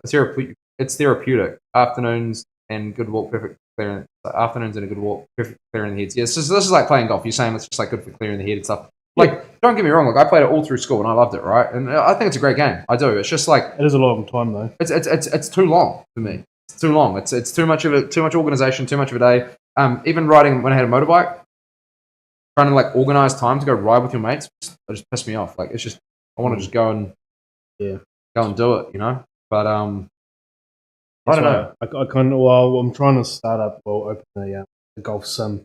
Yeah, you're saying. Because that way, like, you know, you don't have to wait for people. Just cruise down there and have a hit. Yeah, there's no walking around. You kind of just hit and go. You don't even waste time looking for balls. Yeah, and you can play. It's more because like in the winter, you know, people play or it's cold or it's wet or dark. Yep. So it's an easy way to, you know, you can go for an hour. There's spots up in Auckland that are awesome, like golf sims and stuff like that. I've seen that. Yeah, they're full on systems like bar and sports bar and all that stuff. I just pick up low key ones. Yeah, no, it's cool. My mate Kyle's looking to set one of them up. I know him. Rich. Yeah. Kyle was just like posting it in a chat the other day looking for some sort of monitor because he was trying to set up a sim in his flipping. I've played golf with him a bit. With his tournament things, but because I think I was talking to him because I seen him. I think he finished one of his leg sleeves earlier in the year. Yeah, that was I was just saying. I think I was in the midst of talking to you. I was yarning about you and your work. Cool, but I just seen he brought a little one for himself. Yeah. I think he's trying to set that all up. Like, and it's funny because like, you know, everyone I see getting into that whole scene, that it's like so like it's like, you know, it's all he tells me, he's like it's all he thinks about and does. It's like crack, bro. Yeah, like I just love it so much, you know, and like that's cool. I just don't get that. I don't have that same passion for it, and like I used to play it and I had some good shots and I was playing like near on par some courses, you know. But just couldn't get that same level of enthusiasm. Didn't quite scratch that itch. Yeah. I think later on in life, yeah, it's just like I don't know. It's just like not saying more fucking addictive about fighting someone. Hey, it's like it's like the rush of adrenaline you get to go and fight someone. Like that's a whole other demon. Like you think golf's fun? Like holy shit, go and do that. You know, man. That's hey Ben, am I right? Fuck the system. It sounds way more fun. Yeah. Any account promoting what's that? Any account promoting the best views or buying the best views of bots against terrorists need to be banned. Yeah, they do. Yeah. Absolutely. I talked about hitting them with the ban hammer. Thank you, Hayes. Appreciate it. Yeah, birthday today. We're going to Alessandra's for tea. How epic is that, man? Oh, happy birthday again. Happy birthday again. Alessandra's is a mean spot. Have you been over there? Yeah. Next to Pico and stuff. Yeah. Oh, man, it's a great spot. Both of them are good. Both of them are amazing. That's probably one of my favourite spots to go. If I get the date night out or just go out for tea with my friends, you know. I like Pico. Do you like Pico better? Yeah. Same, yeah. Both good. Well, Pico's just got a much bigger menu and it's easier to get a seat time. And you can just kind of have cocktails and all that sort of stuff as well. Yeah, I'm not like a big pasta-y person. And then obviously pizza, I mean, like, pizza's pizza. Like, I mean, a nice Italian pizza is good, but versus Pico has just a way better variety of all their chips. I just like the calzone at Alessandra's. Have you had the calzone, Steve? That shit is crazy good. It's like a pizza. It's like folded. Yeah. Had in America. Yeah, the one over there is so big though, like you won't be able to finish it. Yeah, it's full of cheese. My barber is wanting to set up a golf sim out the back of his shop. Oh yeah, cool. I don't have a barber. I am my own barber. I cut my own here as well. My barber's got a tattoo studio. I even cut my own here. Sick of it. I might have to get it tonight. Is that a challenge? Yeah, bro. Yep. Get the calzone. When you go up, tell them KBL sent you. They'll go like this. They'll look at you and they'll go, "Who's that?" And that's part of the whole thing. It's part of the whole. First live streamer. Yeah. Just say who's that? They'll say who's that, and you go, you know what I'm talking about. It's the code. Just say it's the secret code, and they'll be like, what code? And that's like all part of it. Just like go along with it. And when you go to pay, just say KBL discount, and then and then don't even pay and just walk out of there. Do that. You'll get arrested, but it'll be funny. You'll get arrested, but it'll be fun. All right, I've got to do these stars now, so it's going to take a little bit. I'm going to start putting this sort of like galaxy sort of background in here. When we get the whites, it's all going to make sense. Mm-hmm.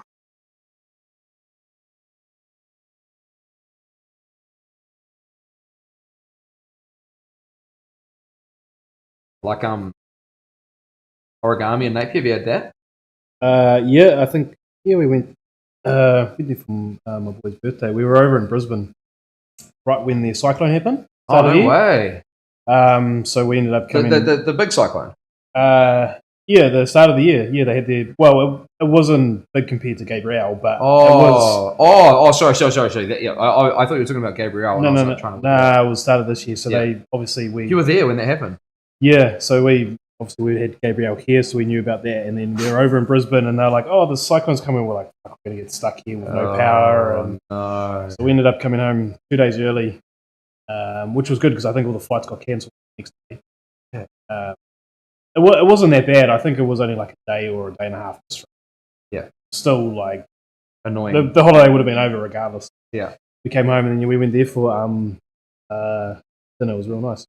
Cool, man. What was it? So you obviously didn't stick around for the cyclone? No, we got out beforehand? Yeah, it was kind of like windy and rainy, but it wasn't... Did you just get like flights, like the next available flight type thing? Yeah, luckily enough, obviously my wife being in the industry, she managed to move around. Yeah, and we were changing accommodation as well, so we were able to cancel that by 6 p.m. the night before. Mm-hmm. And I think we cancelled at like 5:30, and it was a full refund. So it actually cost us nothing to change flights. That's awesome. We lost nothing except time. But, part of the holidays. So, but we crammed in what we could, and that was awesome. And then, yes, we came back Wendy for dinner. It was quite nice because for some reason, my boy's not too fussy with food. He likes dumplings and things. Yeah. So they also did dumplings and edamame beans and all that fancy stuff, semi-fancy stuff. Okay. I think it's chair to go in the right spot. There we go. Could you come down this way a little bit more? Is it possible? Or no stress if it's not. Just make it a little bit easier for me to reach. Yeah. That's right. Tell me what to do. Ah, cool. Sweet. Yeah. A little pin cushion for the day. Good fun. Done a good job. Yeah. Does it bleed a bit? No, you don't really bleed that much. No, not at all. Funny because, like, yeah, there's certain people out there that just really like hose. You know, I know you're sweet. Oh, they're just nothing more than normal, like normal amount. Yeah.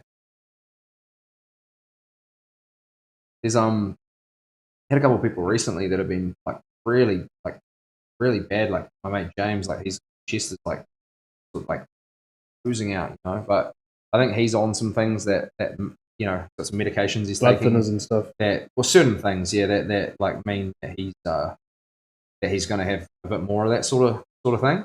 Yeah, right. Yeah. I didn't really know about it until afterwards. Sort of nailed it down. Like, okay, that's probably what it was. Yeah.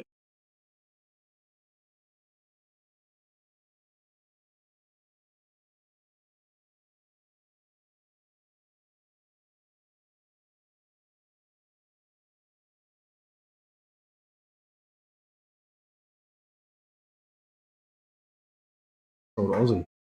What was it, sir? It's Aussie. Yeah, the Aussie Osborne, yeah. Oh, wait. No. It's a remix of Aussie?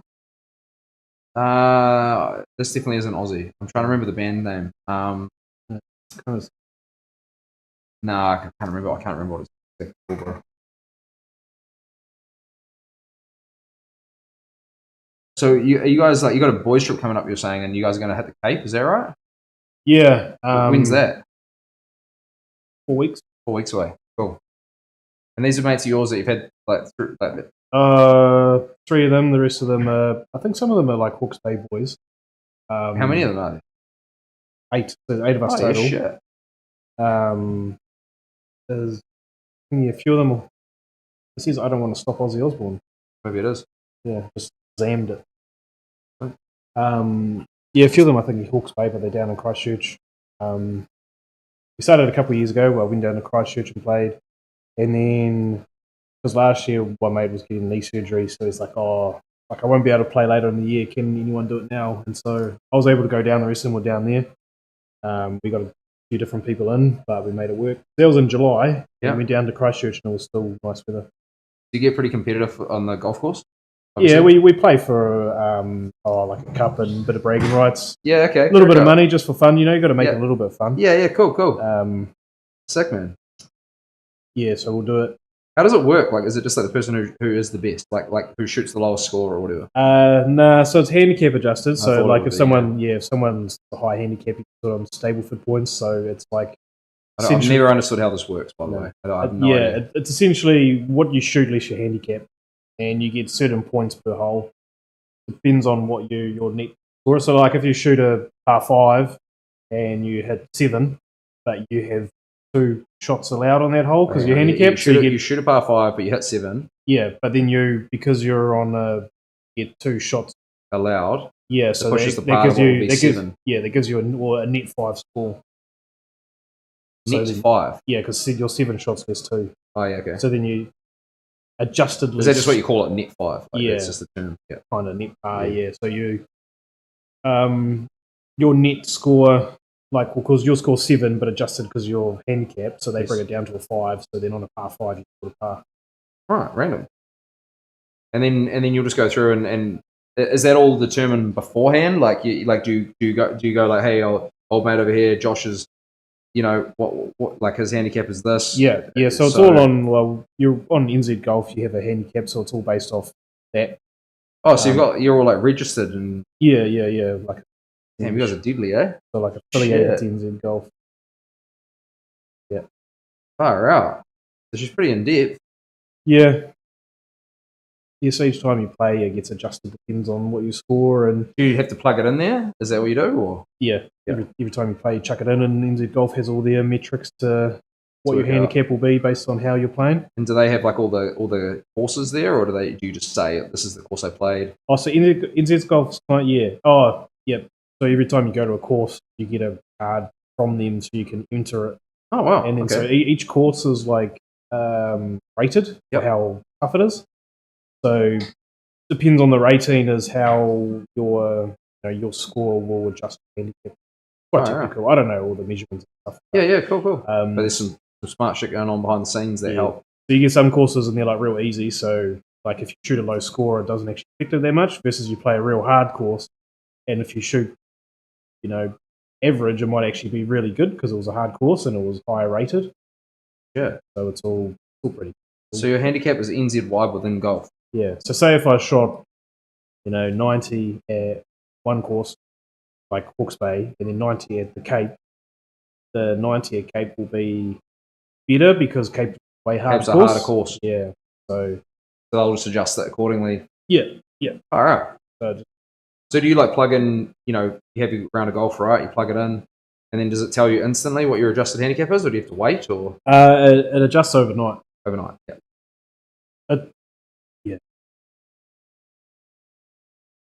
Yeah, it's so such a foreign world. It's like so in depth. Can you search up other players? Yep. You can go give your mate heaps of shit. If he's Yeah. Or you can have friends and stuff, so you can see like what their scores are like. And cool. We have this other app. It's called 18 Birdies. Kind of like a little Facebook golf. So you get a push notification. It's like, oh, so and so's playing golf, and then you can see like what their scores are live. So you can. Why did golf call it handicap? Why do they use that term? You know? I don't know. I guess. I don't know how to. No, that's all right. So if you don't know, you don't know. That's fine. I'll find out. I'm just curious. I wonder why they use that term. Like, I guess because they think like a disability. No, so it's like if you're, I guess golf, past 72, so you pass 72. But if you're not that good, you've kind of got a handicap to a normal golf player. I don't know. Maybe, I'm not sure. That seems like not quite PG for them to do it that way. Yeah, it wouldn't seem right, but I mean, it started off as gentlemen's only, ladies, are forbidden. I think that's golf. Yeah, but I think that's actually just a gimmick. Oh, is it not actually real? No, I don't think there was. I thought that was actually real. No, I think there was just someone taking the piss. No way. That it made sense that it was golf only. I thought that was like genuinely what the actual like start out meaning was. No, I think someone was pulling the leg. I think I looked just notice your shirt go. Yeah, it's funny. Yeah, it's such a stupid shirt. I think I thought that as well, but then I looked it up and it was. Oh wow! Yeah, I wonder what the story is behind that and why they use that term. It seems like such a random term to use golf. for golf and to call like your handicap. Yeah, your gap on par or whatever handicap. Yeah.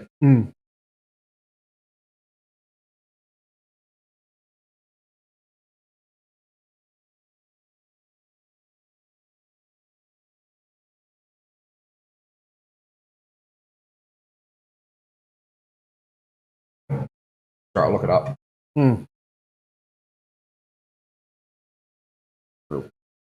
Real straight line stuff, so I just gotta hold my breath for it.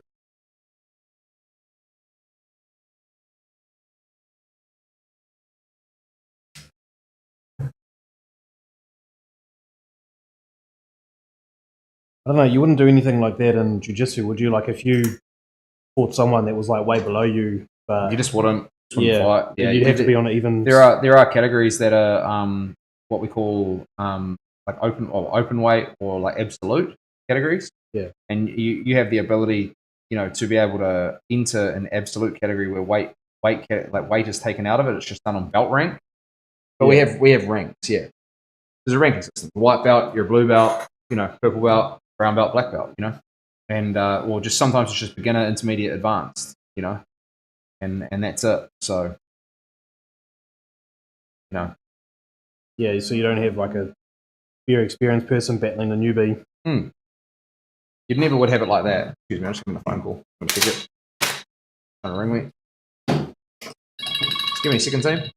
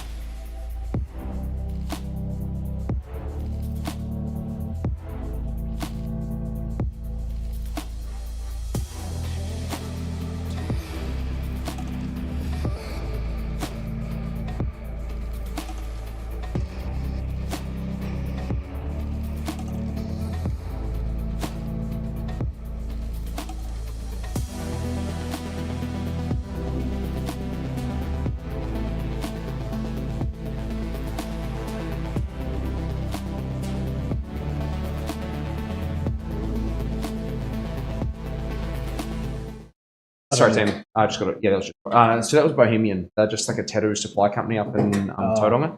They were just calling just to do a survey based because there's a lot of tattoo artists that are struggling right now, apparently. And it sounds like they were just doing a survey trying to work out, why? Maybe trying to work out why, like what's going on. I don't think it's anything more than just economic downturn /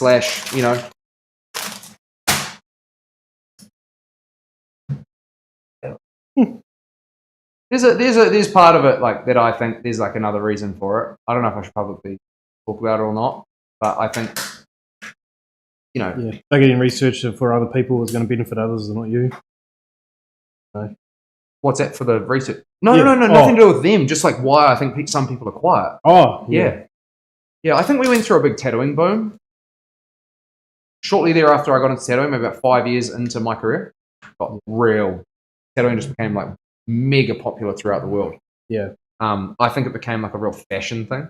There were a lot of people that were getting tattooed for fashion, be tattooed because it was a fashionable thing to do at the time. And what happens in fashion? Yeah. Comes and goes in waves. Comes and goes, it changes. I think that maybe part of not just the economic problem, but for some people, and a lot of people maybe they were doing it for fashion reasons. The fashion just changed. It's changed, and they've swung to like fine line tattooing and other styles like that are popular. And I think that's a massive part of the reason why some people are quiet. I don't actually think it's to do with anything they're doing. They're just doing the wrong type of stuff. Not even they're doing the wrong type of stuff. They're just tattooing in general has gotten quieter. I just don't think as many people want as many tattoos. Not in general. Not always. I'm fine, But like I think, there's a massive economic factor to it, and then I think there's that factor as well. I think like some people just I think there was the fashion boomers have dropped off. Not boomers, like boomers as in like the generation, but I think there was a massive amount of people that were getting tattooed for fashion. Yeah, and I think it's gone back to how it was before, because like this what it's like right now is what it was like before this boom, and everyone in tattooing knows what I'm talking about. That was there at that time. Like it went crazy, man. Like. Do you think it's like the new tattooists coming in, or just? I think it's like there's a few factors to that. I think there's like an oversaturated market with tattooers as well. Like I think there's like a lot of people that have gotten into tattooing, and there's probably more supply than demand. I think that's certainly a reason for some people. I think that some tattooers, maybe I like what's it called when you like sort of like put yourself in one style and nothing and don't do anything else. What's your niche? No, but you do it to yourself, and then you as a result, too narrow. You put yourself narrow-minded. No. Yeah, not narrow-minded, but like you like put yourself in a category. I only do this. I don't do anything else, and then as a result of that, when you want to do other things, you're not known as that. Yeah, and you get There's a sort of like a term for it. I can't remember what it's called. But, Anyway, I think that happens a little bit too. So. There are 18 grams of whiskey in a bottle, so 18 holes of golf, and a coincidence. I heard that as well. That's heard that why it's 18 holes and not 20 rowdy, or something. Man. I'd be in hospital. Yeah. Holy, that's bad. Nice show. Maybe start golf then. I'd just get we have a handicap system in jiu-jitsu. They're called white belts. No, you can't say that. Jesus, I just read that out loud. I shouldn't have said that. That's terrible. Sorry, I was only reading chat. Jeez. Not allowed to say that. My bad. Cancel myself. So was that the lowest rank wipeouts? Yeah. Wipeouts. Yeah, it's funny though. But like, yeah, you know what I mean. Personal jokes. Yeah, it's just a joke. I was a wipeout. Sorry, I see myself out. No, sorry. I definitely think it's a collision between the two factors. One side, you've got an economy in the shitter, and tattoos from one of the first luxury people to drop from their spending. The other, you've got a massive boom of the popularity of tattooing and the numbers of artists, and the number of artists which is now dying down. Popularity of tattooing, number of artists. Yeah, so it's a combination of the two factors. That's what I think. So I don't think it's going to come right necessarily. I think you just have to figure that part out for yourself. Maybe try some new styles, Yeah, maybe the new artists and the coming in have taken the boom, taken all like the simple little tattoos, and then now. So tattooing has a pattern, a trend, just like fashion does. You know, like fashion's got a trend, right? Like you know, Dickies belts were cool at one point. You know, Osiris shoes with the fat tongue DCs, they were cool at one point, right? And then they don't become cool. Tattooing's exactly the same. Okay, exactly the same. You might not like to think that because you might be going and getting some of these tattoos, but like right now, fine line tattoos is the thing. Fine line is the style that's taken over. This is like, it's a very, very popular style, like minimalistic fine line tattoos. You know, it's a cool style. It's a cool style. You know, like there's cool things that have been done out there.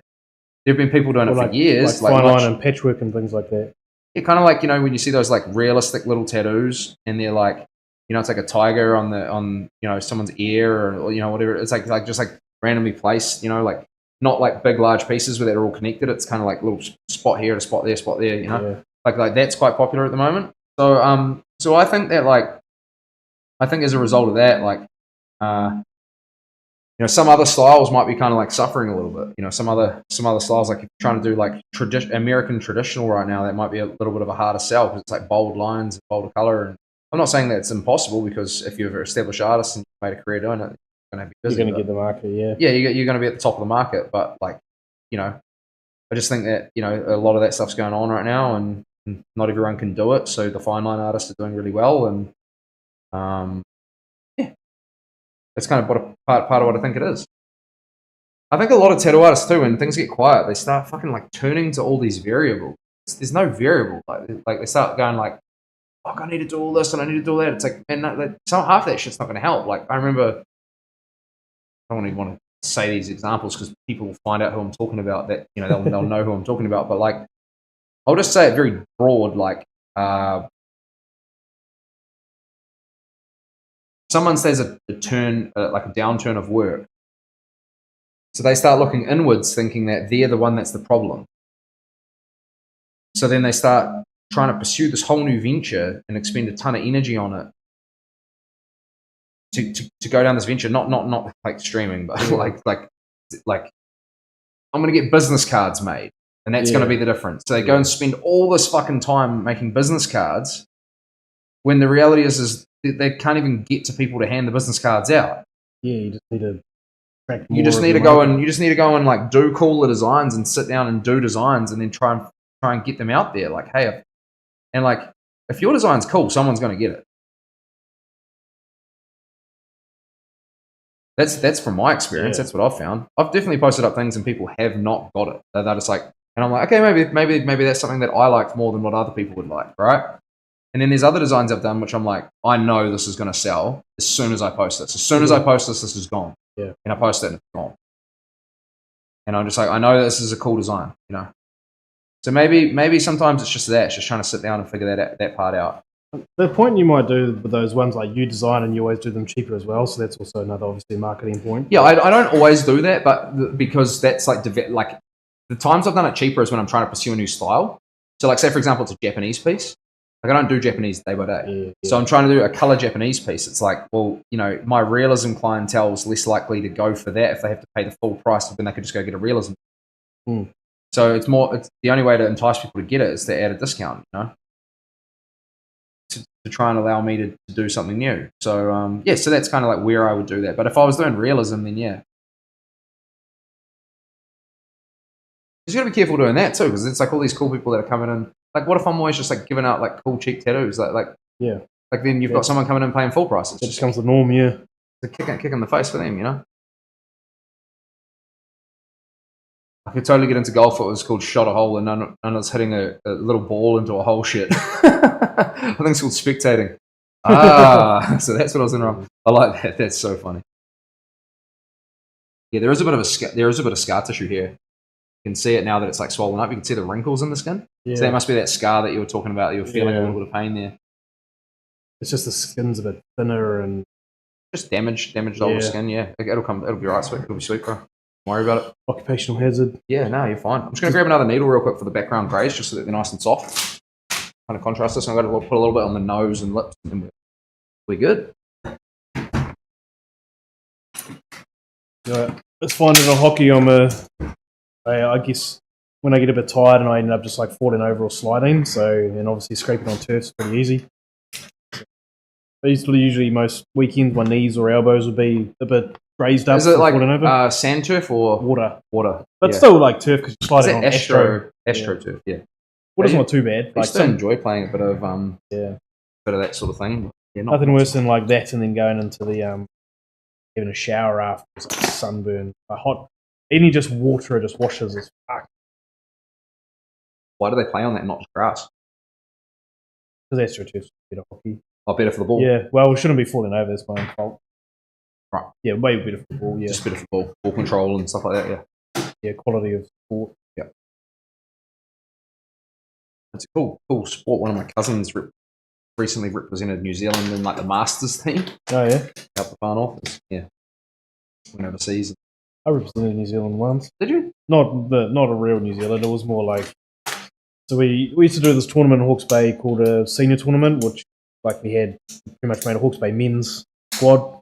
So whoever was in the men's, and then we played team from Christchurch. I think it was like NZ Maoris. I think even NZ Indians or like an Indians team, and there was a few other teams in it. So Yeah, it was a tournament. cultural. It was just like a NZ affiliates tournament is what it was called. Okay. And then out of there, they made a tournament team, and we called the New Zealand Presidents. Yeah. It was kind of like you weren't really on the part of NHL, which is kind of like Super Rugby, and definitely not good enough for Black Sticks. So they just made a tournament team, and we flew to Fiji, played Fiji, Japan under 21s, and Aussie County under 21s. Oh, that's pretty cool, man. So, I mean, represented New Zealand in a way, but No, not the top tier. Not the top tier, yeah. But that's still really cool, man. Awesome. Yeah, it was fun. In fact, that was in my prime in 2017. Yeah. And I've kind of just gotten older and slower since then. I was playing hockey like 4 or 5 times a week. A lot, eh? Yeah, still pretty into it. 8 years ago, fitter. Part of me still wants to go and compete in jiu-jitsu, but I'm just like, man, if I sign myself up to that, I'm, got to commit. My left knee's still problematic. It hasn't come right, so I've got to figure out that. I'm not sure what the hell's going on with that. I mean, I can still roll. I just can't wrestle. Annoying, man. Even these little drills we were doing last night, it was just like feel the instability in it.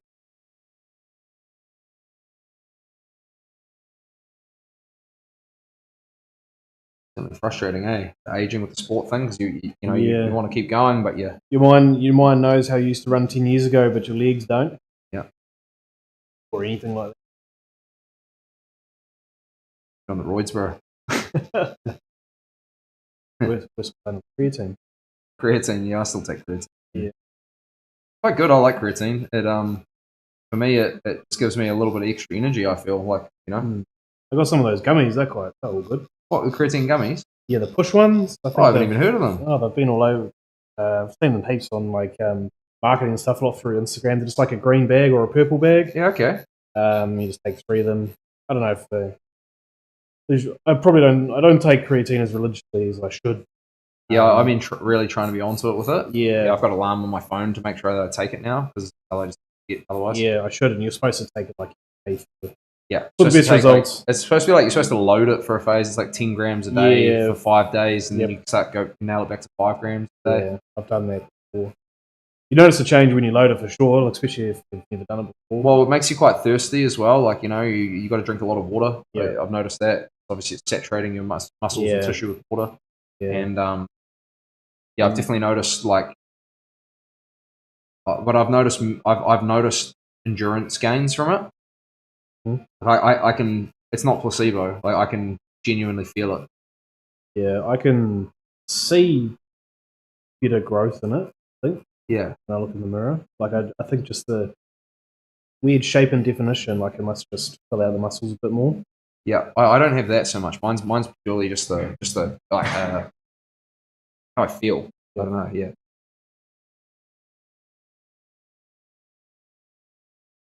Yeah, actually got the gummies from a physio.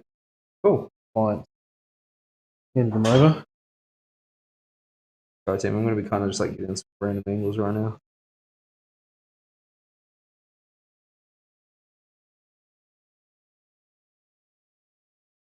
Good if you can get the hookups like that, bro. Yeah. There's a lot of studies overseas, about things like BCP 157, DB 500, like peptides that help with like healing, and I'd be really interested to look into that done in a proper environment, not just like some random pills that are done online. I've got a fair few, issues from a pretty hard physical sports I've played in my life, and participated in. And certainly starting to feel it a little bit in joints now, which is a shame. But some of these things are supposed to be pretty damn good for healing. It's just like, if I want to do stuff, I want to make sure it's like done properly, Yeah, have the good stuff in there. So I've heard of a lot of mates getting the oral pills and stuff now, and things coming through, but not sure. Not sure if there's going to be any like sort of long term side effects of that stuff. Marketing gimmicks and stuff. What was it? Sorry. Marketing gimmicks. Yeah, or whether they're even not really that effective in the first place. That's right. And it's kind of like selling you the dream.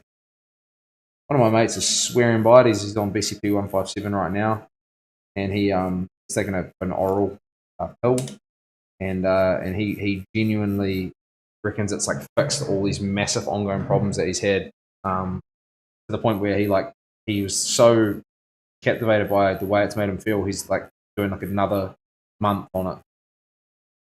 Reckons it's the best thing he's ever done. So super random. Yeah, I'm sure it might work for some people.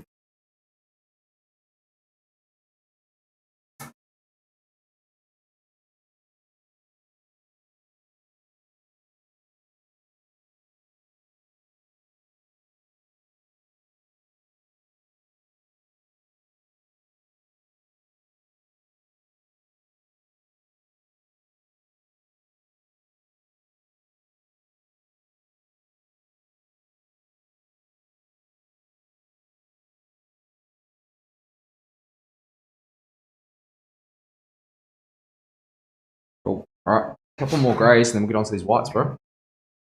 Woohoo. Damn, we got it smashed out today.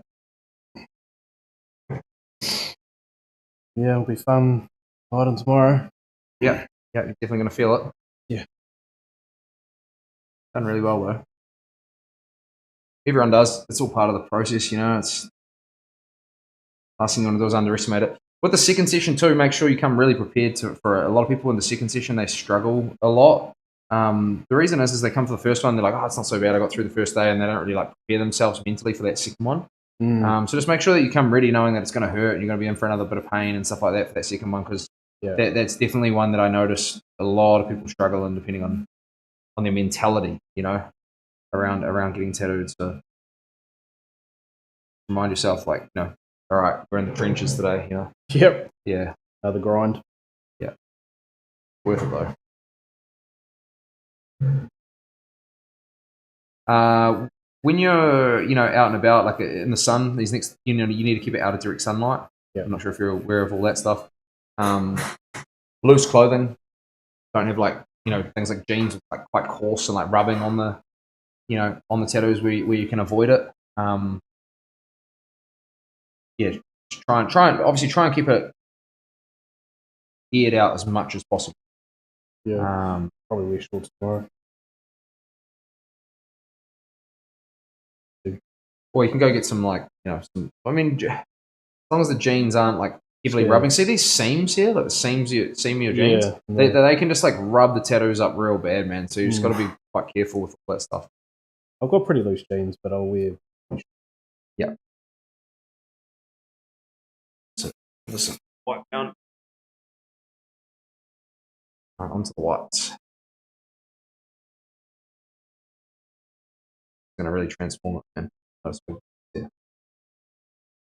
I'm probably going to put some whites in the stars, obviously, right throughout the piece. Yeah. Going to have whites that go into the lips, and probably some of the robe up here. That's pretty much it. Job done. Job done for today, anyway. Yeah.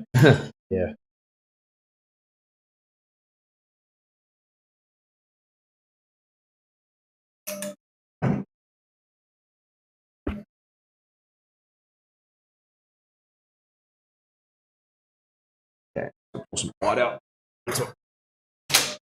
That tone up on the background, even though it looks a little red now, it'll go grey. Yeah. Oh, I was looking at the stream. A few viewers floating around. Everyone's still there.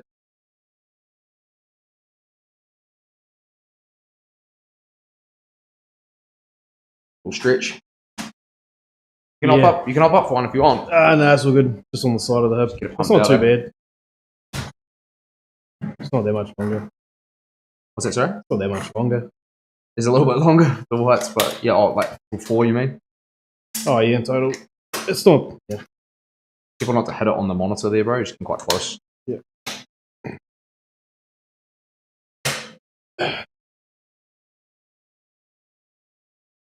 Cool.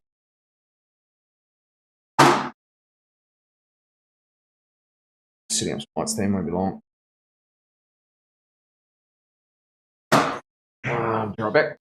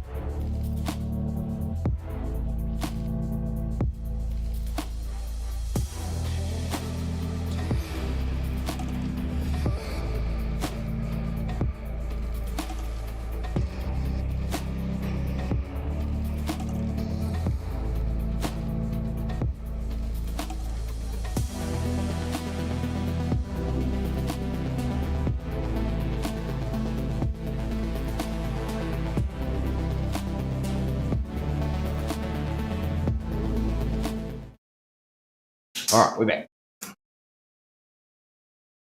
Home stretch. Home stretch, bro. Send them prayers, team. Send them prayers through. Onto the whites. Solid session today, Cam. Good job. Absolutely, bro. Cheers, bro. Gotta wait for the whites, though. What's that, sir? Gotta wait for the whites. Yeah, time to lock in. Time to lock in now.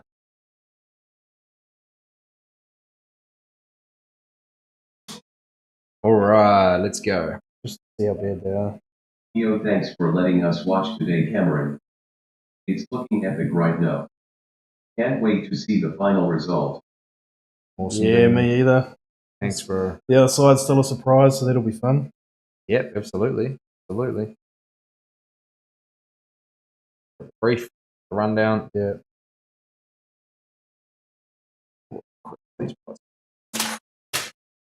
So I don't run out mid-tattoo. I don't have to like set up again.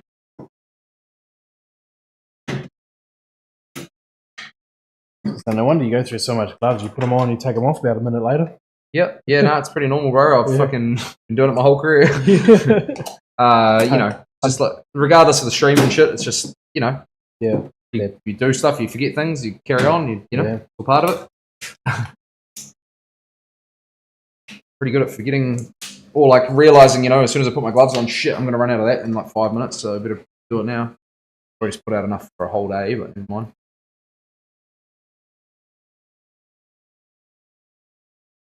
Theo, he needs a glove sponsor ASAP. ASAP, bro. ASAP.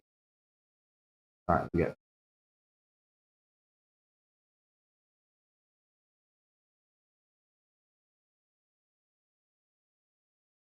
The whites ain't any different. Like, the needle's not different, is it? Yeah, it's just the whole day around going around everything that we've already done. Yeah.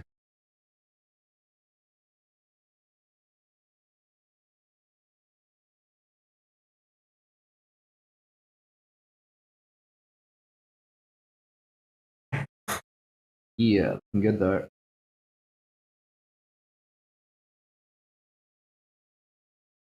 Well, is there such thing? I don't know if I've seen it or if I'm imagining it. And it's like The final touches to make the balance sheet balanced and the cash flow reconciled. I like that. I don't even have to look. I know who that was. Yeah. Big gumboot. Because you can, white tattoos. I know I've seen white tattoos, but is there like you do a blackout then do white on top? Yeah. People do that. Yeah, but it's not bright, and it mixes under the skin over time. So it's not bright white like this. You can't tattoo like essentially the best way to think about it is you can't tattoo white over black. You got to leave a gap. it won't look white. It won't look white, yeah. And even when it heals, the white doesn't look perfectly white because it's healed through a translucent layer of skin. But it looks brighter than the skin, Yeah. So it's about creating contrast and creating like a really cool looking space scene, and yeah, that's kind of the whole thing with it. So.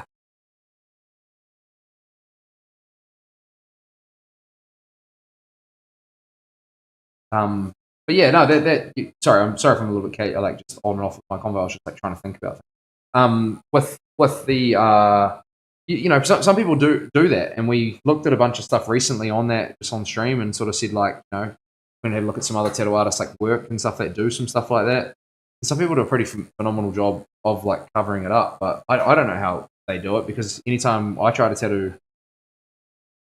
white over black or whatever, it just looks like muddy grey. Like it's yeah, I don't know why people want to do that. Unless... Well, I think it's like the blackout things like comes from a place of like wanting to cover up what's there. Well, they might think that like getting a blackout sleeve would be cool because like some people like black work. They just like the style of having completely black tattoos. Yeah. And then maybe they get that and then they like live with it for a bit and then they're like, oh, actually, wouldn't mind something else over top of it. So then try to do that. So maybe that's where it comes from. See those people like blackout sleeves. Yeah. Just pretty much painting yourself black. Yeah, I mean, some people just it's just that's the thing with tattoos. It's all subjective, right? Yeah. Some people find it amazing.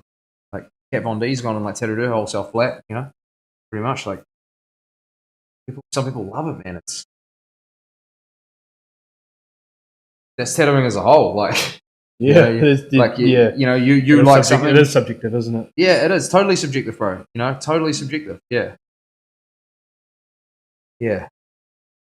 Deliver this man from this tiny blazing needle of white. Deliver this man from this tiny blazing needle of white highlights. Oh, send him prayers, eh? Yeah, definitely more. A little step up. Yeah.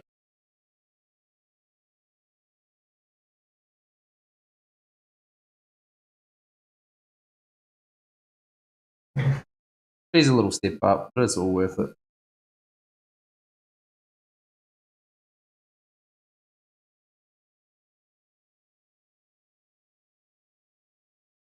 Now the stars are starting to shine.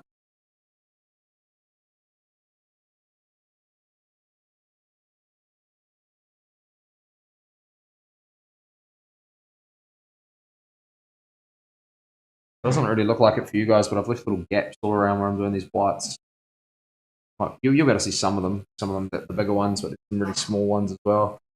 Might not be able to see so well.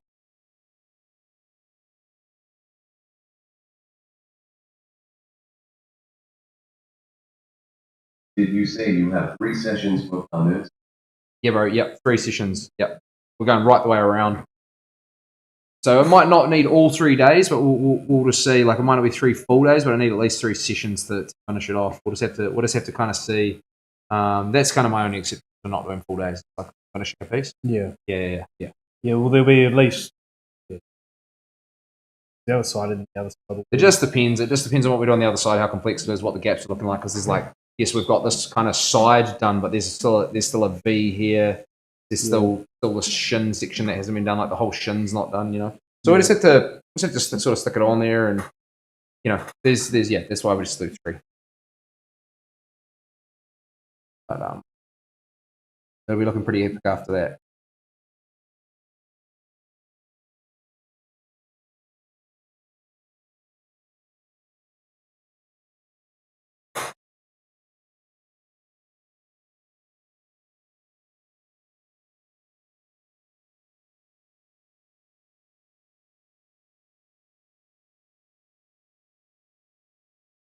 Might regret doing this space on the next side with all the stars and the white. Yeah, there's it's pretty much a lot of white anyway, bro. You know, like Yeah. whatever you do, there's gonna be a ton of white. Kind of what makes my style stand out. You hold real still just while I do these lines, bro. Amazing how much even just like wriggling around can can alter the body. Switching.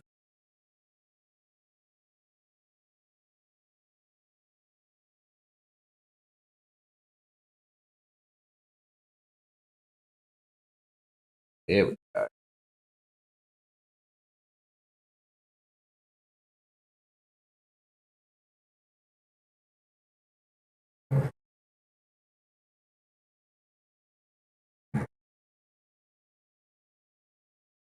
You live in Napier Hastings, bro. Tear Oh, nice. Cool. At your own place? Yep. Yeah, had it Nice. since 17, so it's been a while. Wow, 17 years old. You bought a house. Oh, no, sorry. Oh. Well, you see that since 2017. Oh, right. Yeah. Oh, awesome. So, Man. like, just as the boom was starting. Who we got? Hey! What's that? Me. Did you just subscribe? Oh, you subscribed. The YouTube. Yeah, I just realised I hadn't. Oh, I've been sick. watching it, but I was I've never real logged in. confused. I was like, what the hell? Yeah. So what the hell's going on here? But it said gifted subscription, I think. Or maybe it just said just subscribed. I don't know. No, I was on YouTube and because I just wanted to get a better angle and I was looking at it just then. Oh, crap. And I was like, oh, it's not even subscribed. So oh, sweet. Thanks, brother. Appreciate I it. forgot about that. Yeah, cool. So you got your first place in 2017? Yeah, so just full property boom, just a little 2-bedroom. Love it. Worst house on a good street. And now it's a 3-bedroom. No way. Build Which an was extra fun. bedroom onto it.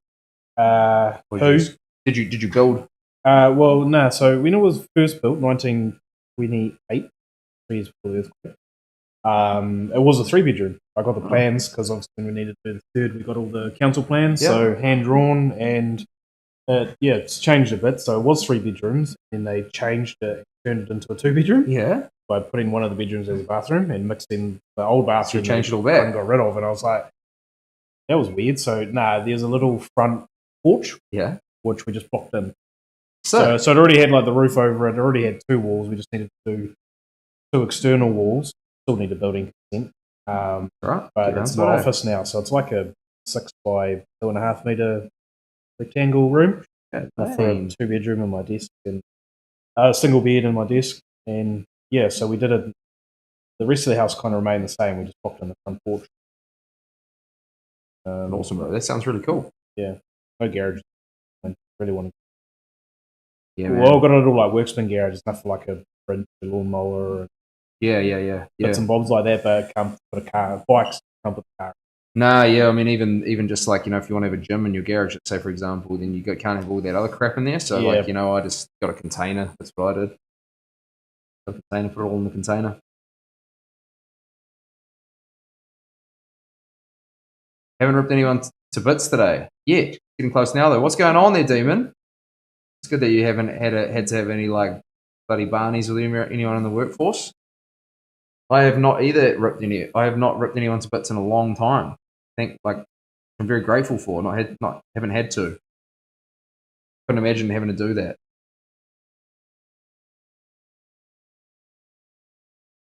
Go green like the Hulk, bro. Do you have to like discipline people at your job at all, bro, or like pull people up and shit? Not really. They're sort of pretty good. They're pretty good, yeah. They're not very malicious accountants, you know. People don't turn up and do silly stuff. Yeah. You're not malicious verbally, but holy shit, when those tax bills come in, oh, fucking brutal. Yeah.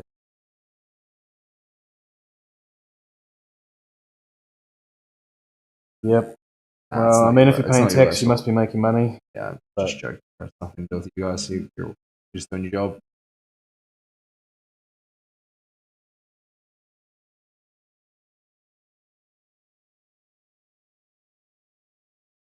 Normally have to at the suppliers. Why is that? It's a good day if you can go without without throat punching some arsehole. Yeah, it's crazy, eh? Like that's what I love about tattooing, and it's a good day for everyone. You know, you go to like the dentist and you got to like fork over all this money and shit. You don't want to, and everyone's like real pissed off and annoyed. It's like it's not really the same with tattoos. It's fun, you know. Once you get to the whites. Once you get to the whites, yeah. Until you get to the whites.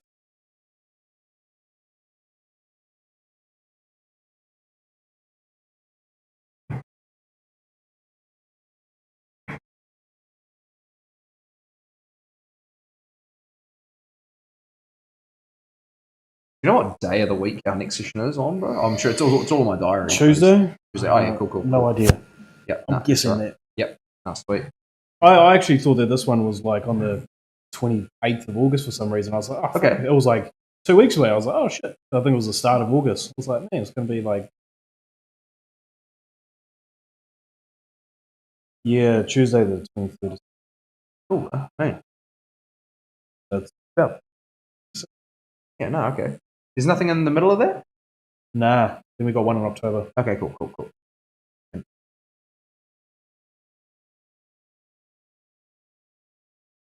Probably do it early December.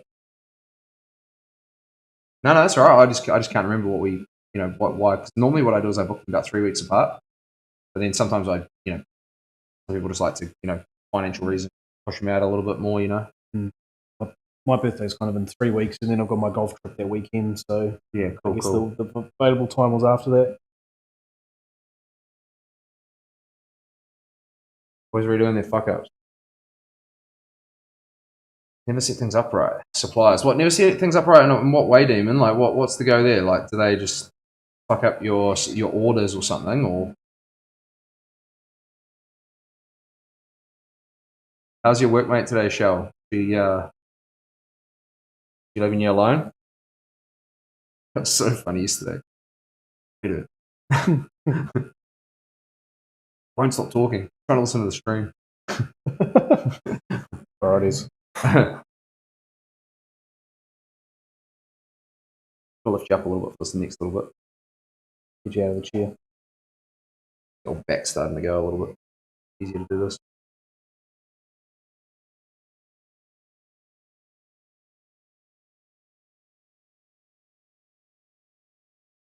They're Vaseline.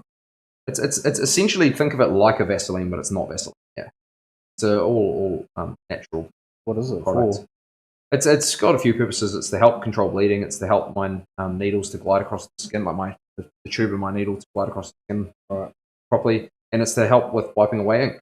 So basically, like once I only go so far, and then you have to stop and actually like wipe it all down because you don't want the ink to dry on the skin or start drying. It just ends up staining it, and it really bad for photos and things like that. So yeah.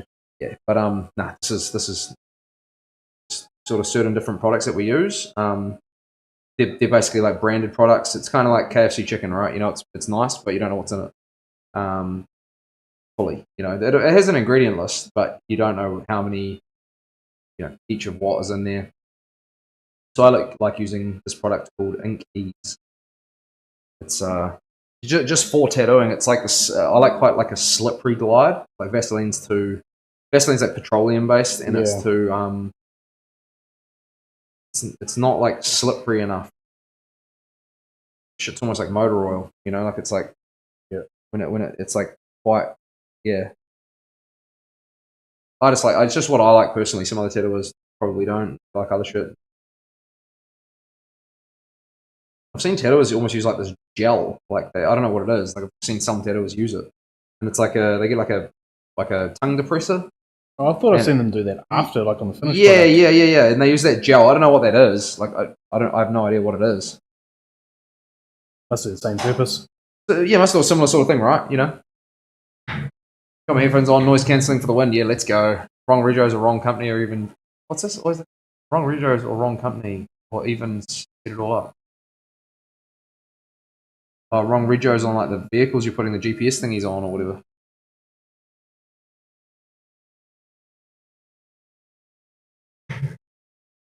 Talking yesterday about like how they're getting rid of the rucks. Yeah, it's going to go to electronic monitoring on all our cars.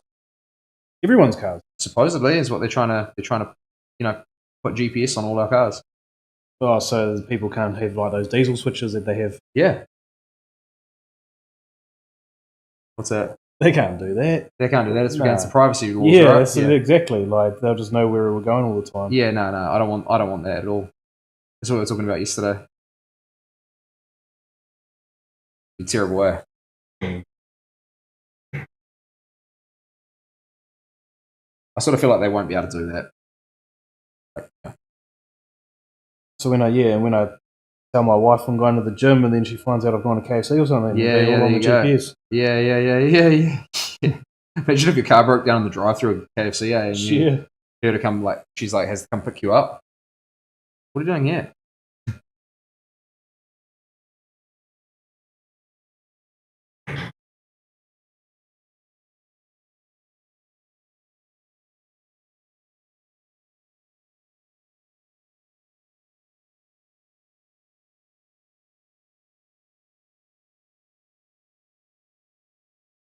Cool.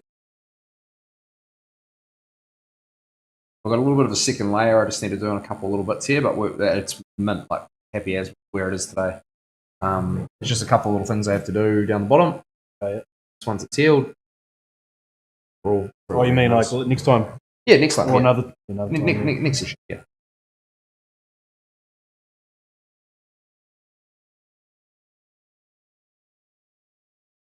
Yeah, it'd be quite awkward to be like, oh, I don't know about that. What was it, sorry? It'll be awkward if you're like, oh, I'm not sure about that.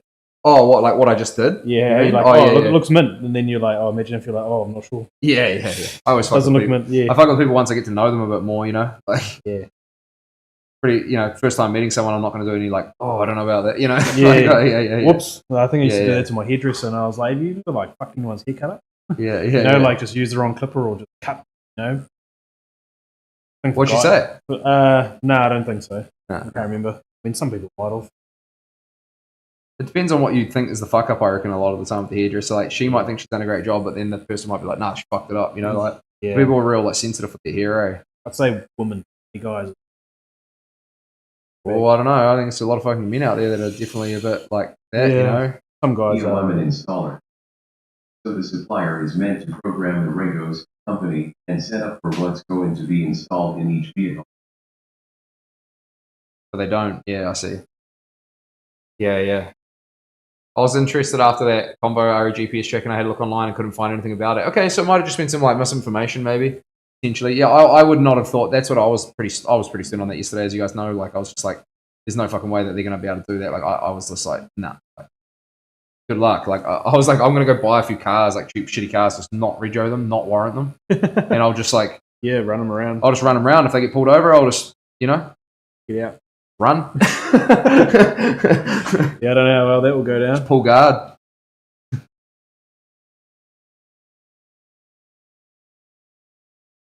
Do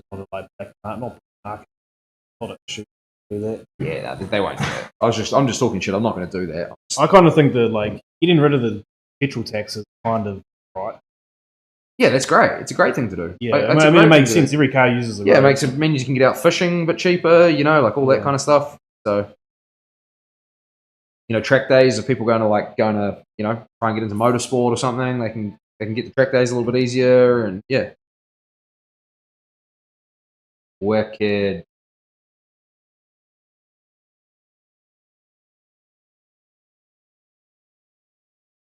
I'll put a bit of this on here and rub it off out of the skin.